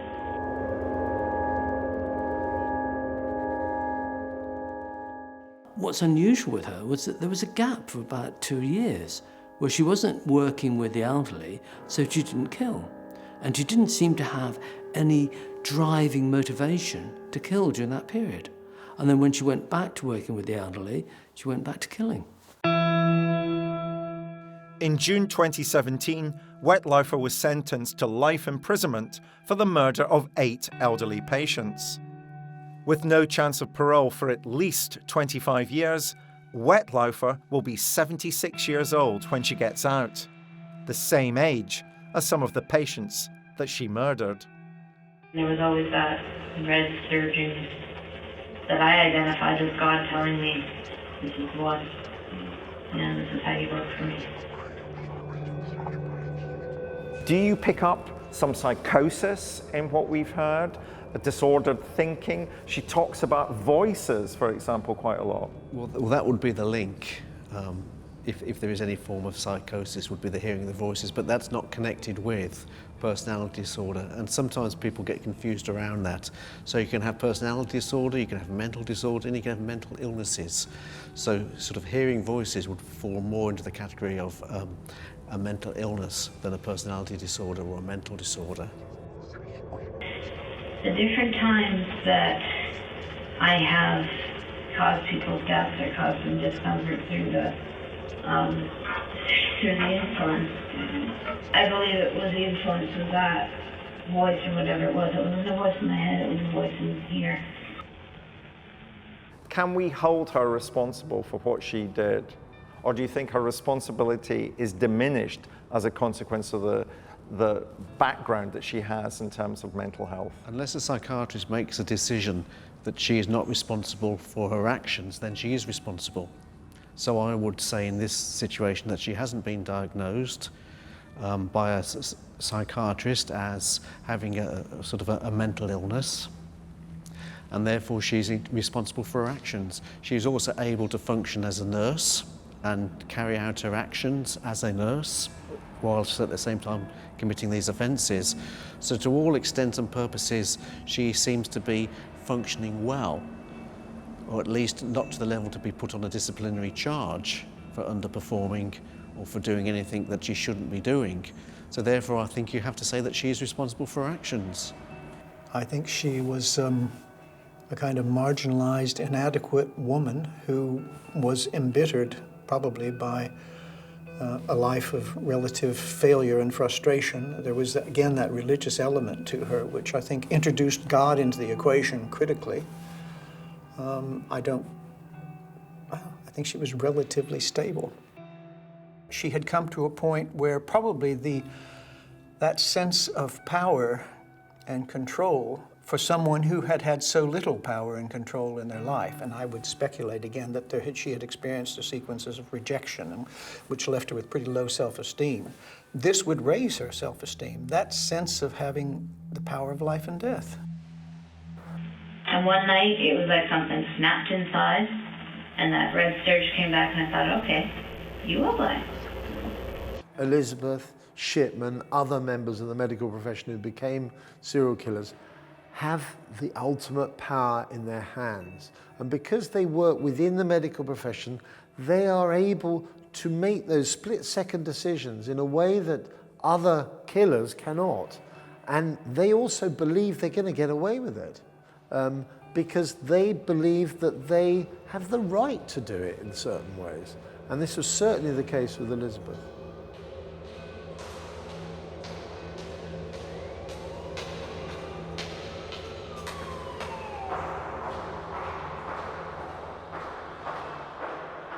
These interviews offer an extraordinary insight into the mechanisms of how a member of the medical profession can murder with ease. And for that reason, they are unique and also extremely frightening to listen to.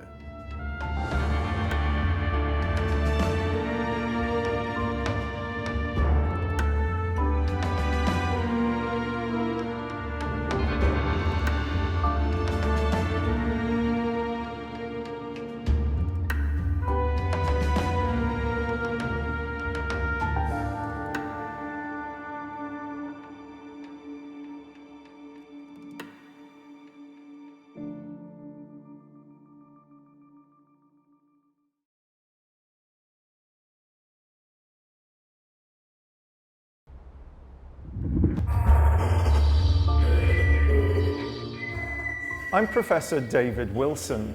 As a criminologist, I'm often asked, what's it like to interview a serial killer?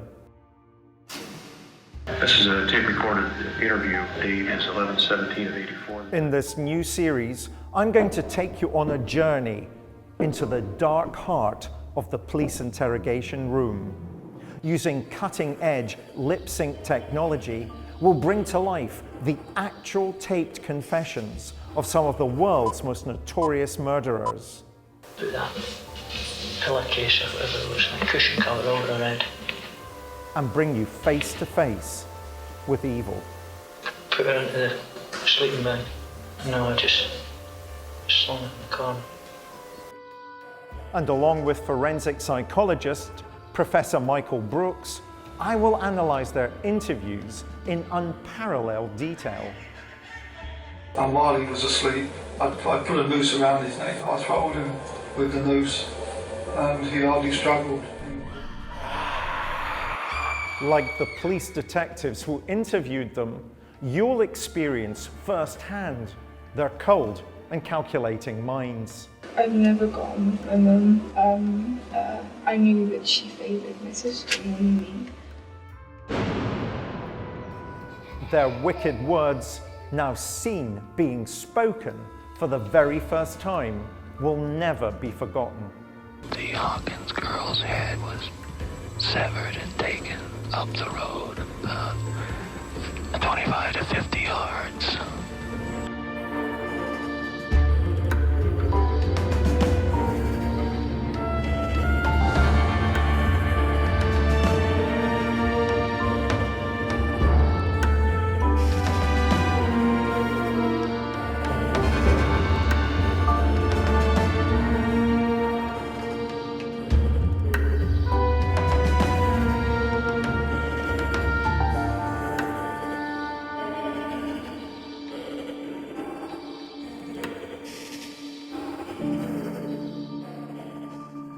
A deathbed confession is an admittance to a crime or crimes from someone who is nearing death. This confession may help alleviate any guilt, regret, secrets, or sins the person may have had in their life. In prison and on death row, these kinds of confessions can also be quite commonplace. But for some, they become simply an opportunity to have the last word and assert their control over their captors and their victims' families. In 1989, one of the most infamous serial killers in history was facing the electric chair. Convicted of the murders of 20 women in 3 separate states, a geographic transience that would initially allow him to evade capture, he was charming, handsome, and educated, the very personification of a lady killer. In his final days, he granted a series of interviews with detectives, claiming he was about to reveal the locations of many other victims.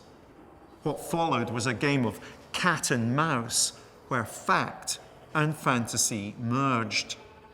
Who is this serial killer who played mind games until the very end? Theodore Robert Cowell, or better known to you and me as Ted Bundy.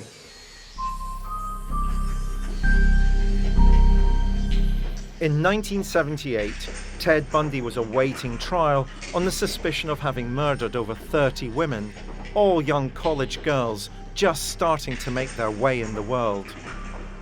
Whilst on death row, he'd eventually confess to the crimes, but these confessions would all become part of the killer's twisted game plan. He's what you find when you travel out to the edge of human depravity. He's frightening in so many ways because he is out of the mold of so many other inadequate serial killers. He was charming, glib, persuasive, intelligent, articulate, successful. None of those things fit the mold. I can't understand how he came to be so monstrous. The others I can. This one I can't. I don't understand how you can become that detached and cruel and hideously arrogant. Make no bones about it. I am looking for an opportunity to tell the story as best I can in the way that makes sense to me and the way that'll help. He did not look like a serial killer, and he did not speak like a serial killer. He had a very direct but manipulative honesty about the way he spoke to other people that made them believe that what he was saying was in fact the truth. A media frenzy surrounded Bundy on his arrest, and he was determined that media frenzy wouldn't fade once he was incarcerated. While sat in prison, Bundy plotted to become the curator of his own legend, and he was helped by the TV cameras.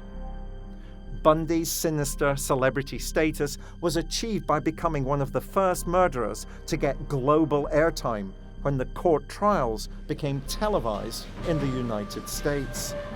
Electing to defend himself, he turned the courtroom into a stage. His quick mind and good looks made him the first superstar serial killer.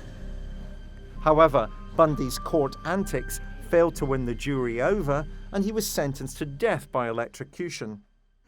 In representing himself at his murder trials, Ted Bundy is the star of the show. Center stage. Everybody else is nothing. He's on television. World news are watching him. He is famous. He became very skilled at arguing his case, and he argued in court, and in one case the judge actually commended him on his performance. He actually put up very good arguments, but he wanted to be in control. He enjoyed the whole game, and court is very much theatre, it's very much acting and role-playing and everything else, and he was very good at that because he was a psychopath. Whilst on death row in Florida, Bundy became fixated with keeping his name in the headlines. And he achieved this by granting a series of extraordinary interviews with detectives, claiming to offer them information about the whereabouts of other victims. This is a tape-recorded interview between Bob Keppel, Dave Reichert, and Ted Bundy. The date is 11/17 of 84. The time is 15. It was Bundy's nemesis, Seattle detective Bob Keppel, the man who had helped to bring the curtain down on his murderous ways, whom the killer was most keen to talk to. I can't remember what night of the week it was. Thursday night, I believe. I don't know. 11 to 12, probably closer to 12, on a warm Seattle May night. I mean, I think it was clear. Weather had been fairly good. I was moving up the alley using a briefcase and some crutches, and a young woman walked down. I saw her round the north end of the block into the alley and stop for a moment and then keep on walking down the alley toward me. And about halfway down the block, I encountered her and asked her to help me carry the briefcase, which she did, and we walked back up the alley. He's reveling in it. You can hear it in his voice. You can hear it in everything he says. He's convinced that not only is he back in control, but that he is dictating the course and terms of the dialogue and what will happen to him. He even says, I think at a couple of points, that it's unfortunate, I'm going to need more time. It's in your best interest that you give me more time because I have so many valuable things I can share with you. The arrogance is extraordinary. Basically, when we reached the car, what happened was I knocked her unconscious with a crowbar. Did she see it? No. There was some handcuffs there, along with the crowbar. And they handcuffed her and put her in the passenger side of the car and drove away. Was she alive or dead? Oh, no, she was unconscious, but she was very much alive. The long and short of it was that I again knocked her unconscious and strangled her and drove her about 10 yards into the small grove of trees that was there. Okay, Michael. Ted Bundy, one of the most discussed serial killers in the world. Everybody has an opinion about Ted Bundy. Everybody wants to talk about Ted Bundy. And I think what's interesting for me is that he's talking about Ted Bundy in a very particular set of circumstances. He's on death row and he's trying to buy time to stave off the execution. Did you pick up a number of places where he's trying to provide detail but not really provide detail? But that's a common mechanism for many serial killers, that they'll only disclose information when it's to their advantage or to their benefit. And again, they'll engage in game playing, that they'll offer a little bit, but actually it could be a red herring. So they're wanting to play with the authorities in terms of information that they give. They're wanting to play with the authorities in terms of time. They're wanting to seem to cooperate, but not really. And it's all on their terms. Up until this point, Bundy had been vague about his modus operandi and what he had done with his victims' bodies. All of that was to change. Up to that dirt road, beyond the grassy area. I'll try to trace it here on a piece of paper. How about that? That might help a little. I'm working from some pretty old memories. Well, let's do it this way. Here's the grassy area. Here's the road coming up, trees to the northwest of this grassy area. Before being placed on death row, Bundy had divulged details of his crimes and his thinking, though he spoke mostly in the third person to avoid what he described as the stigma of confession. The details that he recounted to investigator Dennis Couch were amongst the few that would lead to the discovery of possible body parts belonging to his victims. However, when he granted an audience to Seattle investigator Bob Keppel, under the guise of a confession, it would become clear that Bundy had something else on his mind, using the promise of new revelations to buy more time and stave off an execution. What happened was I knocked her unconscious with a crowbar. There were some handcuffs there, along with the crowbar, and they handcuffed her and put her in the passenger side of the car and drove away. Classic signs of psychopathy are a lack of any empathy, a lack of any guilt. He never expressed any guilt for his crime. You find that they role play emotions, they act out emotions, but they don't really feel the emotions. They know how to get other people to respond to them. They're often very socially skilled, often quite bright, so they're intellectually able to argue, they're able to convince people what they want to do, quite simply by not having any involvement in their emotional level. It's purely goal-orientated. I want this, this and this, that's what I'm going to do. Ted Bundy created an image that was the very opposite of what people would imagine a serial killer to be. Stalking college campuses and student hangouts in his Volkswagen Beetle, the handsome, charming Bundy fitted in effortlessly. Every woman loves a bug, a beetle, especially co-eds. It's an iconic motor car, a bit like the British Mini, and it wouldn't draw attention to anybody. You know, there are hundreds of them all around where he was living in Seattle at the time. And again, it was very convenient for him. It was cheap to run. If it broke down, it was easy to fix. It could go off-road, on-road, everywhere you like. The whole thing about the Beetle is it's innocent. He had a VW Beetle, and it became his most important prop, because not only did that car look modest and laid back, and of course reminded people of the film Herbie, and he used this Beetle to give the impression he was a very laid back, relaxed sort of character. Students loved it, it was appealing. If he turned up in a Rolls Royce, nobody would have trusted him an inch, but this was a guy turning up in a car like a lot of students drove themselves.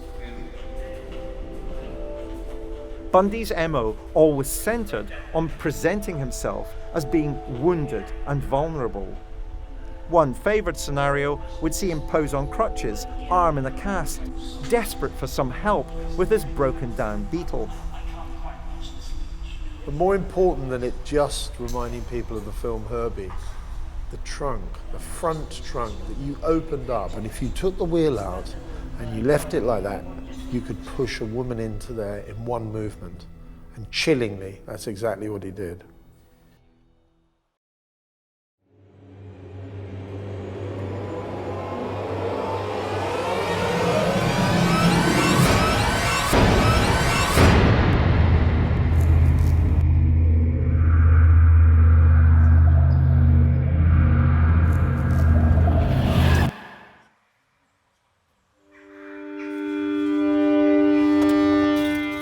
Serial killers develop what they call a murder kit.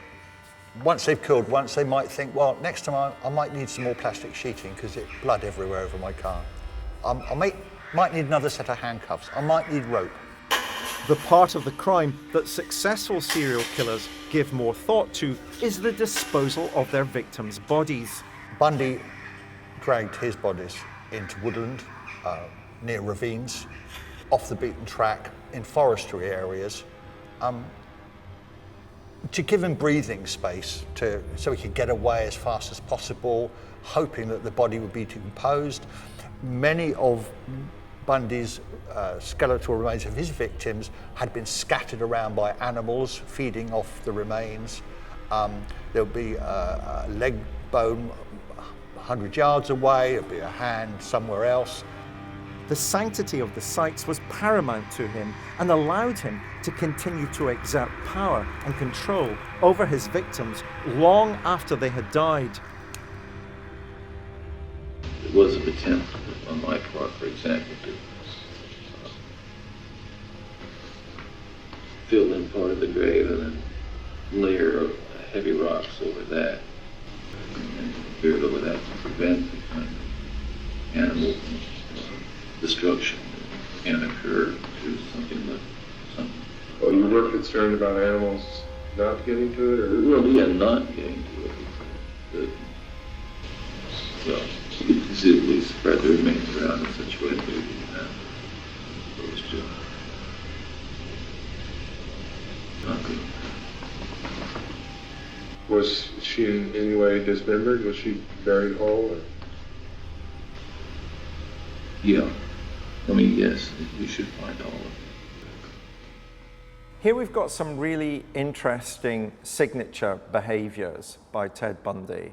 The crutches and the briefcase. He's a very handsome young man. How does he use this particular signature to his advantage? To draw in his victims. He's very specific about what he's doing. He's very specific about who his victims are. He's very specific about his means of abduction. So this is a very controlled operator who knows exactly what he's doing, who's duping his victims into them thinking they're helping him, when in reality he's just wanting to abduct. And of course, what aids in terms of this particular signature is even the make of vehicle he uses. The VW Beetle has its boot at the front, far easier to push his unsuspecting victim into. So he knows exactly what he's doing, and he's designed the scenario to maximise the chances of him being successful in what he wants to do, which is to abduct young women. Bundy's favoured hunting grounds were the vast open college campuses of America. There he would find an endless supply of attractive and intelligent women, exactly the kind of prey he sought out. He would stalk the campuses, posing as an injured freshman. Once he had gained his victim's sympathy, he would strike. There's no greater example of a lady killer, in a very literal sense, than Ted Bundy. He could sweep women off the streets, he could charm them out of their houses.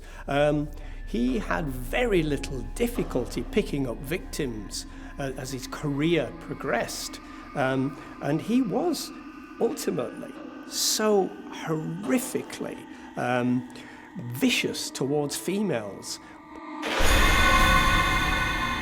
Ted Bundy's actual entrapment and kill MO was very simple. He'd have his victim brought into his space. She was now in his web. There was no escape. He'd hit her, knock her unconscious, sometimes bind her, put her in the back of a van or in the back of stuff her in his car and drive her away. I mean, he's not going to kill her where there are thousands of people sunbathing. He needs her out of there now. She's totally under his control, and he will take her to a location that he knows is safe, away from prying eyes. She'll come round, or he'll wake her up, and then he will start using her and abusing her and raping her. Possibly telling her at the same time that if she behaves and doesn't kick up a fuss, I'll let you go home, because she's never going to go home. Then when he's sexually satisfied himself, and we're talking about a very sadistic man who would probably torture and cut and strangle and let off again and strangle, let off again, then he would kill her. And he would kill her by bludgeoning with a rock or a tree limb and smash the skull. Okay, I just said that the Hawkins girl's head was severed and taken up the road, 25 to 50 yards, and buried in a location about 10 yards west of the road on a rocky hillside. I've noticed with a lot of serial killers where the skull is very, very seriously damaged, it shows a hatred for women, an underlying hatred. It is smashing the part of the body up which has caused the problem. The mind, the head has caused the problem. It's a dark place to go, but that's what happened. He is smashing this up. Did you hear that? Probably you found the damage to the head, the jaw in particular, probably broken. But if you'd found that, you would have known who it was. However he may have presented it as a considered rational decision, the decision of an intelligent man, psychologically, it's actually very basic. It's actually about all the standard reasons for confessing. So actually, it's about him seeking to justify what he's doing. And we see this very directly in the way that he wants to talk to Bob Keppel, the famous detective, about the why, as he puts it. And Bob Keppel cuts him down straight away, says, doesn't really help us knowing the why. Bob Keppel's very aware that that's the reason why Bundy is sitting in front of him. He wants to justify what he's done. I don't think anybody doubts that I've done some bad things. The question is what, of course, and how, and maybe even most importantly, why. To me, the why never caught anybody. I'm not trying to convince you, Bob, that you should be interested in the why if you're not.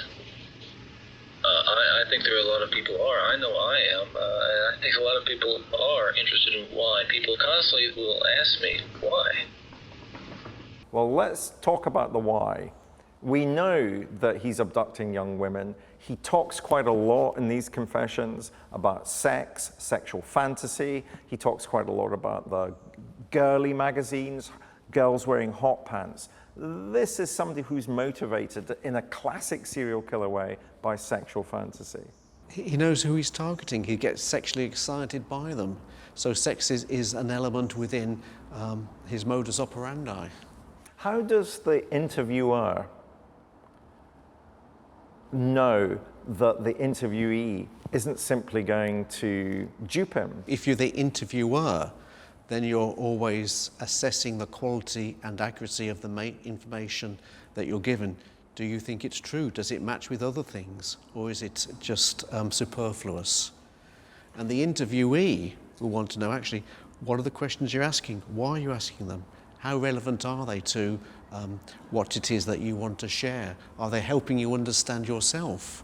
Because many offenders don't understand themselves, and actually through an interviewing process, you can help them understand why they committed their offence if they want to know, if they have a blockage somewhere along the line.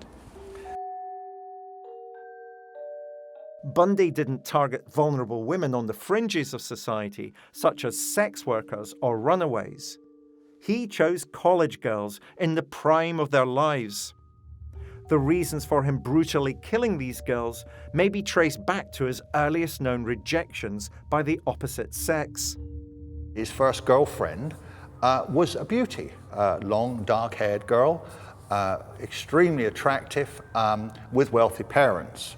And she invited Ted to meet her father and mother, and like many fathers do, we all know this, the daughter brings the boyfriend home, and the father says, well, I don't think you're quite what do you think you are, young man? I don't want you to see my daughter again. And Ted took a great affront at that. He was dumped by this girl who was going to be his arm candy, respectable arm candy for years to come, and she dumped him. And it was a slap in the face to Ted, who was trying so hard to become somebody special, and he harbored a grudge. And when we look at all of Ted's victims, if we were to put all the photographs on a piece of paper in a row, you would think they were all sisters.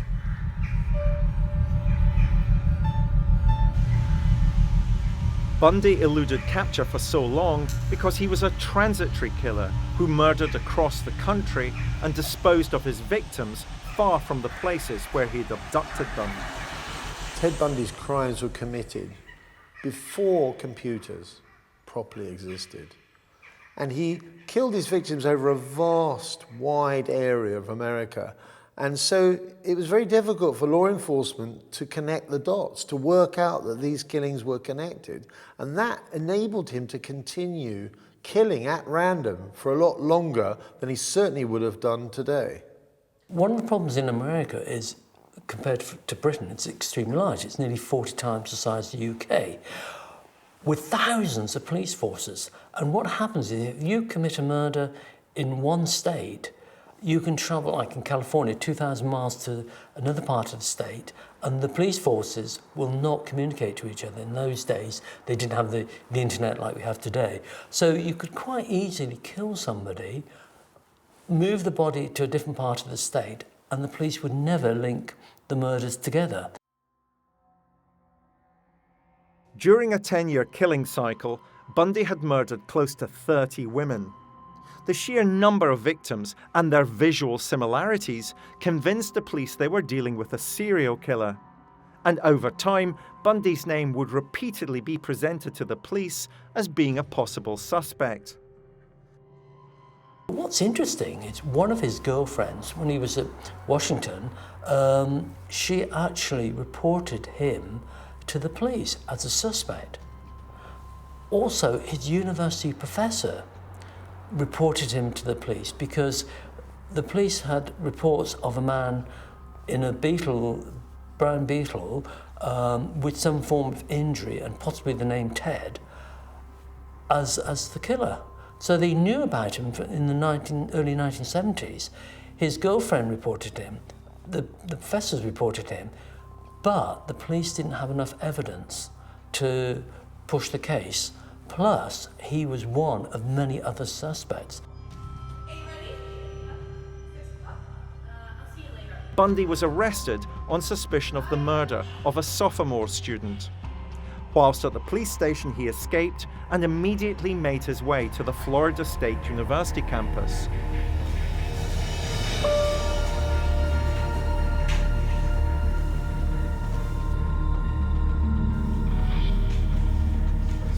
Where he would carry out his final deadly act, the frenzied bludgeoning of 2 girls.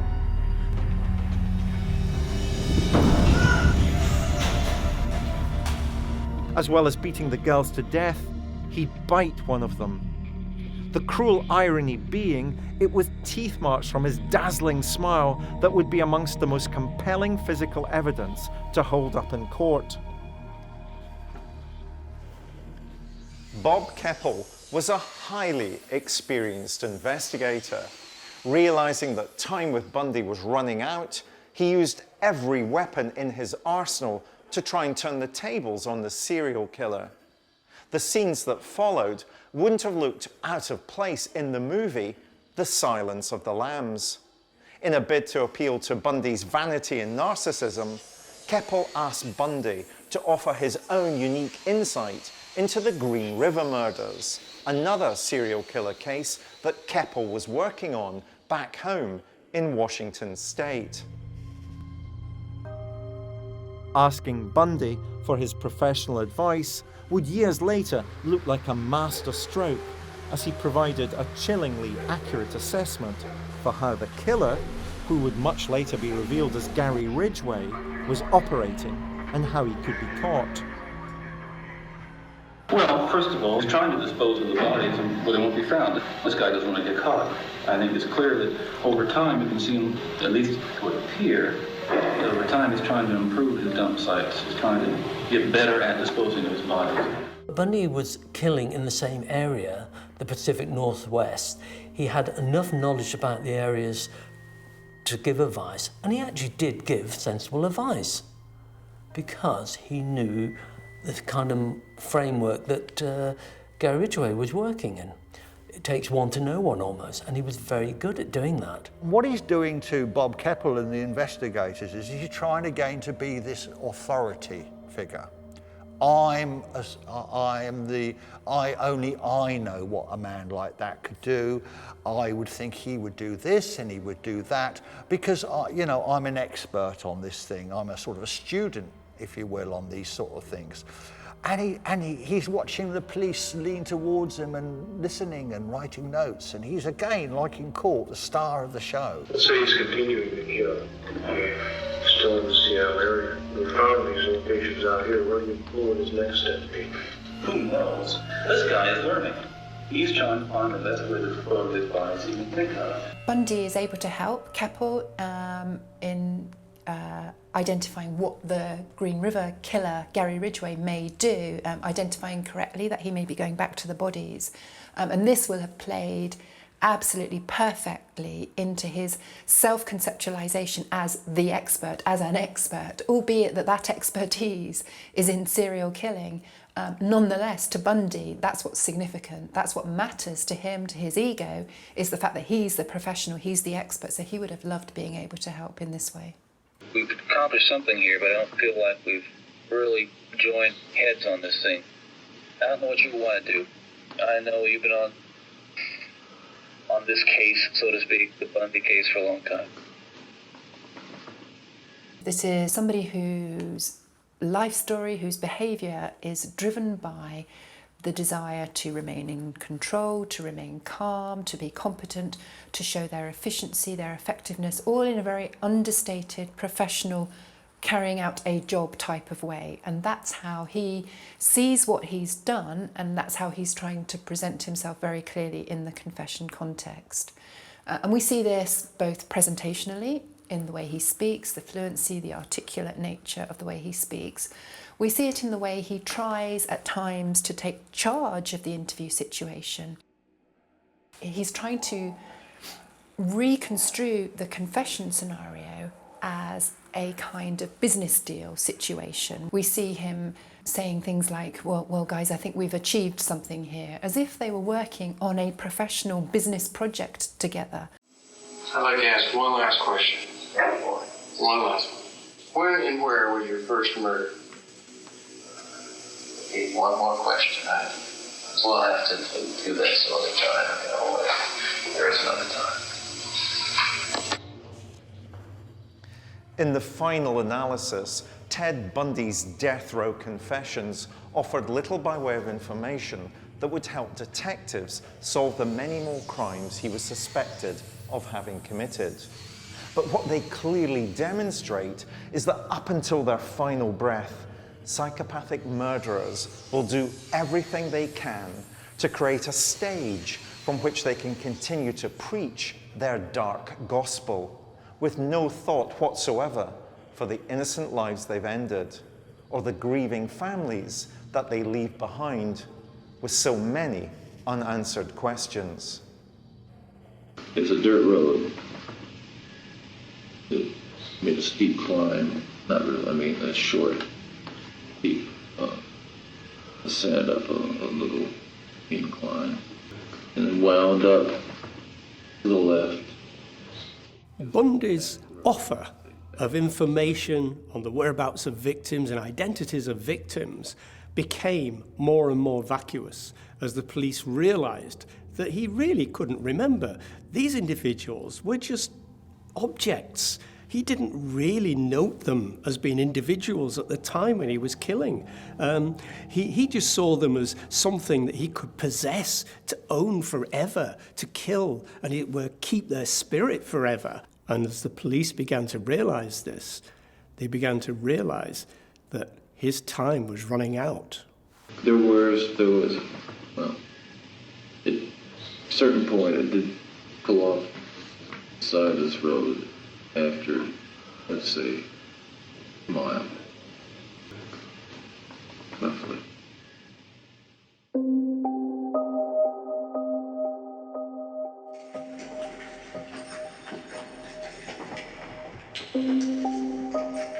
Bundy's last night, late in the evening, he was interviewed by Dr. Dobson. You'll notice that there might be a bang behind the door, and you see him jump. Because he knows he's going to be dead in the morning, but he thinks they're coming from him already, so there's a terror there. Quite frankly, the police are not interested anymore. They want a little bit of information. They want him sitting in that chair as fast as possible, and so do the victim's next of kin.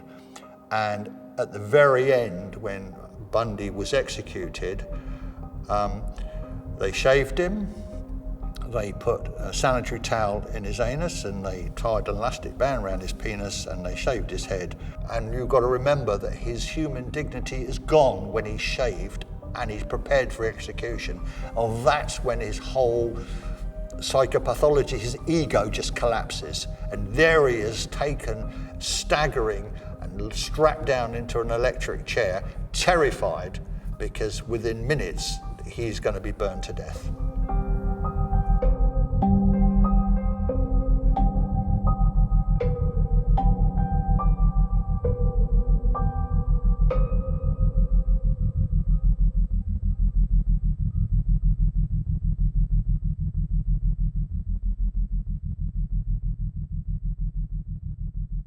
Did you buy this line that he uses to explain the journey that he takes? He says, people find various outlets for their insecurities and hostilities and tend to compensate for them in various ways.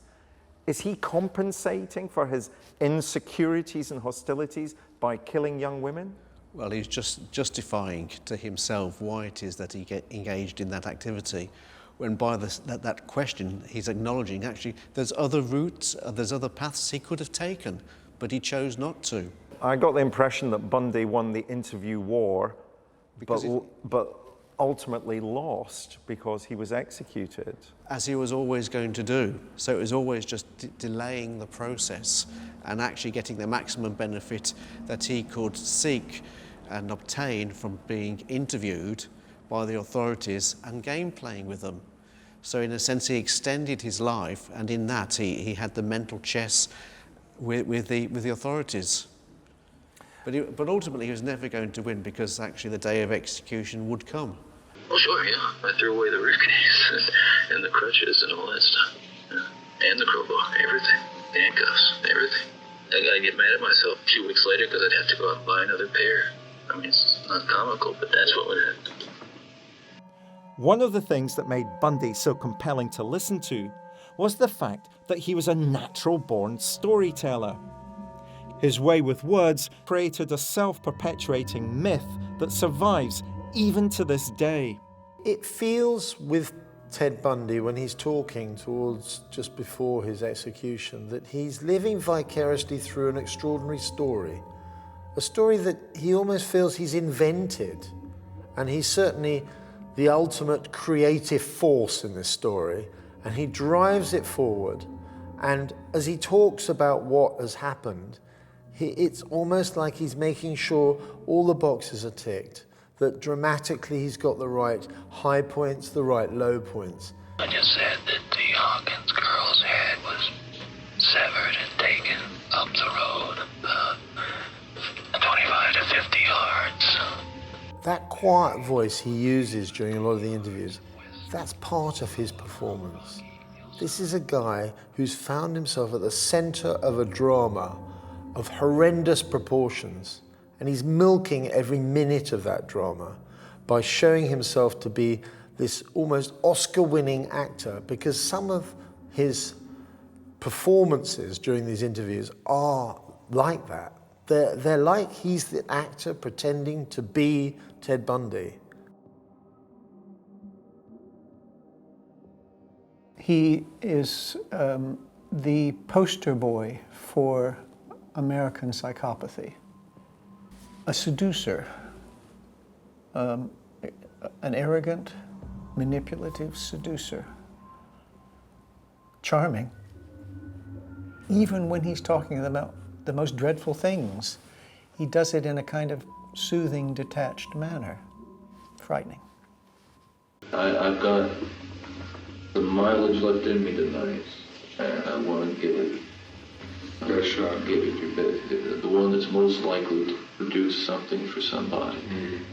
Bundy's death row confessions totaled some 30 hours, but instead of being the proposed exercise of helping the police to resolve unsolved crimes, they were instead a masterclass in how a serial killer will try to assert power and control over everyone they encounter. It's almost spider-like. One of the things that this also most disturbs me is the kind of fan club that he seems to have generated amongst other women who had nothing to do with this case whatsoever. And that the sexual attraction from them is extremely disconcerting. And again, I struggle to understand. In terms of a kind of cultural subgroup, how extensive is it? How many women are there that are attracted to this kind of person? Extraordinary.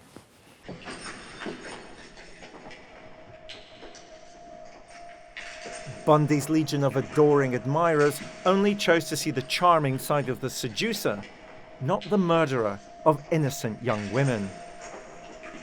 But when the end drew near, his dark facade began to crack.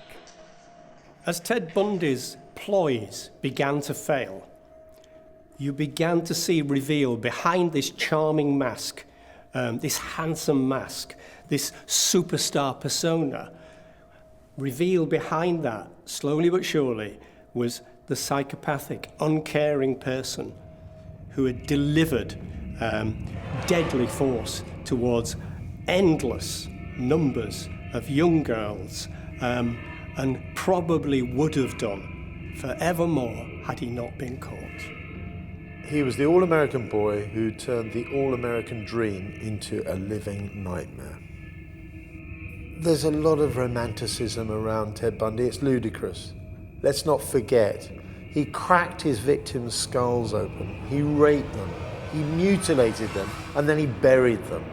And often didn't even admit where he buried them, which put their families through even more anguish. He was truly evil, even if he may have looked on the outside like a very decent, respectable, middle-class person. If you'd have seen the scenes of crime photographs and the terrible tragedies and the brutality of Bundy snatching and tearing away such beautiful lives, and destroying families and the pain and suffering it's caused. If anybody deserved to be executed, it was Ted Bundy.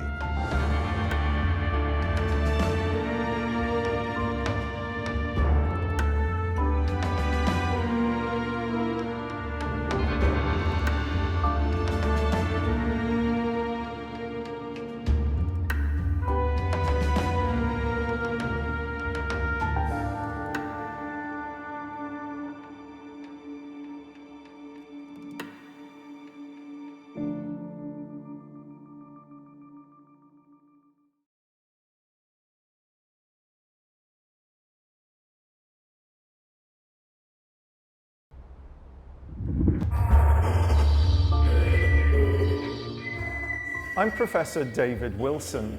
As a criminologist, I'm often asked, what's it like to interview a serial killer? This is a tape-recorded interview. Date is 11/17/84. In this new series, I'm going to take you on a journey into the dark heart of the police interrogation room. Using cutting-edge lip-sync technology, we'll bring to life the actual taped confessions of some of the world's most notorious murderers. Do that pillowcase or whatever it was, like cushion cover over her head. And bring you face to face with evil. Put her into the sleeping bag. No, I just slung it in the corner. And along with forensic psychologist Professor Michael Brooks, I will analyse their interviews in unparalleled detail. And while he was asleep, I put a noose around his neck. I throttled him with the noose, and he hardly struggled. Like the police detectives who interviewed them, you'll experience firsthand their cold and calculating minds. I've never got on with my mum. I knew that she favoured my sister more than me. Their wicked words, now seen being spoken for the very first time, will never be forgotten. The Hawkins girl's head was severed and taken up the road about 25 to 50 yards.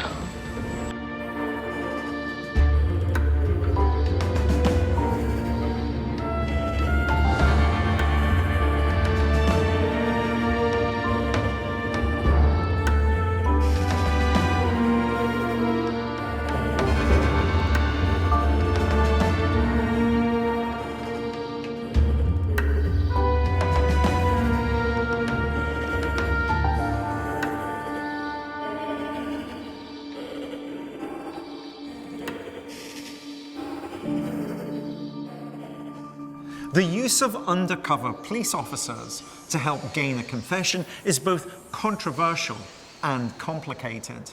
Unless conducted under strict rules and guidelines, such confessions can lead to evidence that's inadmissible in court. However, in 2007, such a ploy was successfully used to help convict Canada's most prolific serial killer. A pig farmer by trade, he lured women who worked as sex workers in Vancouver's red light district to his farm. There he imprisoned them, tortured them, and ultimately murdered them. Their bodies were either fed to his pigs or put through an industrial meat grinder. A search of his property found an asthma inhaler belonging to one of the missing victims and led to him being arrested on suspicion of murder. But he refused to cooperate at all with the police. As a result, an undercover Mountie posed as a fellow cellmate, and as they spoke, the suspect began to brag about the full extent of his crimes. Who is this killer who confessed after being caught in a trap? Robert Pickton. On February 2nd, 2002, Canadian police arrested Vancouver farmer Robert Pickton on suspicion of murder. For years, rumours had circulated about strange comings and goings on Pickton's pig farm. But as he was led away in handcuffs, few would have expected that those rumours would lead to something far more grave. The eccentric, scruffy farmer being labelled as one of the deadliest serial killers in history, and that the pigs would prove to have been his unwitting accomplices.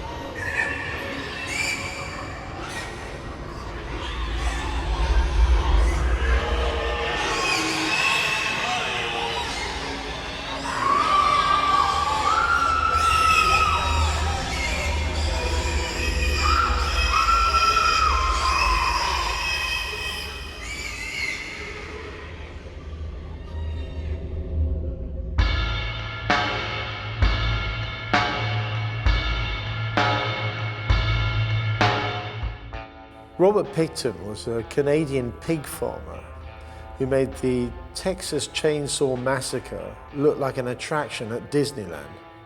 A rural farm in the dead of night. Dog barks, an owl screeches. People down at the local bar playing pool, having a smoke. Rumours circulate. Pickton's killing people. Somebody up there the other day saw a corpse, what they thought was a corpse hanging from a barn. It's unbelievable. No, it can't be, Bob. It can't be, Bob. You're missing something. Bodies in freezers. Gossip. Barroom gossip. The police probably got to hear about it, but their people are drunk. These are rural, crude people. They're not intelligent. They've got nothing else to talk about. So despite the fact that Pickton's doing all these things, nobody's really taking him seriously. He's a farmer, he's crude, he's living on a small holding, it's a ghostly place to go at night. Wouldn't go there on your own if I were you, but it's rumours. Nobody can believe the truth. A hedonistic, degenerate, a lacking in conscience predator. Pickton came from a long line of pig farmers, and they were very well known in the community. And as such, they had a lot of influence with everyone from public officials, including the police, right across to local politicians. There was nothing about Pickton that made him appear to be what we later found out he was. Yeah, he didn't look after himself very well. His standards of hygiene were not great, and he wasn't really a very gregarious character. But people looked on him as an eccentric. I mean, he was a pig farmer. He was out in a big isolated plot, working away and working very long hours every day. People respected that. He wasn't a very bright lad. So he had problems with people, he had problems with women particularly. But what was interesting was that his family sold off quite a lot of the land in Vancouver that they owned for building houses. So the family became very wealthy by farming standards. And he was quite wealthy in his own rights. And this was the cause of many of his problems, because he then, once he became known to be wealthy, had lots and lots of hangers-on. People were starting to become friendly with him, they were tapping him up for money, and he was getting a lot of attention because he had money. There was another side to Pickton. Yeah, he had a gregarious, fun-loving side as well as the isolated one, and he would regularly hold barn dances, bikers, lots of women, lot of drink, and by all accounts they were quite rowdy events. He would almost turn it into some kind of club which would attract young people, which was kind of just really flies to a spider's web. Pickton was even known locally for using prostitutes, and he had a particular penchant for indigenous women who were prostitutes, and this was something he never hid from anyone. And these women, these indigenous prostitutes, were known to visit Pickton's farm in large numbers. And yet, when large numbers of these indigenous women started to go missing, and we're talking about 50 ultimately, the police didn't want to make any connection. Pickton had been on the police radar before. A few years prior to his arrest for murder, he'd been brought in for questioning on suspicion of assaulting a young woman, threatening and cutting her with a knife. I turned around. I didn't take the knife away from her. I did not take the knife away from her. I aimed it to her and I knifed her twice. I did that. I admit I did that. That's one thing I shouldn't have done. So you've never taken any of the prostitutes back to your trailer? Not since this incident, no. Hey. But before that incident? No. With no charges brought, Pickton was set free to kill and kill again. I'm here with Professor Michael Brooks to try and comprehend why so many opportunities to bring Pickton to justice were missed. For so many women in a relatively small area to continue to go missing, surely Why aren't questions being asked? But again, sex working, it's lone working.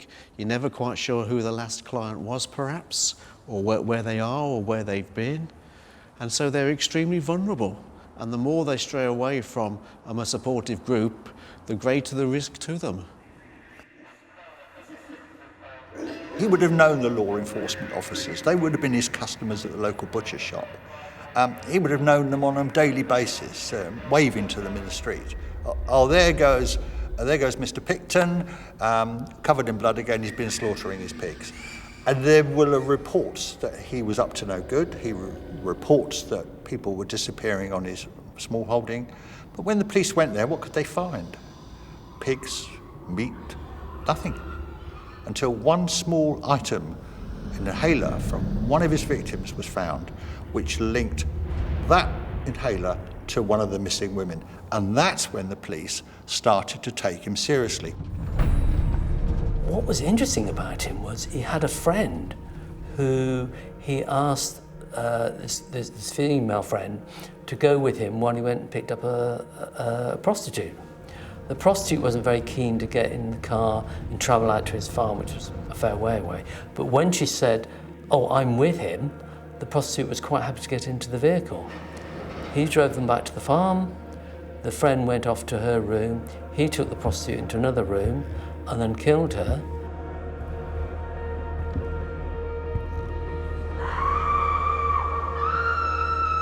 The friend came down and actually saw him with the victim, and she didn't report it. And this is unusual because usually if people see someone having committed a murder, they panic and they report it. She didn't. And it turned out the reason she didn't report it was she was blackmailing him for more money. So she had money off him, and then she started to blackmail him because she put two and two together and knew that he was actually killing prostitutes in the area. Normally, if somebody knows somebody's a serial killer, they are so frightened that you would expect them to report it to the police and get protection. You wouldn't expect them to go and live in the house. And she actually lived on the farm with a known killer. On his arrest, police questioned Pickton about the scores of women who had gone missing in the area. He proved to be sly and uncooperative. Police often use the tactic of showing a suspected murderer a picture of the victim, or even, the actual weapon that they found that was used. This is supposed to provoke a reaction in that person, to show that they recognise this individual. This is totally absent when it comes to psychopathic killers, particularly at the level of Robert Pickton. There's just not a glimmer. These are objects. These are vague memories of people that they've abused. For them, they are objects. It probably would be more likely that he'd recognise one of his pigs. What I want you to do, Rob, what girls that you remember have ever been up to your place? I don't know. There's so many people coming in and out of my place, I don't know. Has she ever been to your place? Her name's Mona. She's pretty, like I say.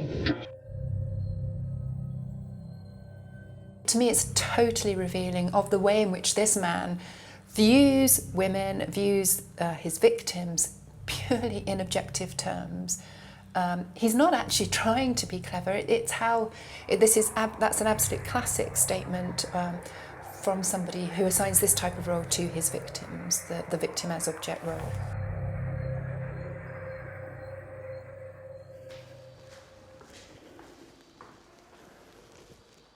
Despite being shown a picture gallery of missing women who were presumed dead, Pickton didn't show a flicker of emotion. This lack of emotional response is one of the reasons psychopaths can beat the polygraph. His crass comment about one of the victims being pretty clearly demonstrates he was playing with the police, enjoying the power he held over them by refusing to confess. But sent back to his prison cell, Pickton must have known the game was up. Police officers were combing his farm and finding both DNA and physical evidence that demonstrated that many of the missing women had been there. Discovering that he had a talkative cellmate, Pickton began to talk himself, not realizing he was in fact speaking to an undercover Canadian Mountie.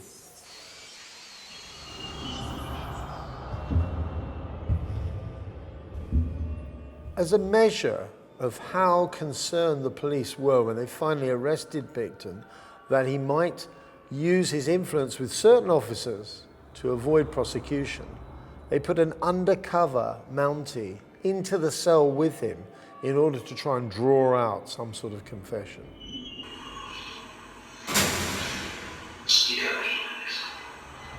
No.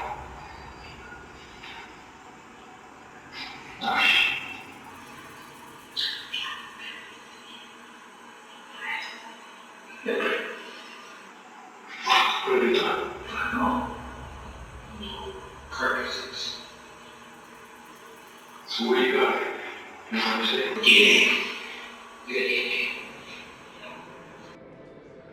The recorded interview still shows Pickton being very defensive, not revealing very much, but ultimately just revealing too much detail that would actually incriminate him. He's a depraved social isolate. He doesn't have the skill set to kind of have normal dialogue with someone else. You could see him struggling with that. And the things that he does say, which are that incriminate him, are fragmentary and reluctant, gained with reluctance. Incredibly, Pickton began admitting to his many crimes very quickly after this Mountie was put undercover in his cell. It sort of shows us that Pickton saw it as not even being important, that there were not just 5 women, not just 10 women, but 50 or even more women that he'd killed in cold blood, and yet he talked about it in a bragging way.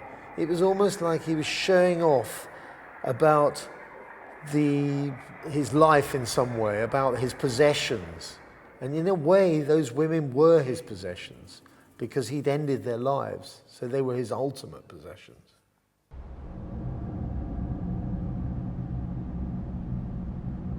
This is a so-called cell confession. It's an undercover Canadian police officer who's been placed in the cell with Robert Pickton.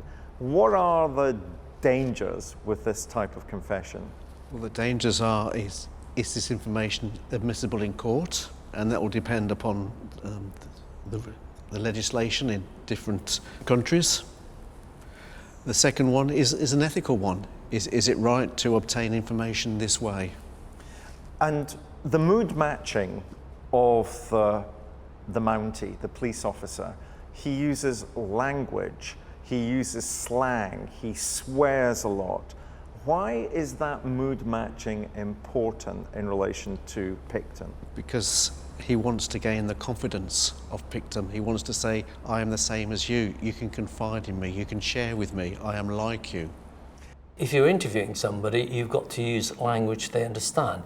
If you're playing the role of a fellow convict, then you've got to talk about a convict in the language that the convict will understand. It's no good you being a police officer or an interviewer. You basically have to go undercover, actually adopt all the characteristics. And that's actually very hard to do, to actually go undercover and adopt that language and talk about sexual behaviour and deviations that the police officer may not agree with or may not like. And he's actually got to sell his soul and pretend to enjoy all the deviations and everything else. And in some ways, be more deviant than the suspect. So that in a way, it makes the suspect feel more likely to explain his behaviour, more likely to confess his behaviour, because the guy next to him is even weirder than he is.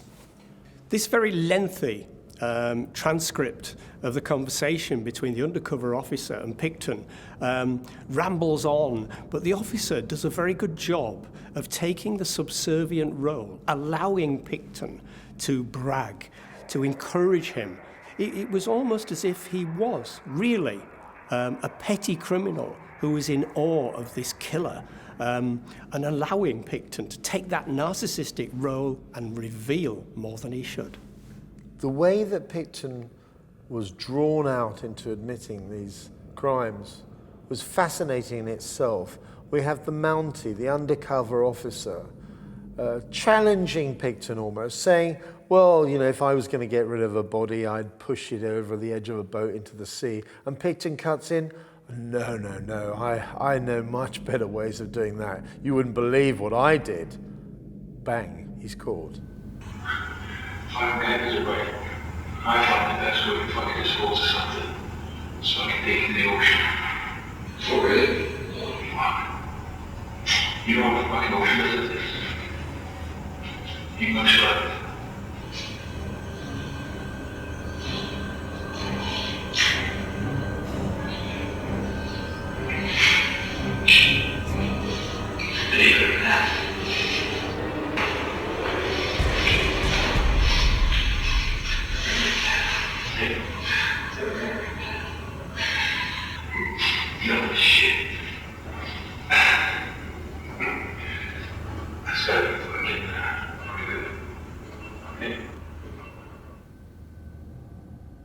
If you kill someone and you don't want to be caught, you have to find a way of disposing of the bodies. You get rid of the bodies. And Pickton's solution to that problem is quite extraordinary, isn't it? It is. It's about feeding them to his pigs.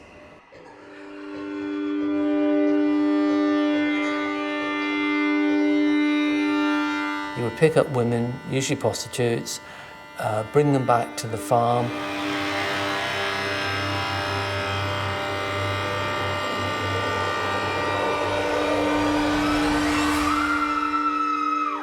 He would kill them and then take them into the slaughterhouse and gut them.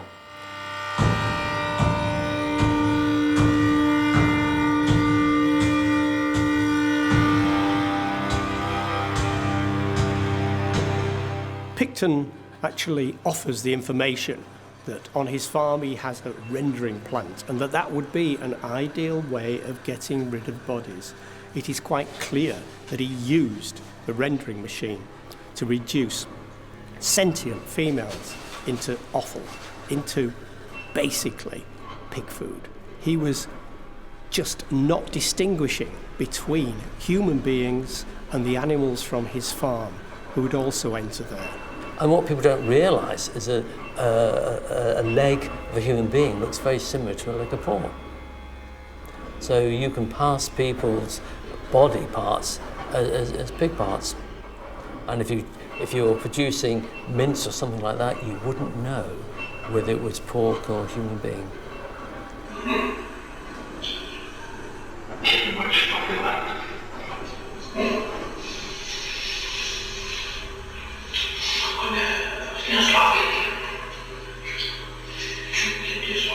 Really?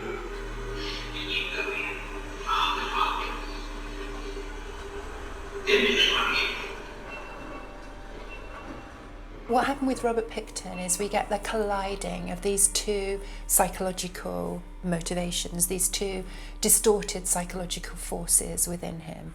One is this entirely egocentric, heroic narrative driving him to simply view carrying out the murders as a game, as a challenge, with no consideration, no awareness even of the consequences. The other psychological force that we get is somebody who is so completely devoid of any kind of human empathy that he does not see people as human beings in any sense at all. Hence we get the reference to the bodies as carcasses. For him, these are simply objects. With some of the most depraved serial killers, the underlying narrative we see is one where they assign the role of an object to their victims. We call it the victim as object underlying narrative. And for these offenders, they have no awareness whatsoever of their victims as human beings. They are entirely objects with whom to play.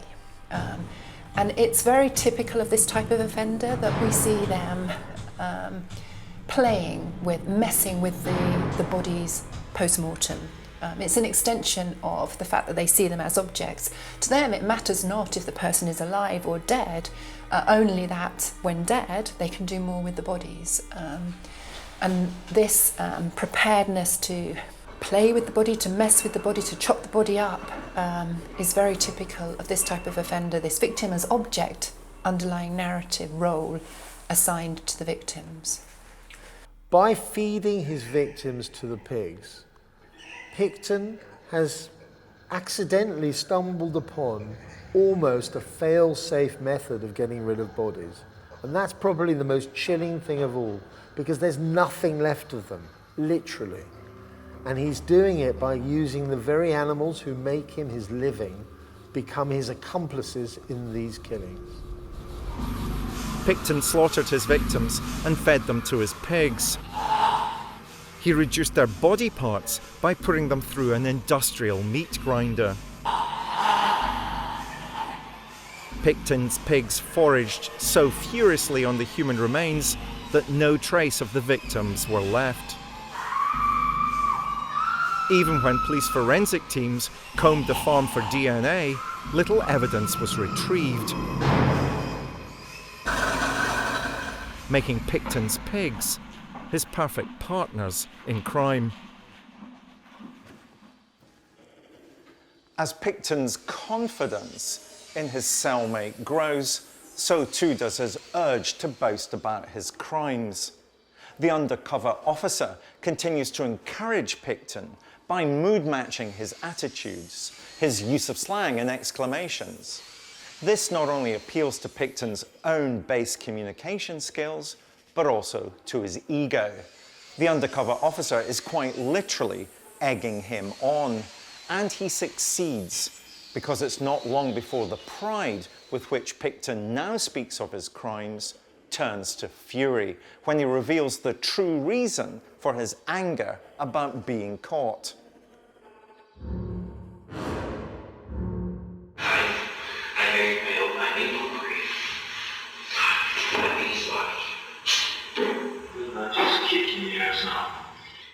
During the conversation with the undercover officer, one key element was where they touched on the idea that there were 49 victims, and 49 is kind of an awkward number.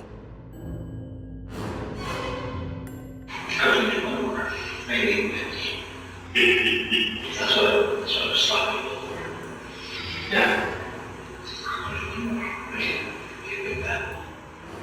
Big five.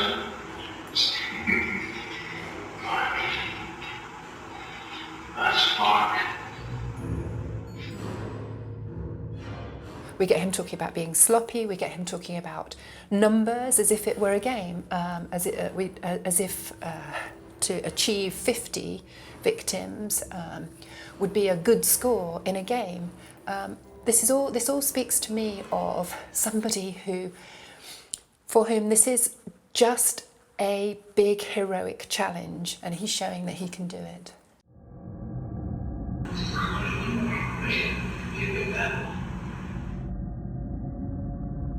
We got this shocking idea that Pickton was angry at the end because he didn't achieve his target, and his target was the big 5-0. Well, that's what he says. His target may have been higher, or perhaps he didn't set a target.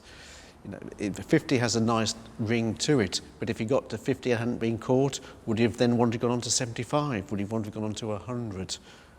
So do you think he was just trying to show off to the undercover police officer at that point, his cellmate? Is that what he's doing? He's just literally... A bit of bravado.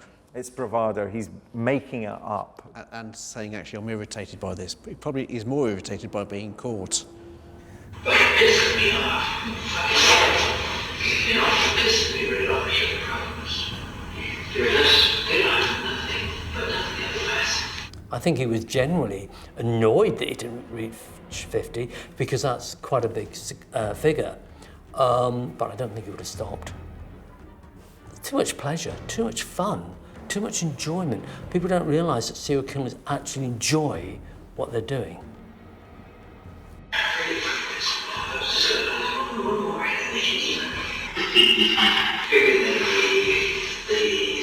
Bigger than the ones in the States. Yeah. Oh, yeah. It's like 40 Jesus. Yeah.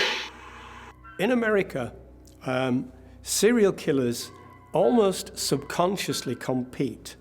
The numbers game is one way of competing, and to have the highest number, to have a resounding death count is quite a status thing.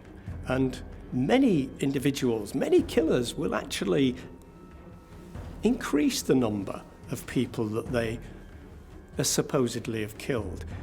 And in the idea of having such a high body count, Pickton, as a Canadian, wanted to beat the American count. He wanted to go better than those people that he saw himself as being in competition with. Often you can only tolerate for so long killing others, and then your cognitive processes, your decision-making abilities become more confused, more faulty, and mistakes are made. This is classic behaviour. Serial killers start off not very confident, and they have what we call behavioural trials. They try out things, then eventually get a situation where they actually kill somebody. Then they start getting quite good at it, and they improve their technique. But it's never quite 100% pleasure. So there's always that little bit more that you need to do to make it right. And that's why they carry on, and they also get faster between the periods when they're killing. But where at the beginning they may travel quite a distance and protect themselves, as they kill more people, they tend to move nearer to home. They're more confident, and often they're more competent as well. And they also know that the police aren't tracking them, so therefore they become more relaxed, and then they start to get sloppy. And it doesn't matter what kind of serial killer you look at, you can see quite clearly, as time goes on, they start getting overconfident, and that's when they make mistakes.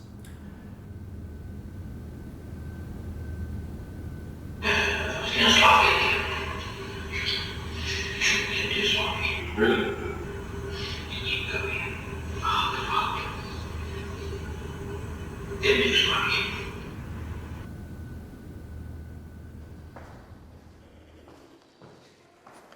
In 2007, a court found Pickton guilty of 6 counts of second-degree murder.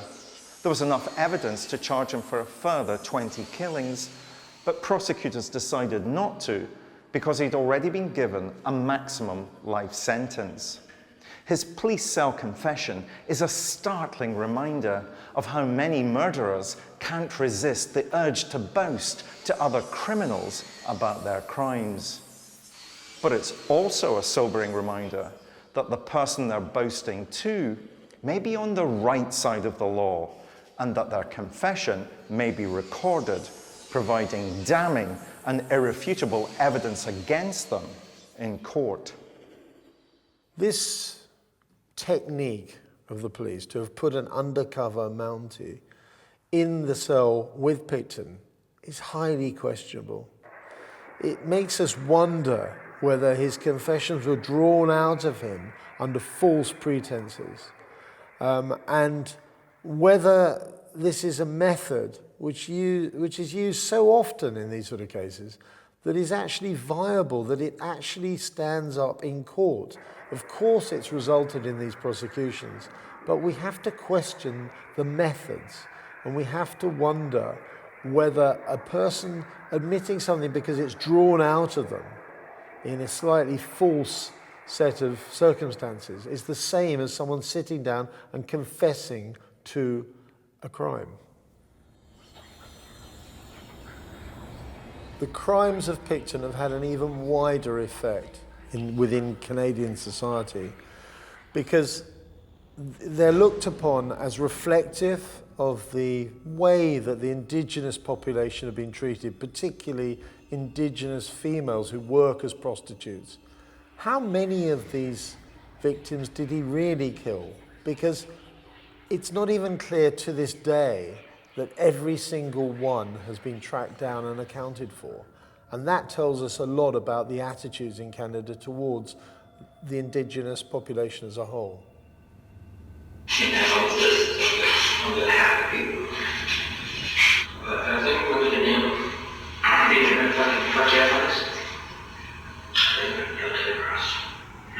But if that happens, there's about 15 other people gonna go down. It's gonna go down like that. Yeah. I thought they were my friends. I thought they were my brothers.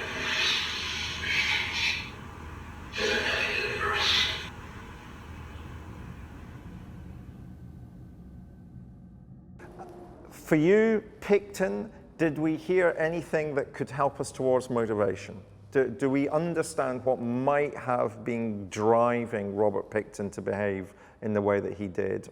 Not from that clip. No. I myself felt that we were simply dealing with a man in a particular set of circumstances describing to his supposed cellmate why what he had done. And perhaps that's the difficulty with undercover confessions. You'll get the confession, but you won't get the real reason.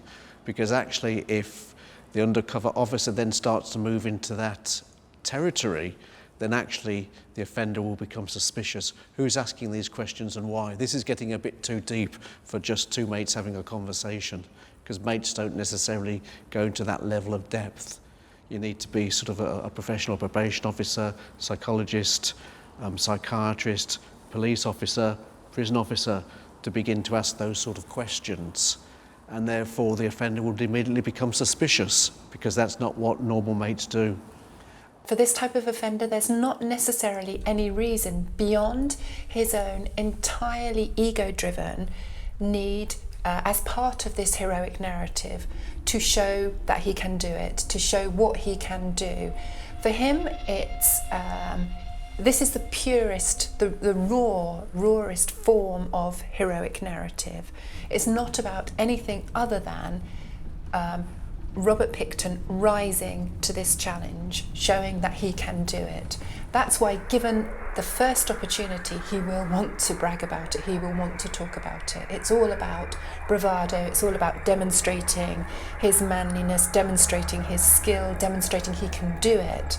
There's no other reason for doing what he's done. There are three things really which I think psychologically are really interesting about Robert Pickton. One is the absolute assignment of the victim as object role to his victims, the way in which he does not in any way understand their humanity and is has an absolute empathy deficit in relation to other people. A second psychologically interesting facet of Robert Pickton is the way in which he has positioned what he's doing as this heroic adventure, him versus the cops, him showing that he can do it. And we get a number of statements within the discussions with the undercover officer which show us that this is how he's seeing what he's doing. We get him talking about being sloppy, we get him talking about whether or not he can beat the previous score of the victims in America.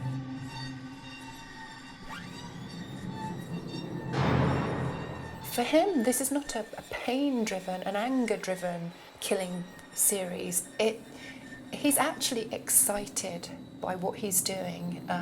He's excited by the possibility that in this him versus the cops battle of all battles, that the cops may have DNA. He's excited by that, actually. It ups the ante, it ups the stakes for him. And that's what he's all about, him showing that he can meet this challenge. It's one of the purest forms of disturbed, destructive, heroic narratives that I've ever seen. I guess the final thing about Robert Pickton is his absolute egocentricity. And I think that's absolutely captured in the statement that he'll be nailed to the cross. I mean, what a remarkable thing for a serial killer to say, to in a sense, liken himself to Jesus. I was doing my work, maybe that's what I was stopping for. Yeah. I was doing more, make it be a big battle. Make the big fight.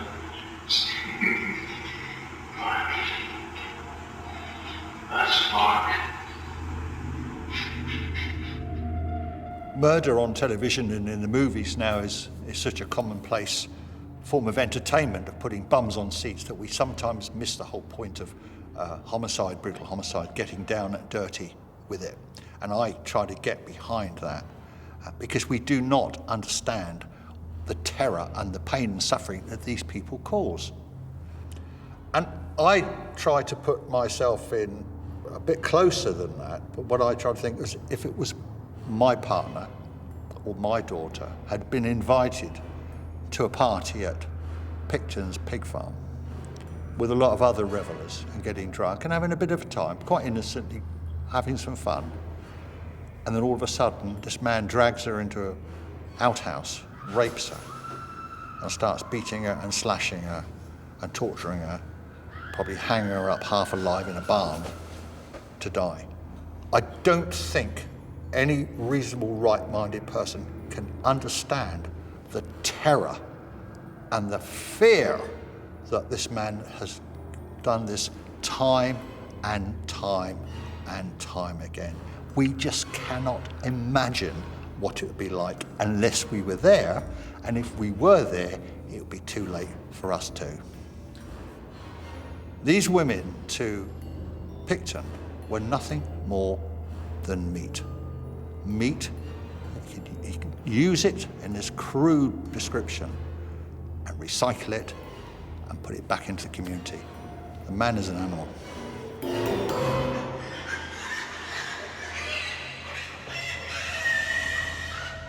He had geographic isolation. He had a skill set as a pig farmer. He had interpersonal isolation. He had emotional detachment. He had failed to acquire either a personal or a social conscience. So those are crucial elements for him that enabled him.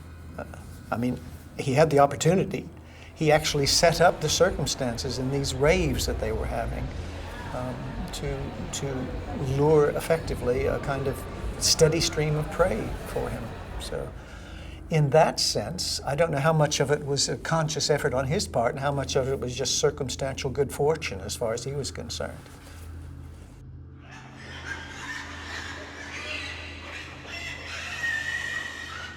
There's this twisted correlation, it seems, in Pickton's mind between his pigs and these poor women who suffered so badly.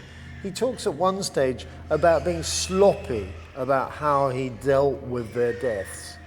And it sounds as if he's always talking about his pigs in the slaughterhouse. It's a cold-blooded reference that chills people to the bone. I don't know that he differentiated between pigs and women. A contemptible capacity to use, abuse, and destroy.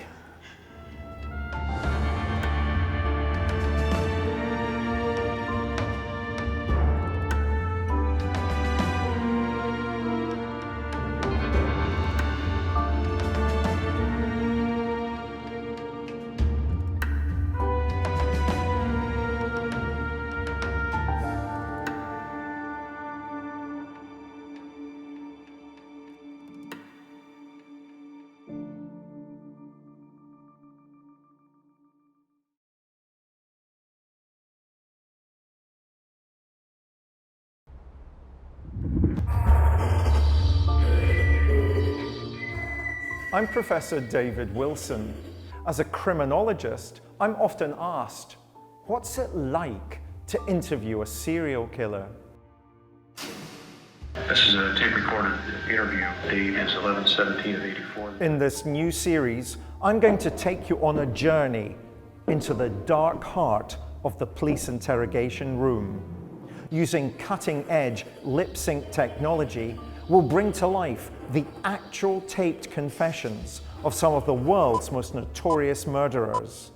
Do that pillowcase or whatever it was, and a cushion cover over her head. And bring you face to face with evil. Put her into the sleeping bag. No, I just slung her in the corner. And along with forensic psychologist Professor Michael Brooks, I will analyse their interviews in unparalleled detail. And while he was asleep, I put a noose around his neck. I throttled him with the noose, and he hardly struggled. Like the police detectives who interviewed them, you'll experience firsthand their cold and calculating minds. I've never gotten with my mum. I knew that she favoured my sister more than me. Their wicked words, now seen being spoken for the very first time, will never be forgotten. The Hawkins girl's head was severed and taken up the road about 25 to 50 yards.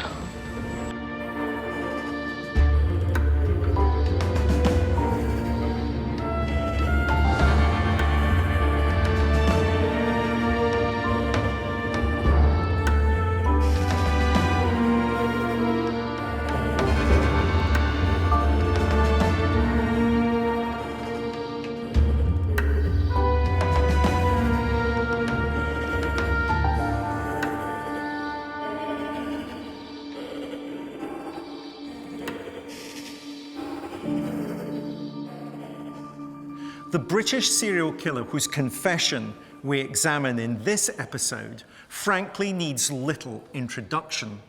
He was one of the most feared child murderers that the UK has ever known. He evaded capture for over a decade, and in doing so, helped to destroy the meaning of childhood for an entire generation of children. His modus operandi, the specific manner that he had of committing his crimes, was finely honed after years of abusing children, creating what criminologists call his signature. And he was literally caught in the act, but not before 4 young lives had been ended to satisfy his own sexual urges. But when he was initially arrested, he refused to confess to the police, and was instead found guilty on the basis of an overwhelming array of evidence that was stacked against him. When he did finally speak, it was to the eminent sex offender therapist, Ray Wyre. What unfolded from their conversations was, with no exaggeration, some of the most chilling confessions by a paedophile in British criminal history. Seen for the first time, and in his own words, is the man whom I would describe as Britain's most deadly child killer. Who is he? Robert Black. In 1990, Robert Black was serving a life sentence in Saughton Prison, Scotland, for the attempted abduction of a 9-year-old schoolgirl in the Scottish border town of Stow. In a bid to have his sentence reduced, his defence team sought an expert witness for his appeal, in the form of the country's leading sex offender counsellor, Ray Wyre. I don't know of any comparable set of circumstances. Those meetings, subsequent meetings between Ray and Robert Black, were extraordinary. They show Robert Black trying genuinely to understand what made him tick. They're incredibly graphic at times, they're harrowing, and I don't think I will ever get Robert Black's voice out of my mind. 20 years on, I can still hear it. Tied her hands. Found a sticky plaster.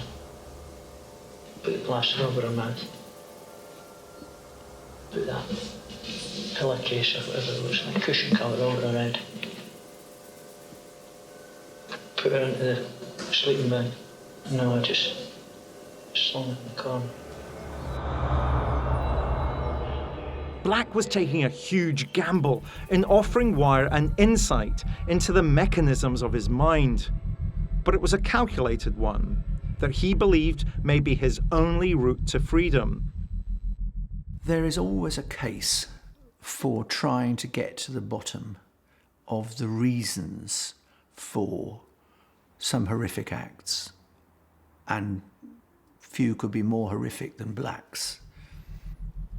And one of the things that people ask time after time is, no, I understand what he did, but why? Why on earth did he do it? And one of the things that Black says in the Wyre interviews is, I don't really know. I don't understand myself. If you ask myself why, I got this fascination or weakness or whatever I want to call it. When Black and Wyre first met, the paedophile had only been charged with kidnapping and sexual assault on a minor.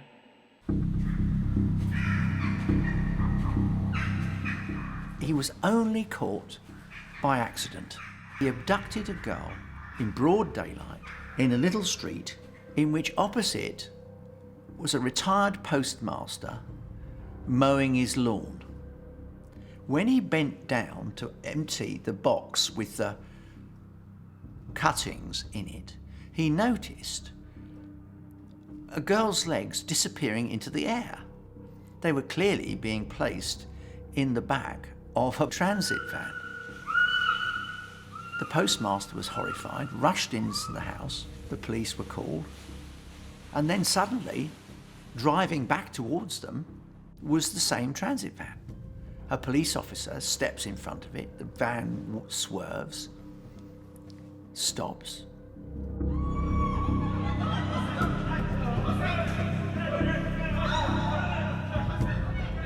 Black is taken out of the van, and one of the officers discovers the girl hidden in a sleeping bag, tied, gagged, with a bag over her head. And the extraordinary coincidence is that the officer who discovered her discovered his own daughter. It was his daughter that had been abducted by Black. And the tragedy, of course, was that Black had already assaulted her. And it was only that complete coincidence that brought Black's career as an aggressive paedophile murderer to an end. But it was to be some time before he was actually convicted of any murder. There was a growing suspicion that he was the culprit of a number of unsolved child murders that had puzzled police for over a decade.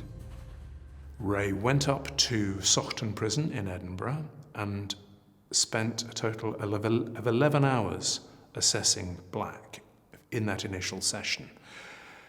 He came away absolutely convinced that the life sentence was right. Black, he said, was an incredibly dangerous offender who needed to be in prison for the safety of children and the public.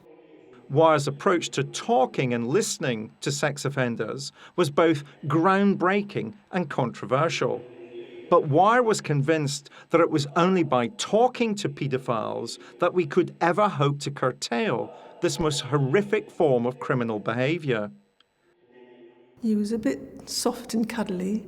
He had this lovely, gentle voice, and he had all these little funny foibles, things that he'd do, like scratching his nose and things like that. He had this permanent smile, so you didn't know what he was thinking. And that was part of his technique, I think. It was a natural, it's a talent. But when he was talking to his sex offenders, they wouldn't feel that he was challenging them or that he was accusatory in any way.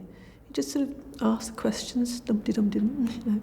That was Ray, two halves of genius.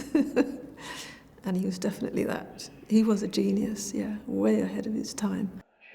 Wyre's skilled interviewing persona was soon eliciting information from Black that he had hitherto refused to share with anyone else.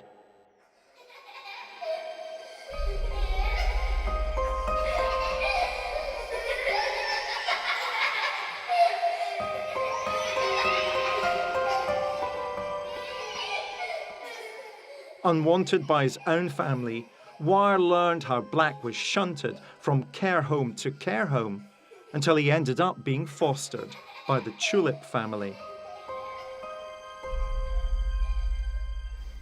At school, they used to call him Smelly Bobby Tulip because his personal hygiene could best be described as indistinct. He was a nasty, smelly, unhappy, rather strange little boy. I remember one Christmas I didn't get no Christmas presents because I'd been bad. I got one present, somebody that lived out of town. It was a football. I can't remember what I'd done, but she says Santa Claus isn't coming this year to you. And he didn't.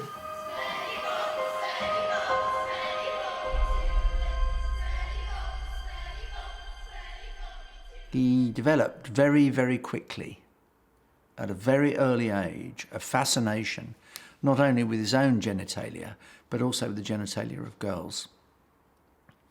There is a story that at the age of 5, he manipulated a girl into showing him her genitalia, which only increased his fascination. And one of the fascinations, and one of the most chilling aspects of Black, was that he very quickly, and this is a very young age, between 5 and 8, he very quickly developed a habit of inserting things into himself, into his own anus, and into the vaginas of small girls he came in touch with. He was a deeply, deeply troubled child. In 1958, when Black was 11, both his foster parents, the Tulips, died. And he was relocated to another foster family who had a daughter. He could not stop himself interfering with the daughter of the house. He was sent to a very brutal care home, and Black was forced to perform sex acts on various members of the staff.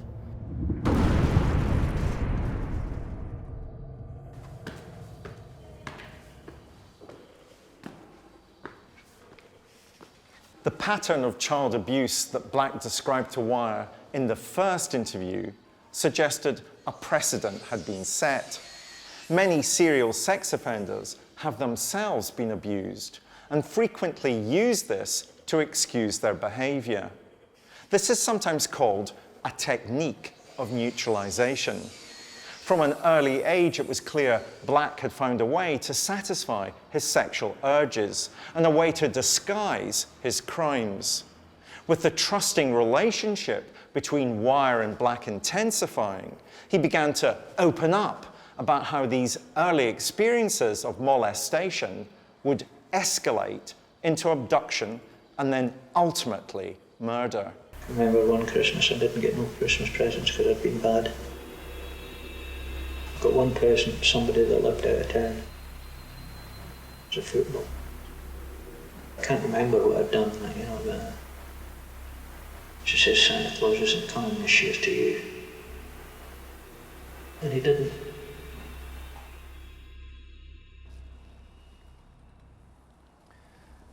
Michael, Robert Black talking to the sex therapist Ray Wyre. Again, one of the things that Black reveals to Ray Wyre is that Black himself was abused as a child. Have you personally ever worked with a paedophile that wasn't abused as a child? Well, not all paedophiles will reveal the information about their early life history. They have to be in a particular setting to want to do that. So if they're in a therapeutic setting, they're much more likely to disclose their sort of early life experiences. Don't you feel that sometimes, again, what we're hearing from Black is Black trying to create in the listener sympathy for Black? I'm not sure that that's his motive. I think he's much more controlling around that. He's much more controlling in the information that he gives, and therefore it's to satisfy his own needs. Even this idea that he didn't get any Christmas presents, Santa Claus isn't going to come to him this year, all those kinds of things that he reveals about his own childhood, which seem to me to be real techniques of neutralization. You know, these are permissions he's granting himself because of the trauma that he had as a child. Sure, and so he's providing a rationale for why he's done what he's done, but that doesn't necessarily mean that he wants to elicit sympathy from the interviewer.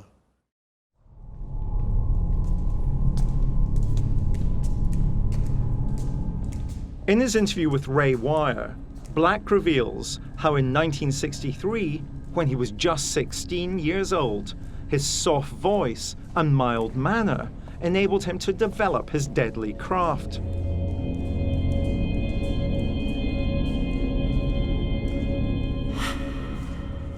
It's in the park in Greenock, at the swings. And all the other kids had gone except for the one little girl. And I asked her if she wanted to see, let's say, kitten. I knew where there was kittens. The voice of Robert Black could be, in fact, the voice of a child entertainer, of a child storyteller. It was a voice that probably had evolved and developed in talking, charming children, in engaging children, in not frightening off children. It's probably why his voice sends a chill down the back of most people. She came with me. And so we were going into it was an air shelter. She said it was dark. She wanted to get out again. She started to cry. Because of the way Black described things, for Ray it felt like he was there with him in that air raid shelter or wherever he was, and Ray, that was a unique experience, not pleasant, but a unique experience in which he could be with Robert Black as he's, squeezing this child's throat. I think I clapped my hand over her mouth, held her down on the ground, with my hand round her throat, and holding her down. And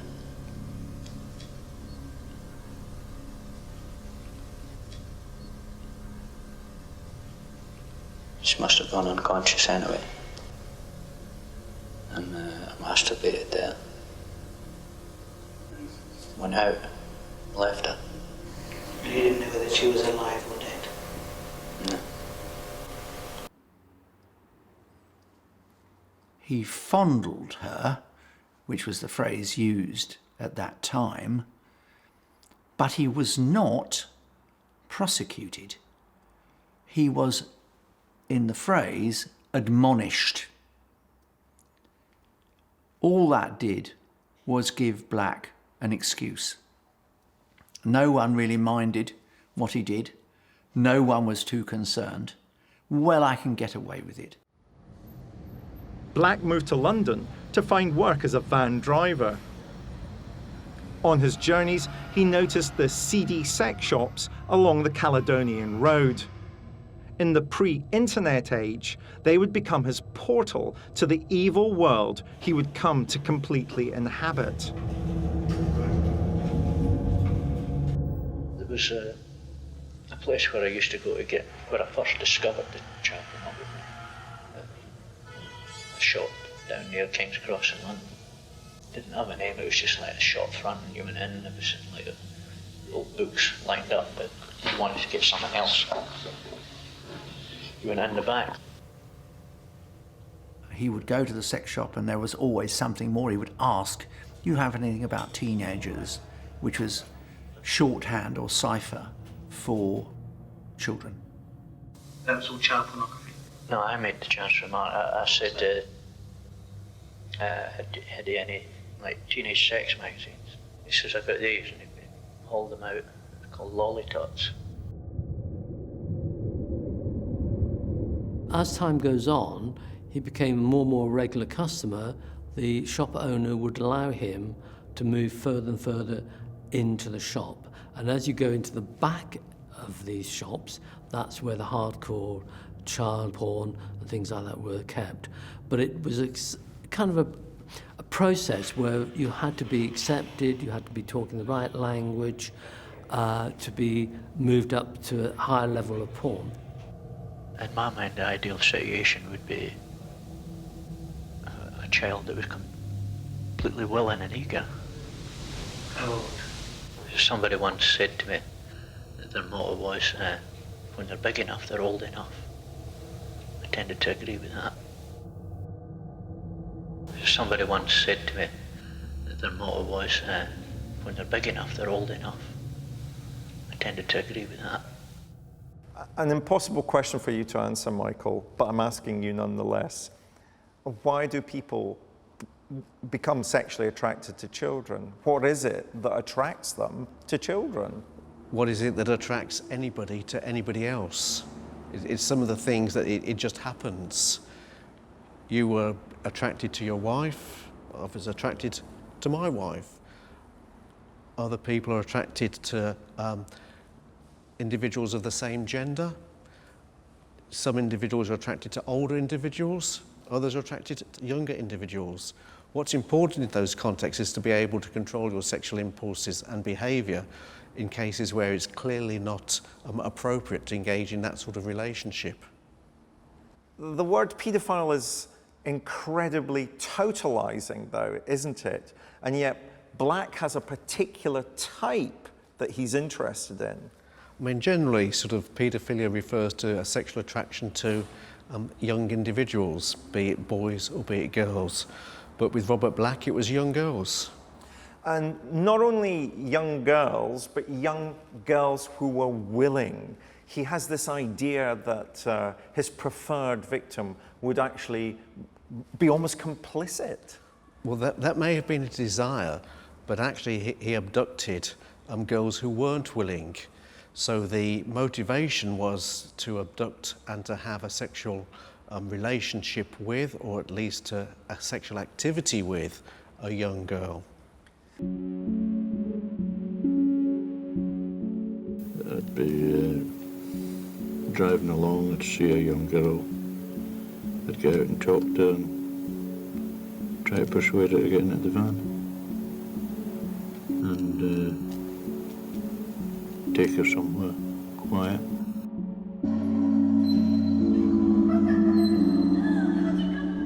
Black secured a job delivering posters nationwide. As a sexual predator, he now had the perfect means by which to explore the country and seek out young victims. This was ideal for him because he didn't have a boss over him. Long as he delivered the goods in the right place at roughly the right time, he was allowed to do what he wants when he wanted. And this gave him the opportunity to go looking for children, which he did. He would go to parks, he would observe children, try and see the ones that were on their own so that he could make contact with them. As the interviews progressed, Wyre's laid-back approach was eliciting ever-increasing detail from Black about his M.O. Coming up from from Wimbledon way, like up through Wandsworth, heading home. How old was she? Looked about 10. She went into the side streets and the back streets. I followed and I was out of the van. And she screamed and ran.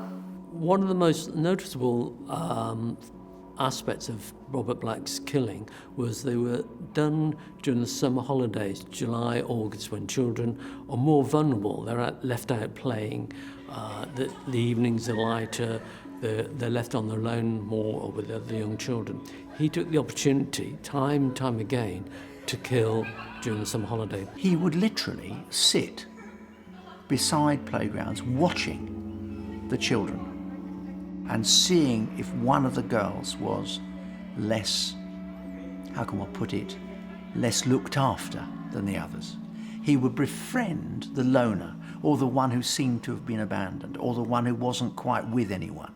If he saw someone he thought of as a suitable victim, he would assess very, very carefully the circumstances. He would double back, he would drive round, he would check what's the likelihood of me being caught. And if it was clear to him that he could do this and not be caught, he would grab the child, bundle her into the back of a van and take her away to abuse and ultimately to kill her. It was a tactic that he used with, in the end, devastating effect.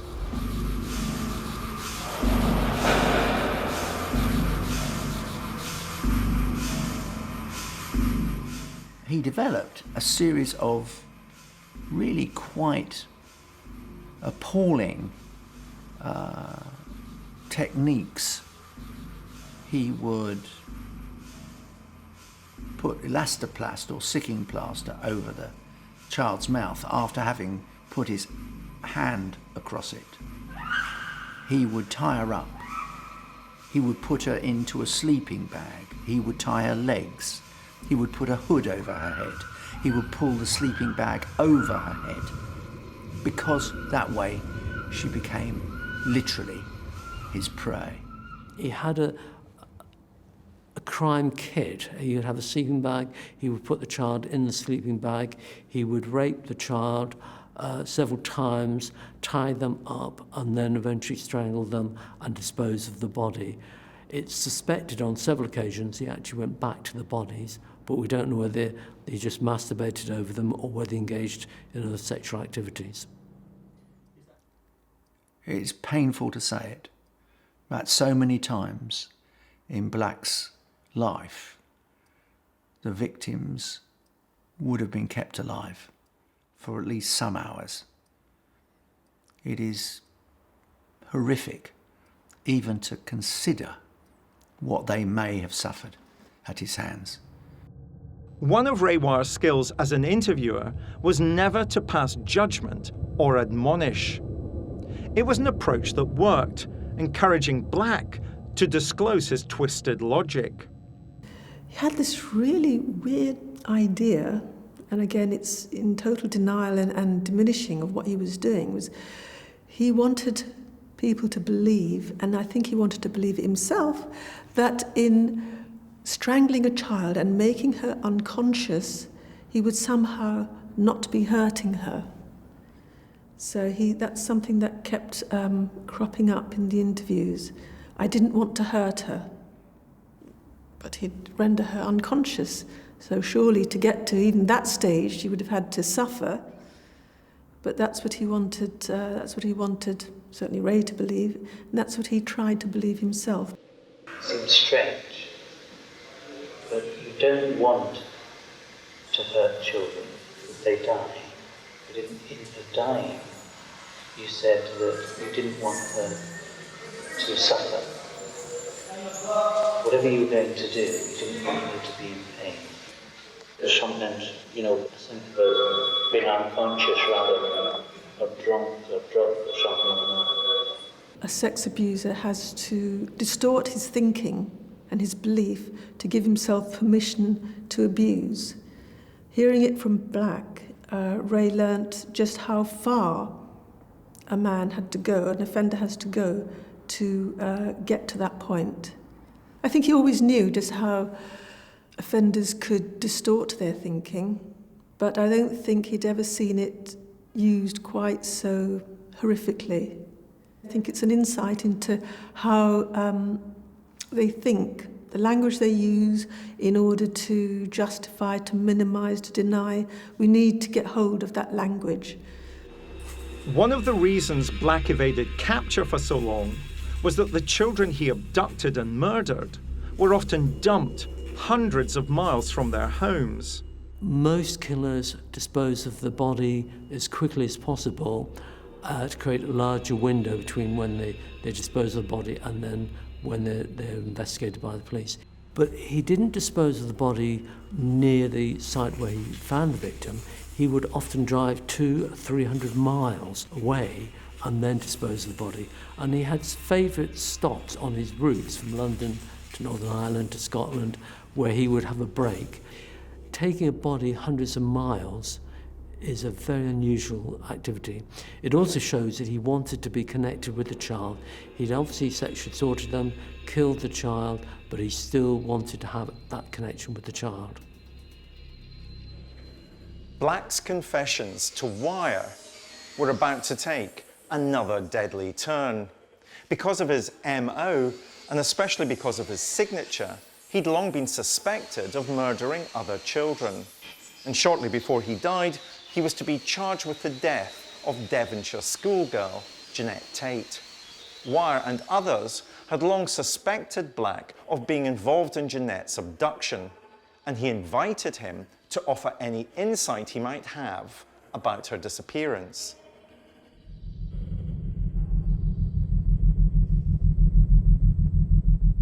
What's going on? Oh, maybe there was that paper girl went missing. Tate? Yeah, that's her name, right? Yeah. She disappeared. She never turned up. Most serial killers are to some degree narcissistic. Robert Black was no exception. He could be lured, as it were, into revealing information by, as it were, appealing to his ego and to actually ask his opinion of this girl and how he would treat her. He would spill the beans that little bit too far and reveal information that could only be known to the killer. And how did you think he did it? Well, they found her bike, didn't they? Yeah. Which obviously either persuaded her to get off her bike or grabbed her off the bike, one of the two. Got her into a vehicle and took her away. Why do you believe that? It seemed obvious, didn't it? Yeah. By now, Wyre was convinced Black was a multiple murderer, but knowing he was not about to make a full confession, he tried a different tactic. Ray one of his techniques was assumption making. So he would interview, but he'd make an assumption of what happened next. And so the person being interviewed would just assume he knew and respond accordingly.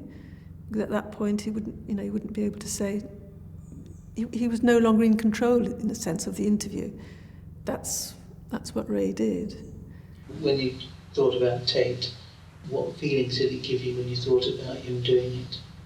I think that's like how I started off with the scenario. Yeah.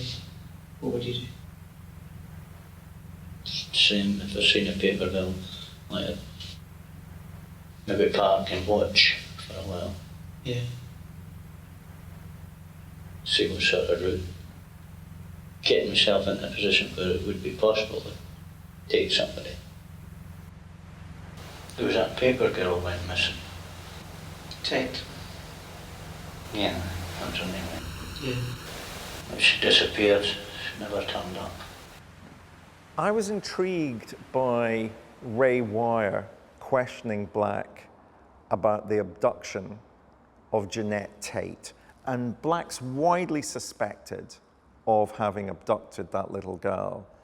Were you surprised by how Black responds to the kinds of questions Wyre puts to him? No, because most serial offenders will want to hold back information. They will want to be in control of certain elements. Now, if it is clear that they've been convicted, perhaps, or if it's very apparent that who it was that they killed, then actually they know that they can talk around that. But if there is confusion or uncertainty, then they can hold that back and be in control of that information, knowing that others want it and being able to almost have it as part of a ransom, really. But isn't it interesting that Ray Wyre uses Janette Tate's name? Black depersonalizes everything that he says, whilst nonetheless revealing his MO. He reveals how it is that he carries out certain attacks, and that's very explicit, and that gives us that understanding of his modus operandi, of his reason for operating. But he doesn't want to confess to the killing of Tate. He wants to hold that back. He wants it in case he wants to use it at a later stage for his own purposes. However, despite discussing aspects of his crimes, Black wasn't revealing the full extent of them. I think I clapped my hand over her mouth and held her down on the ground with my hand round her throat and holding her down. She must have gone unconscious anyway. And I masturbated there. Went out, left her. Until his final days, Black tried to explain away his crimes. When killers choose to confess, they can often be candid, but their aim is to generate our sympathy for them. They, of course, feel none for their victims. They have no genuine empathy. Robert Black's confessions provide a chilling insight into the mind of a murderer and a reminder of how serial murderers follow patterns that allow every killer to create their own deadly and unmistakable signature.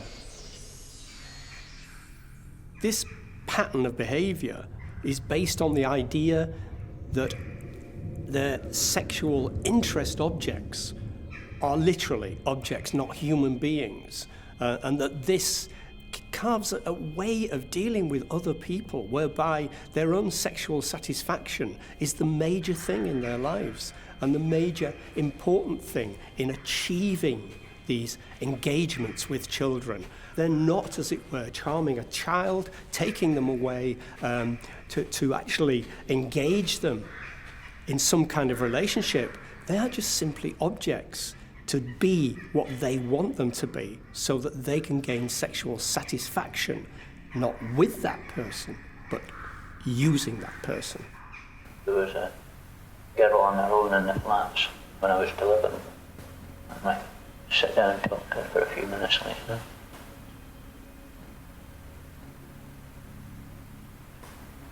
I try and touch her. Sometimes succeeded, sometimes not. He treats them as an object. They're not sentient people. They're not a little girl. They are just objects for his sexual satisfaction. It happened fairly direct. Okay. We don't know how many children.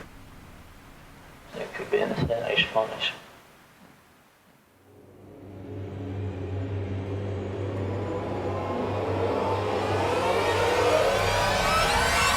In the case of Janette Tate, he would begin to talk about it, and then that would be dropped.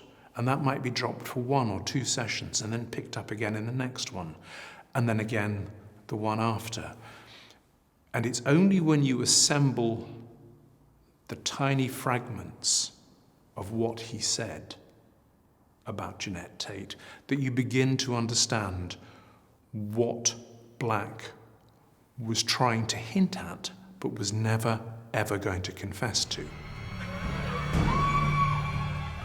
Upon Black's arrest for child abduction in 1990, police forces around the country began to pool their resources. Before long, he became the prime suspect in a series of unsolved child murders that had spanned over a decade. Robert Black, in common with many serial killers, realizes that at the point where you're arrested and you are not likely to be let go, you are now powerless. You are going to be told what to do with the rest of your life. And therefore, any piece of power, any kind of sense of control over others is absolutely vital to them. And they will almost always withhold some information. Providing that information is of value to someone else, they can feel that they are in a position of power and will sometimes take that information to the grave. They then got in the van. Yeah, but they were in the front, sitting up on the seat. You've got to be honest with me, Robert. Got to be. What year is this? It's 85, 86.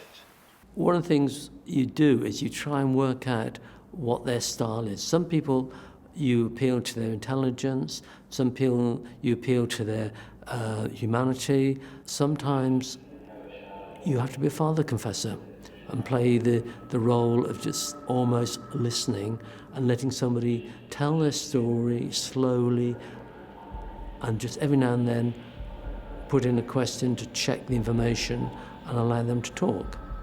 And it's played by different people at different levels at different times. But the aim is to get as much of the truth as possible. We never get the whole truth, partly because the killer doesn't know the whole truth themselves. They haven't come to reality of what they've done.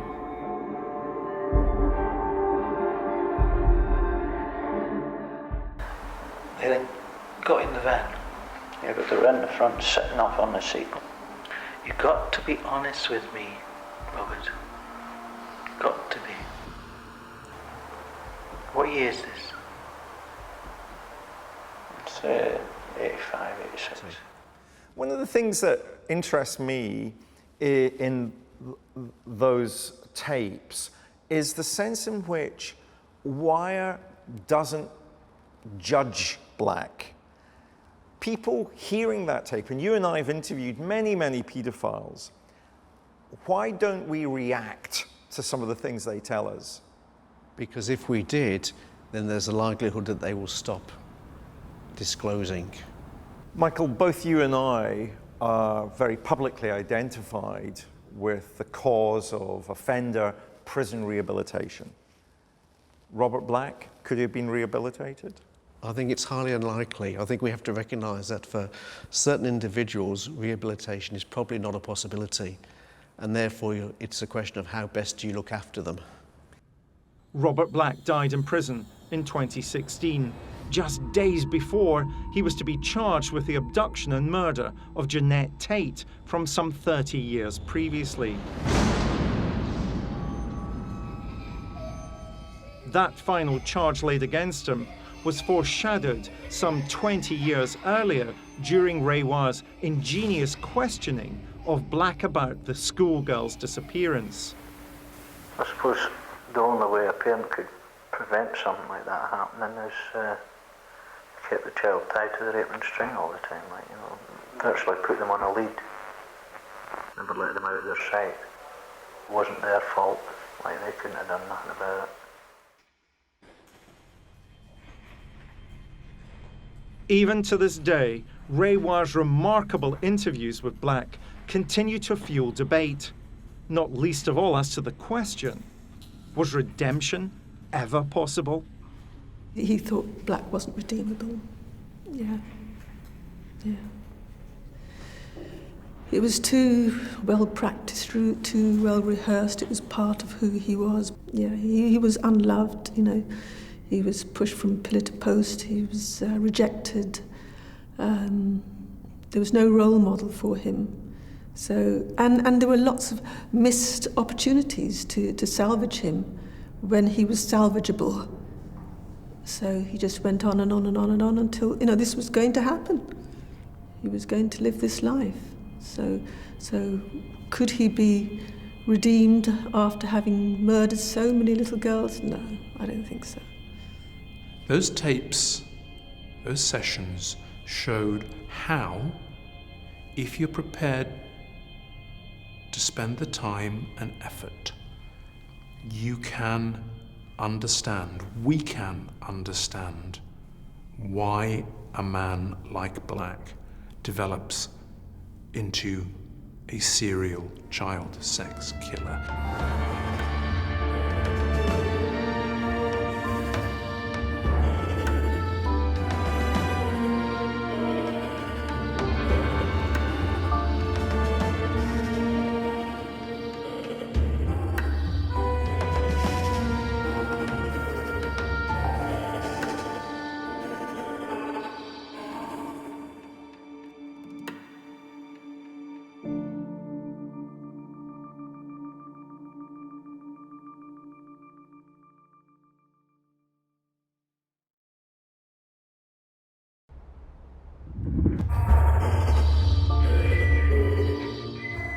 I'm Professor David Wilson.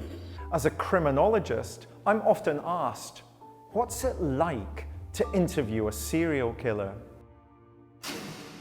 This is a tape-recorded interview. Date is 11/17 of '84. In this new series, I'm going to take you on a journey into the dark heart of the police interrogation room. Using cutting-edge lip-sync technology, we'll bring to life the actual taped confessions of some of the world's most notorious murderers. Put that pillowcase or whatever it was, like cushion cover over her head. And bring you face to face with evil. Put her into the sleeping bag. No, I just slung it in the corner. And along with forensic psychologist Professor Michael Brooks, I will analyse their interviews in unparalleled detail. And while he was asleep, I put a noose around his neck. I throttled him with the noose and he hardly struggled.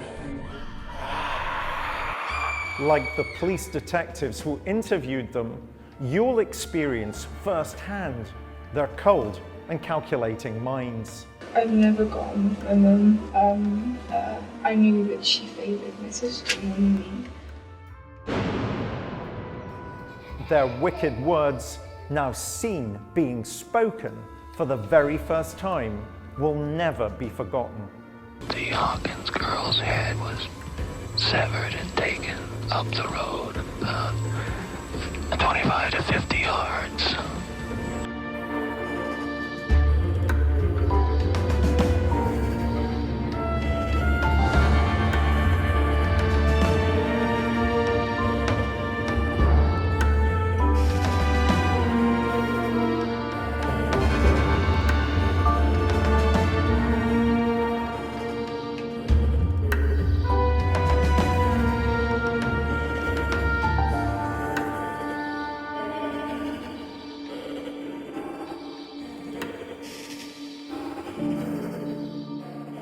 In countries that still have the death penalty, a number of serial murderers will choose to confess to the police, only because they want to save their own skins.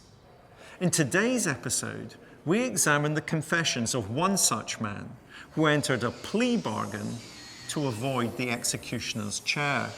One of the most prolific serial killers in American history, he was charged with the murder of 49 women in a killing cycle that lasted from 1982 to 1998. Dubbed the Green River Killer, he dumped many of the bodies of his victims along the waterway that runs through Washington state. The confessions are particularly interesting for the techniques employed by the American interrogators. In the UK, detectives employ what's known as the PEACE model. It's an acronym: prepare and plan, engage and explain, account, close, evaluate. However, in the United States, they deploy what's known as the READ technique. This is very different from the PEACE model and is in effect an accusatory process. The investigator, in essence, tells the suspect that they know that he committed the crime. Often this can simply become good cop, bad cop. Observe closely in particular how King County Sheriff Dave Reichart, now an American congressman, seems to befriend the murderer and put him at ease as the good police officer would, only to then turn on him when he believes he's lying, becoming the quintessential bad cop. So who is the killer we get up close and personal with today in the police interview room? Gary Ridgway. In 2001, Washington State Police arrested Gary Ridgway on suspicion of murder. Ridgway's DNA had been found on the body of a dead woman. Within hours, he'd be accused of many more murders. With death by execution awaiting him for his crimes, he decided to bargain for his life, offering revelations about the whereabouts of the bodies of many other victims, all of whom he had buried along the Green River in Washington state. King County Sheriff Dave Reichart had long pursued the murderer. And now the killer and the cop were about to face off in an extraordinary interview. Morning. Morning. You know, why don't we take his chains off for a minute? Gary and I are just going to have a visit for a couple minutes, sir. Got you chained up pretty good there, don't they? Yes, you do. Must be concerned about whether or not you're thinking about running off, huh? Mm-hmm. You wouldn't do that, would you? No. Gary Ridgway, in many ways, was a very normal man, a very ordinary man. He worked in a body shop for some 30 years. And nothing unusual about him, very ordinary, down-to-earth chap. Except he liked killing.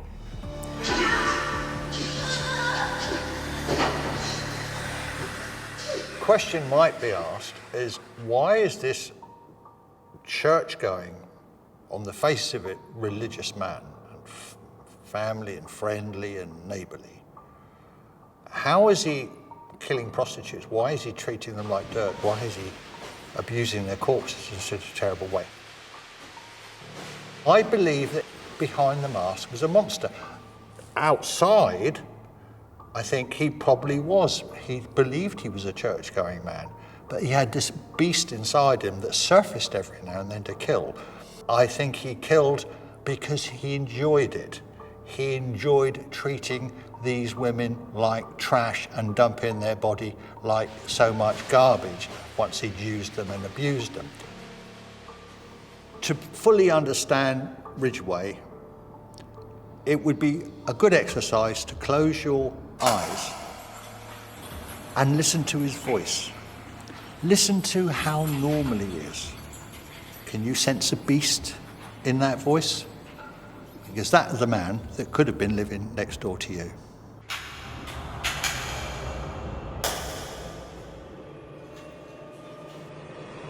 And I choked her to death. Then I took my socks off and got them in a knot and tied them around her neck and tied them as tight as I could. And so she raised her head up, and that's when I put my arm around her, my right arm, and started choking her. But I thought I was doing you guys a favor. Killing prostitutes here, you guys can't control them, but I can. In the confession itself, he actually steps up and tries to present himself in a much more matey, heroic type of role. We see him offering to be helpful to the police. We see Gary Ridgway trying to position himself as one of the good guys, as a hero. You guys can't control these prostitutes, but I can. Which suggests to me we're not dealing with somebody who is psychopathic in the traditional sense, but rather somebody who has learnt these very disruptive behaviour patterns, these very disruptive relationship patterns from his early days. He's one of a long line of killers, a God-fearing character who seemed to believe that by killing prostitutes, he was ridding this world of evil people. He created the perfect recipe for serial murder by picking victims who were prostitutes, who a lot of people didn't really care about, and some might not even be noticed that they'd gone missing. So that gave him a safe environment in which to kill. And we mustn't forget, he killed dozens and dozens of people. He was successful for many years, killing women, and what he did was literally leave them by the river, hence the Green River Killer as he was known. Rivers are very good places to dispose of bodies because they rot quite quickly. They have the water washing all the forensic evidence away. He found that when the police did start finding the bodies, that they were decomposed, which made it very difficult for the police to even identify many of the victims for some time. He did that because he knew enough about crime to know the best way to avoid detection. What he did was just very methodically kill and dispose. Most people, if they kill, they don't think about disposal. He clearly disposed on the river where he was comfortable. Killers like to work where they're comfortable. He didn't strike as being particularly intelligent, but he had a kind of cunning, manipulative capacity in him as well. That certainly was an aspect of that. The flat affect, the absence of any emotion, any sign of contrition that I saw when I looked at one of the tapes of the confession was striking and frightening. And I choked her. From the moment Ridgway sat down to be interviewed, it was clear he wanted himself to be perceived as a man who was on a self-ordained mission to rid the streets of sex workers. However, I believe his motivations are far more sadistic, and I'm here with forensic psychologist Professor Michael Brooks to explore what drove Ridgway. And so she raised her head up, and that's when I put my arm around her, my right arm, and started choking her. But I thought I was doing you guys a favor. Killing prostitutes here, you guys can't control them, but I can. So Michael, Gary Ridgway, the Green River Killer. A substantial serial killer who's now claiming 70 to 80. That's highly significant. And I, as a criminologist, would call him a mission serial killer, because what about this line that he says to Dave Reichart, the interviewer? He says, "I thought I was doing you guys a favor. You can't control them, but I can." He's on some kind of self-appointed mission to rid the streets of sex workers. It's certainly a purposeful killing for a reason. So mission would be one good way of describing it, wanting to erase from the US, from the state, sex workers. A key to Ridgway's success as a serial killer was his banality and ability to integrate killing into his everyday life. Many serial killers live alone with their mothers. They're often the peculiar person. They have quirky habits. Gary Ridgway had a family. He looked on the surface like someone that basically no one would point the finger at as being a serial killer. His life is the American dream gone wrong, but it's also a Jekyll and Hyde existence. It's maintaining a happy family life, a nice home, a nice car, an environment that appears to be all American. And yet, at the same time, there's this twisted, dark side to him that brought him to this place where he felt it was totally okay to go out and kill innocent women. He's a Jekyll and Hyde character. Behind the mask of normality is a monster. A sick, sadistic killer that not only his only family wouldn't have known about it. He's that cunning and crafty. So he can go to church or barbecue on a Sunday afternoon and then make an excuse to go out for an hour and kill and come home as if nothing had happened at all. And even his own family would be used to help create the perfect cover for his crimes. My son was there and I killed her. I'm real sure my son didn't see it. Gary Ridgway is suspected of having killed many more victims, and the true figure may never be known. His almost robotic recitation of his crimes reveals that he was process-focused, enjoying the time that he had with his victims to determine when they would die. The appalling self-justification he has for murdering innocent women is also a chilling reminder that even when serial killers confess, they remain proud of their crimes and determined to take some of their secrets with them to the grave. Perhaps the most disturbing fact of all about Ridgway was that he wasn't just content with killing his victims, he also wanted to violate them, even in death. This was a chilling fact that serial killer Ted Bundy would alert detectives to many years earlier when they turned to him for advice on how to trap the Green River Killer.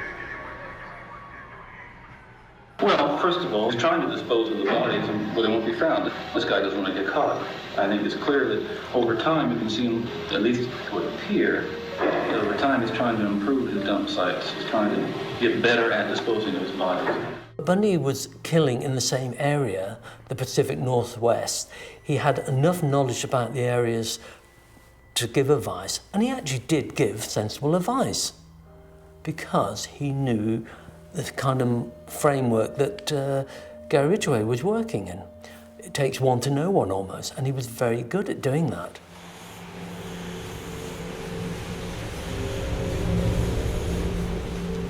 An offender who will have sex with a dead body is typically these are offenders who are much more mentally disturbed than I actually think Gary Ridgway is. So it's quite unusual for us to find this behaviour in this kind of individual. Because for me, Gary Ridgway isn't profoundly psychopathic. Gary Ridgway is simply somebody who has learned a very exploitative pattern of interpersonal relationships. So the going back to visit the dead bodies, I find quite surprising. During his police interviews, Ridgway would claim that his morbid and twisted fascination with sex and death could be traced back to the relationship he had had with his mother, whom he claimed had domineered and belittled him. She was the big problem I had. I mean,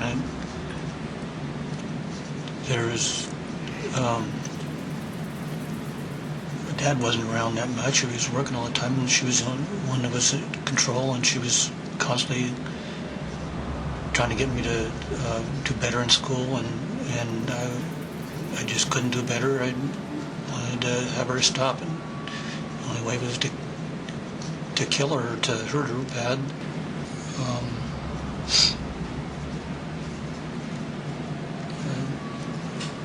Angry at her for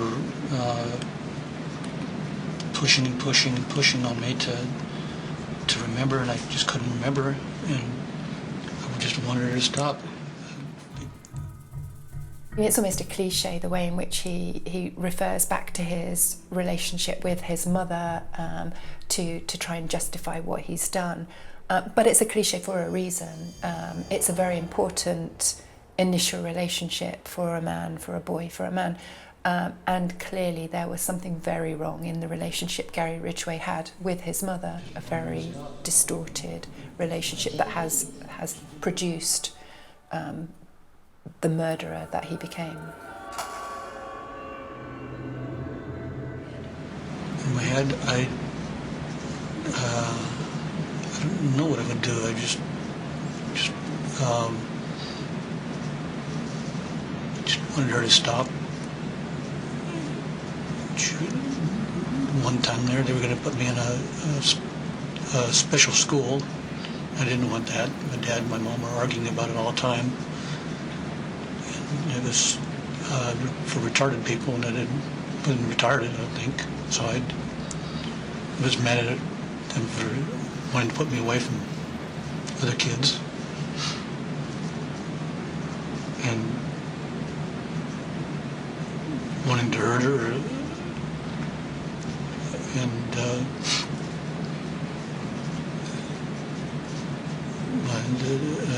hurt her bad.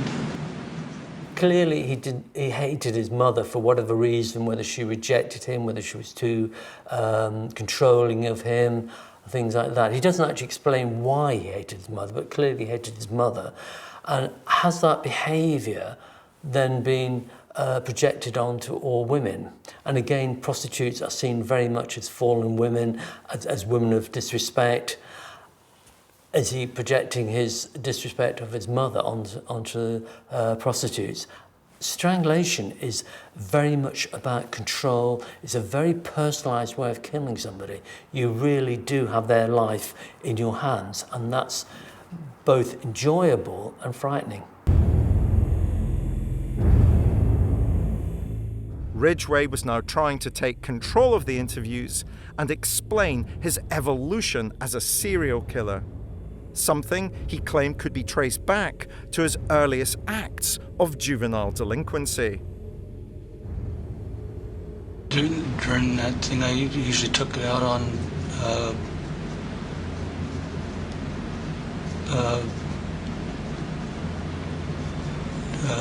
other things instead of hurting her.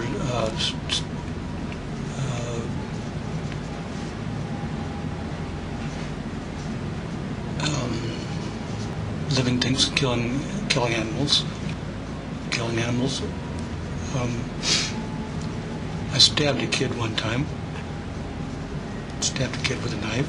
It was down by Chinook, where I used to go to school. And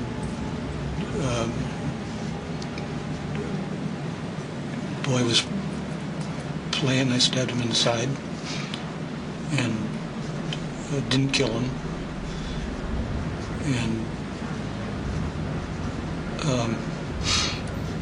think it must have been about 6th grade, or I think it was 7th grade, and that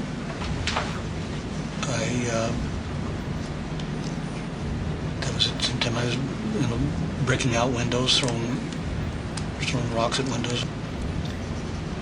But that's what I took my aggression on. I couldn't take it on my mom. I had to take it on my animals, and I killed a lot of birds, but one cat suffocated it in a ice chest, and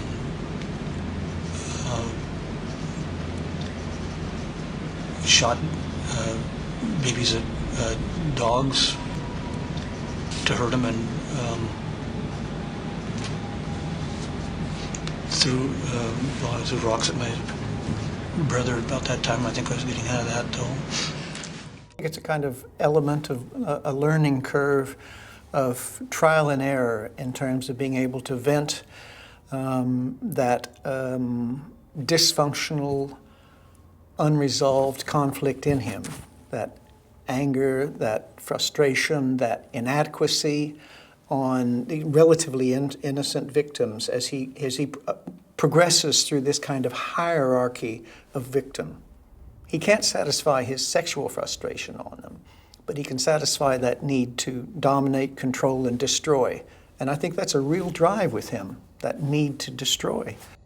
Yet perhaps the turning point for Ridgway came when his hatred for his mother began to manifest itself as a sexual desire for her. I'd see her out sunbathing, and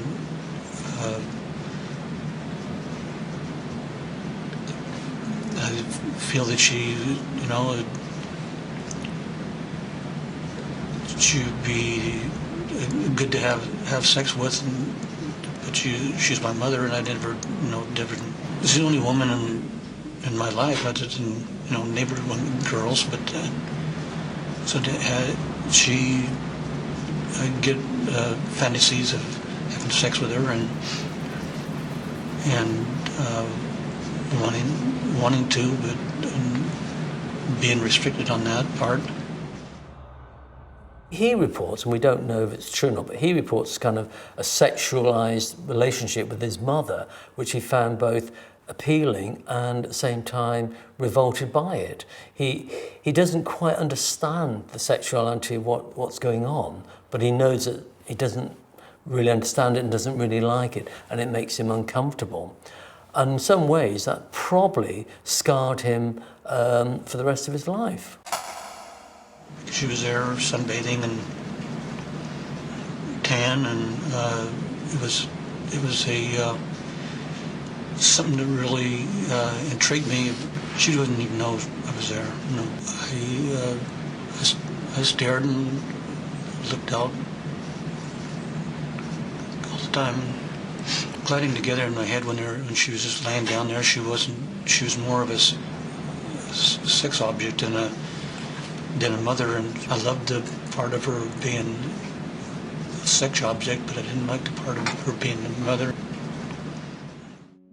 For a son to be talking about his mother sunbathing and to be talking about his mother as a sexual object is clearly not a healthy sign. So his inability to see his mother in any other terms was a precedent for the way he then went on to view all women as some kind of as objects there and available for his gratification solely. As Ridgway's urge to kill increased, he incorporated it seamlessly into the fabric of his everyday life. This guy was able to factor in his appetite for murder and combine it with his everyday life as a so-called responsible father to the degree that he even picked his son up from school, went and found a victim, left the car, killed the victim, and came back and drove off with his son still in the back of the car. And I picked up a woman on back highway, and Matthew was next to me in the seat, and she hopped in, and I took her over to in the south airport area, and took her into an area, and my son was there, and I killed her. I'm real sure my son didn't see it, but that only happened one time. A great deal of confidence on his part that he can actually get, or maybe a very strong drive, and probably it's a bit of both. He has a drive to kill, he's got the confidence to kill and come straight back. It also gives him quite a good alibi. He's got the car, he's got his son in the car, he's taking his son for a drive, he's out for a few minutes, he doesn't have to account for that time. Let's say she's always in the car, we're driving down the road, and she wants to see my ID. So I whipped out my ID, I put my finger over my driver's license to hide my name. Opposite side was pictures. And a picture of my son. See my son, and they would know I was probably a normal person. A sad, appalling aspect of a psychopath's capacity to use and manipulate even those that most of us would find we most need to protect and nurture. Gary Ridgway uses his son as bait to entice women and to then subsequently murder them. And in fact, there are examples where he murders the women in the presence of his son. All he's doing here is playing out the relationship he had with his mother. It's a really very clear example of the repetition of relationships through the generations that we're seeing here, I think. To be using his son as part of what he's doing just speaks to me of the depth of his emotional unhealthiness. Took her into an area, and my son was there, and I killed her. I'm real sure my son didn't see it, but that only happened one time. He even reveals that on one occasion, he brings his son home from some kind of game, and his son is in the truck, and he leaves his son in the truck and goes and kills someone. Now, is that to provide a perfect alibi? Does it give him greater thrill knowing that his son is there? What's going on there in your view? Well, not necessarily. So he's on a mission. He knows what he wants to do. I would speculate that this is planned. He knew that that person would be there and took advantage of the situation to eliminate her. It was part of the fabric of his life. He got into a habit. He got into a habit that was deadly, obviously, for his victims. And I don't think towards the end of his reign, if you want to call it that, he gave it much thought. It was like an addiction. You know, it was like instead of going to the bar and having a bottle of beer, he'd go out and find a woman to murder. After 3 days of questioning by Reichardt, Ridgway eventually confessed and then agreed to take the police on a field trip to the gravesites of 3 of his victims. However, there are dangers in all of this. Many killers get huge satisfaction from doing this kind of crooks tour, amongst them Ian Brady and Myra Hindley, who led police across Saddleworth Moor. The killers believe it gives them power over the authorities, and they gain a sick satisfaction from visiting the sites of what they consider to be their greatest achievement, but which the police have been unable to uncover. Ridgway was arrested by police at his workplace and was initially uncooperative until Ridgway realized he was facing the death penalty and so started to talk to the police. I agreed to plead guilty to the counts that I committed, not any others. Serial killers know when they're caught because the evidence is so clear-cut. Once the evidence is clear-cut, then most of them will end up omitting some of it, but they don't tell you about the ones you don't know. And they keep those because that gives them still a sense of power and control, and that's what it's all about. And that's the game. He was able, through the kind of reluctant negotiation process with them, because he had information they needed, to use that to prolong that process whereby he was the center of attention, and that fueled that need in him to feel special, to feel something more than he was, which was an inadequate, banal nobody. Ridgway would take the police to the locations where some of his victims were buried. But when confronted by the reality of his crimes, Ridgway would try to play the facts down to make him seem less inhuman. And then I got to thinking the families would like to know where their daughters are buried and how they died. It all sounds so normal, so ordinary. It doesn't sound like the voice of a monster, but it's the banality of evil. And it's probably more scary and more terrifying and more cold-blooded to listen to him talking in these terms than if he talked to them in a more emotional state. And then we have Ridgway's ability to perform the role of a multiple serial killer. Because once he's made his confessions, he's then taken down to the scene of his many crimes with a big group of police officers, forensic experts, judges, everyone. They come down with him and he's there. He's at the center of all this and he's loving every minute of it. He's got the fame that perhaps he'd always wanted to have, even though it's for the most twisted reason. During one of the trips, Ridgway revealed the remains of several victims. But he had buried many more dead women along the riverbanks and either couldn't or wouldn't reveal where they were.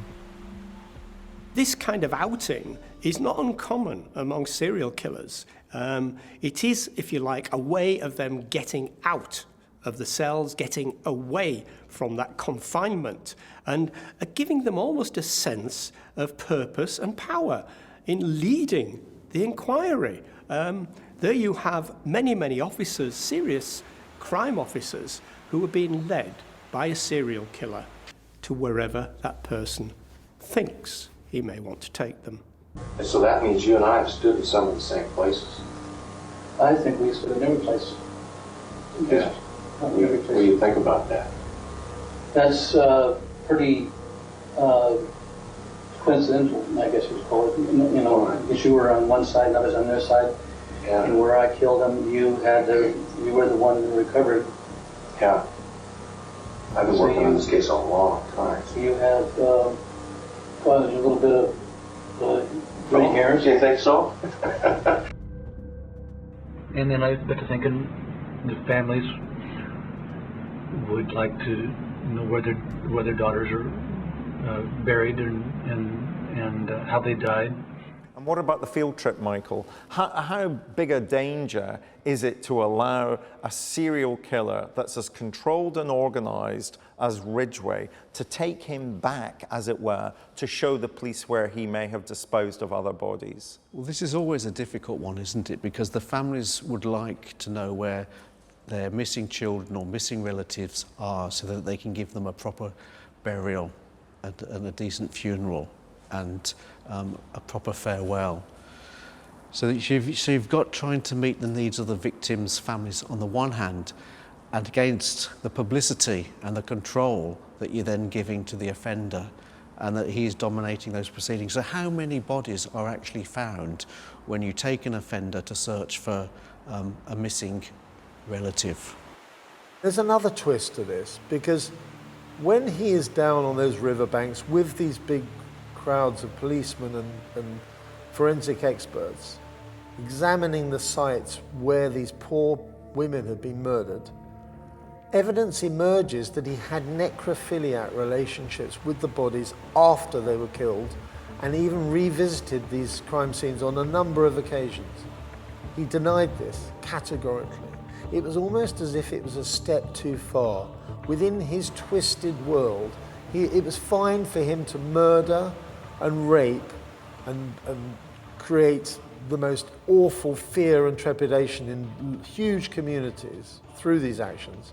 But to then be accused of being the ultimate sick and twisted killer who came back to his victims to have sex with the bodies was just a step too far for even him to admit. Gary Ridgway was a coward and a bully and a sexual sadist, but when faced with losing his own life, all he could do was tell the truth. That would save his skin. With Ridgway heading for a life behind bars, Sheriff David Reichert confronts the killer in one final showdown.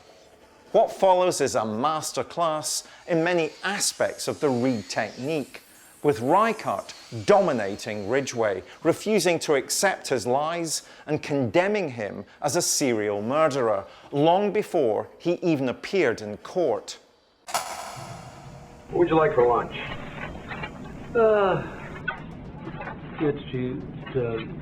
Just a Big Mac and fries. It's certainly an impressive in the sense that it is a very gentle, guided interaction. It's not an inquisitional interview at all. In fact, it's a kind of reassuring, on your terms, which obviously connects with that kind of ego need that he had. Sheriff Dave Reichert was a highly experienced investigator who had worked through every detail of the case. Now that the killer was before him, he was about to use all the skills in his arsenal to extract as much information from Ridgway as he could. And this would see him shifting between playing the good cop and the bad cop. You and I can be enemies, or we can be buddies. That's your choice. If you want to keep lying to me, we can be enemies. What are you going to do? You're not holding anything back. Oh, I think you are. I think you are. You know, I'm not holding anything back. And, you know, we got those small things that not. Can you really look me in the eye and tell me that you're not holding something back? I haven't been, you know, I've been thinking about. You're waiting. You know, your eyes are going back and forth. Well, I've been trying to. Look me in the eye and say, Sheriff, I'm not lying to you. I'm not lying to you. Yes, you are. No, you're Gary. You're lying. You're a serial killer. That's what serial killers do. Some interest with Ridgway's case is the fact that at some point during the Green River killing investigations, he was actually pulled in and questioned, and he was given a polygraph test, which he passed with flying colours. This happens quite a lot with serial killers because they do not have a conscience. The fact that they've been asked awkward questions, it doesn't even raise their blood pressure one bit. Their heartbeats don't move. They don't even sweat like anybody else would when they're lying on a machine. You and I can be enemies or we can be buddies. That's your choice. If you want to keep lying to me, we can be enemies. What are you going to do? I'm not lying to you. Yes, you are. You're a serial killer. That's what serial killers do. One of the things that we do in this country is that we have the police are trained in a particular way to interview, and it's called the peace model. And what we hear Dave Reichert describing are the Reed techniques. And I'm not so certain that the Reed technique was particularly successful there. No, because he didn't build up a sufficient relationship, or at least Gary Ridgway didn't allow him to actually begin to fully explain everything that he'd done. And at the heart of building up that relationship is this need to build rapport. Could somebody like Ridgway ever allow himself to be able to be convinced by a police officer or indeed a forensic psychologist to establish a relationship where there is rapport? My view would be that such an individual always wants to be in control, so they will always seek to give a little information if that's what they want to, but they'll always want to hold something back. And in fact, we should be surprised that somebody as controlling as Ridgway was prepared to speak at all. So all credit to Reichert for getting the information that he got. But this could all be part of the game that Gary Ridgway was playing. I will give you a little bit and leave you wanting more. So if you had Gary Ridgway here now in front of you, what would be your strategy for interviewing him? I don't think I'd want to engage too much in an interview with him unless he wanted to talk. So I'd simply ask him, what is it that you want to share with us? Because otherwise you're then getting into his game.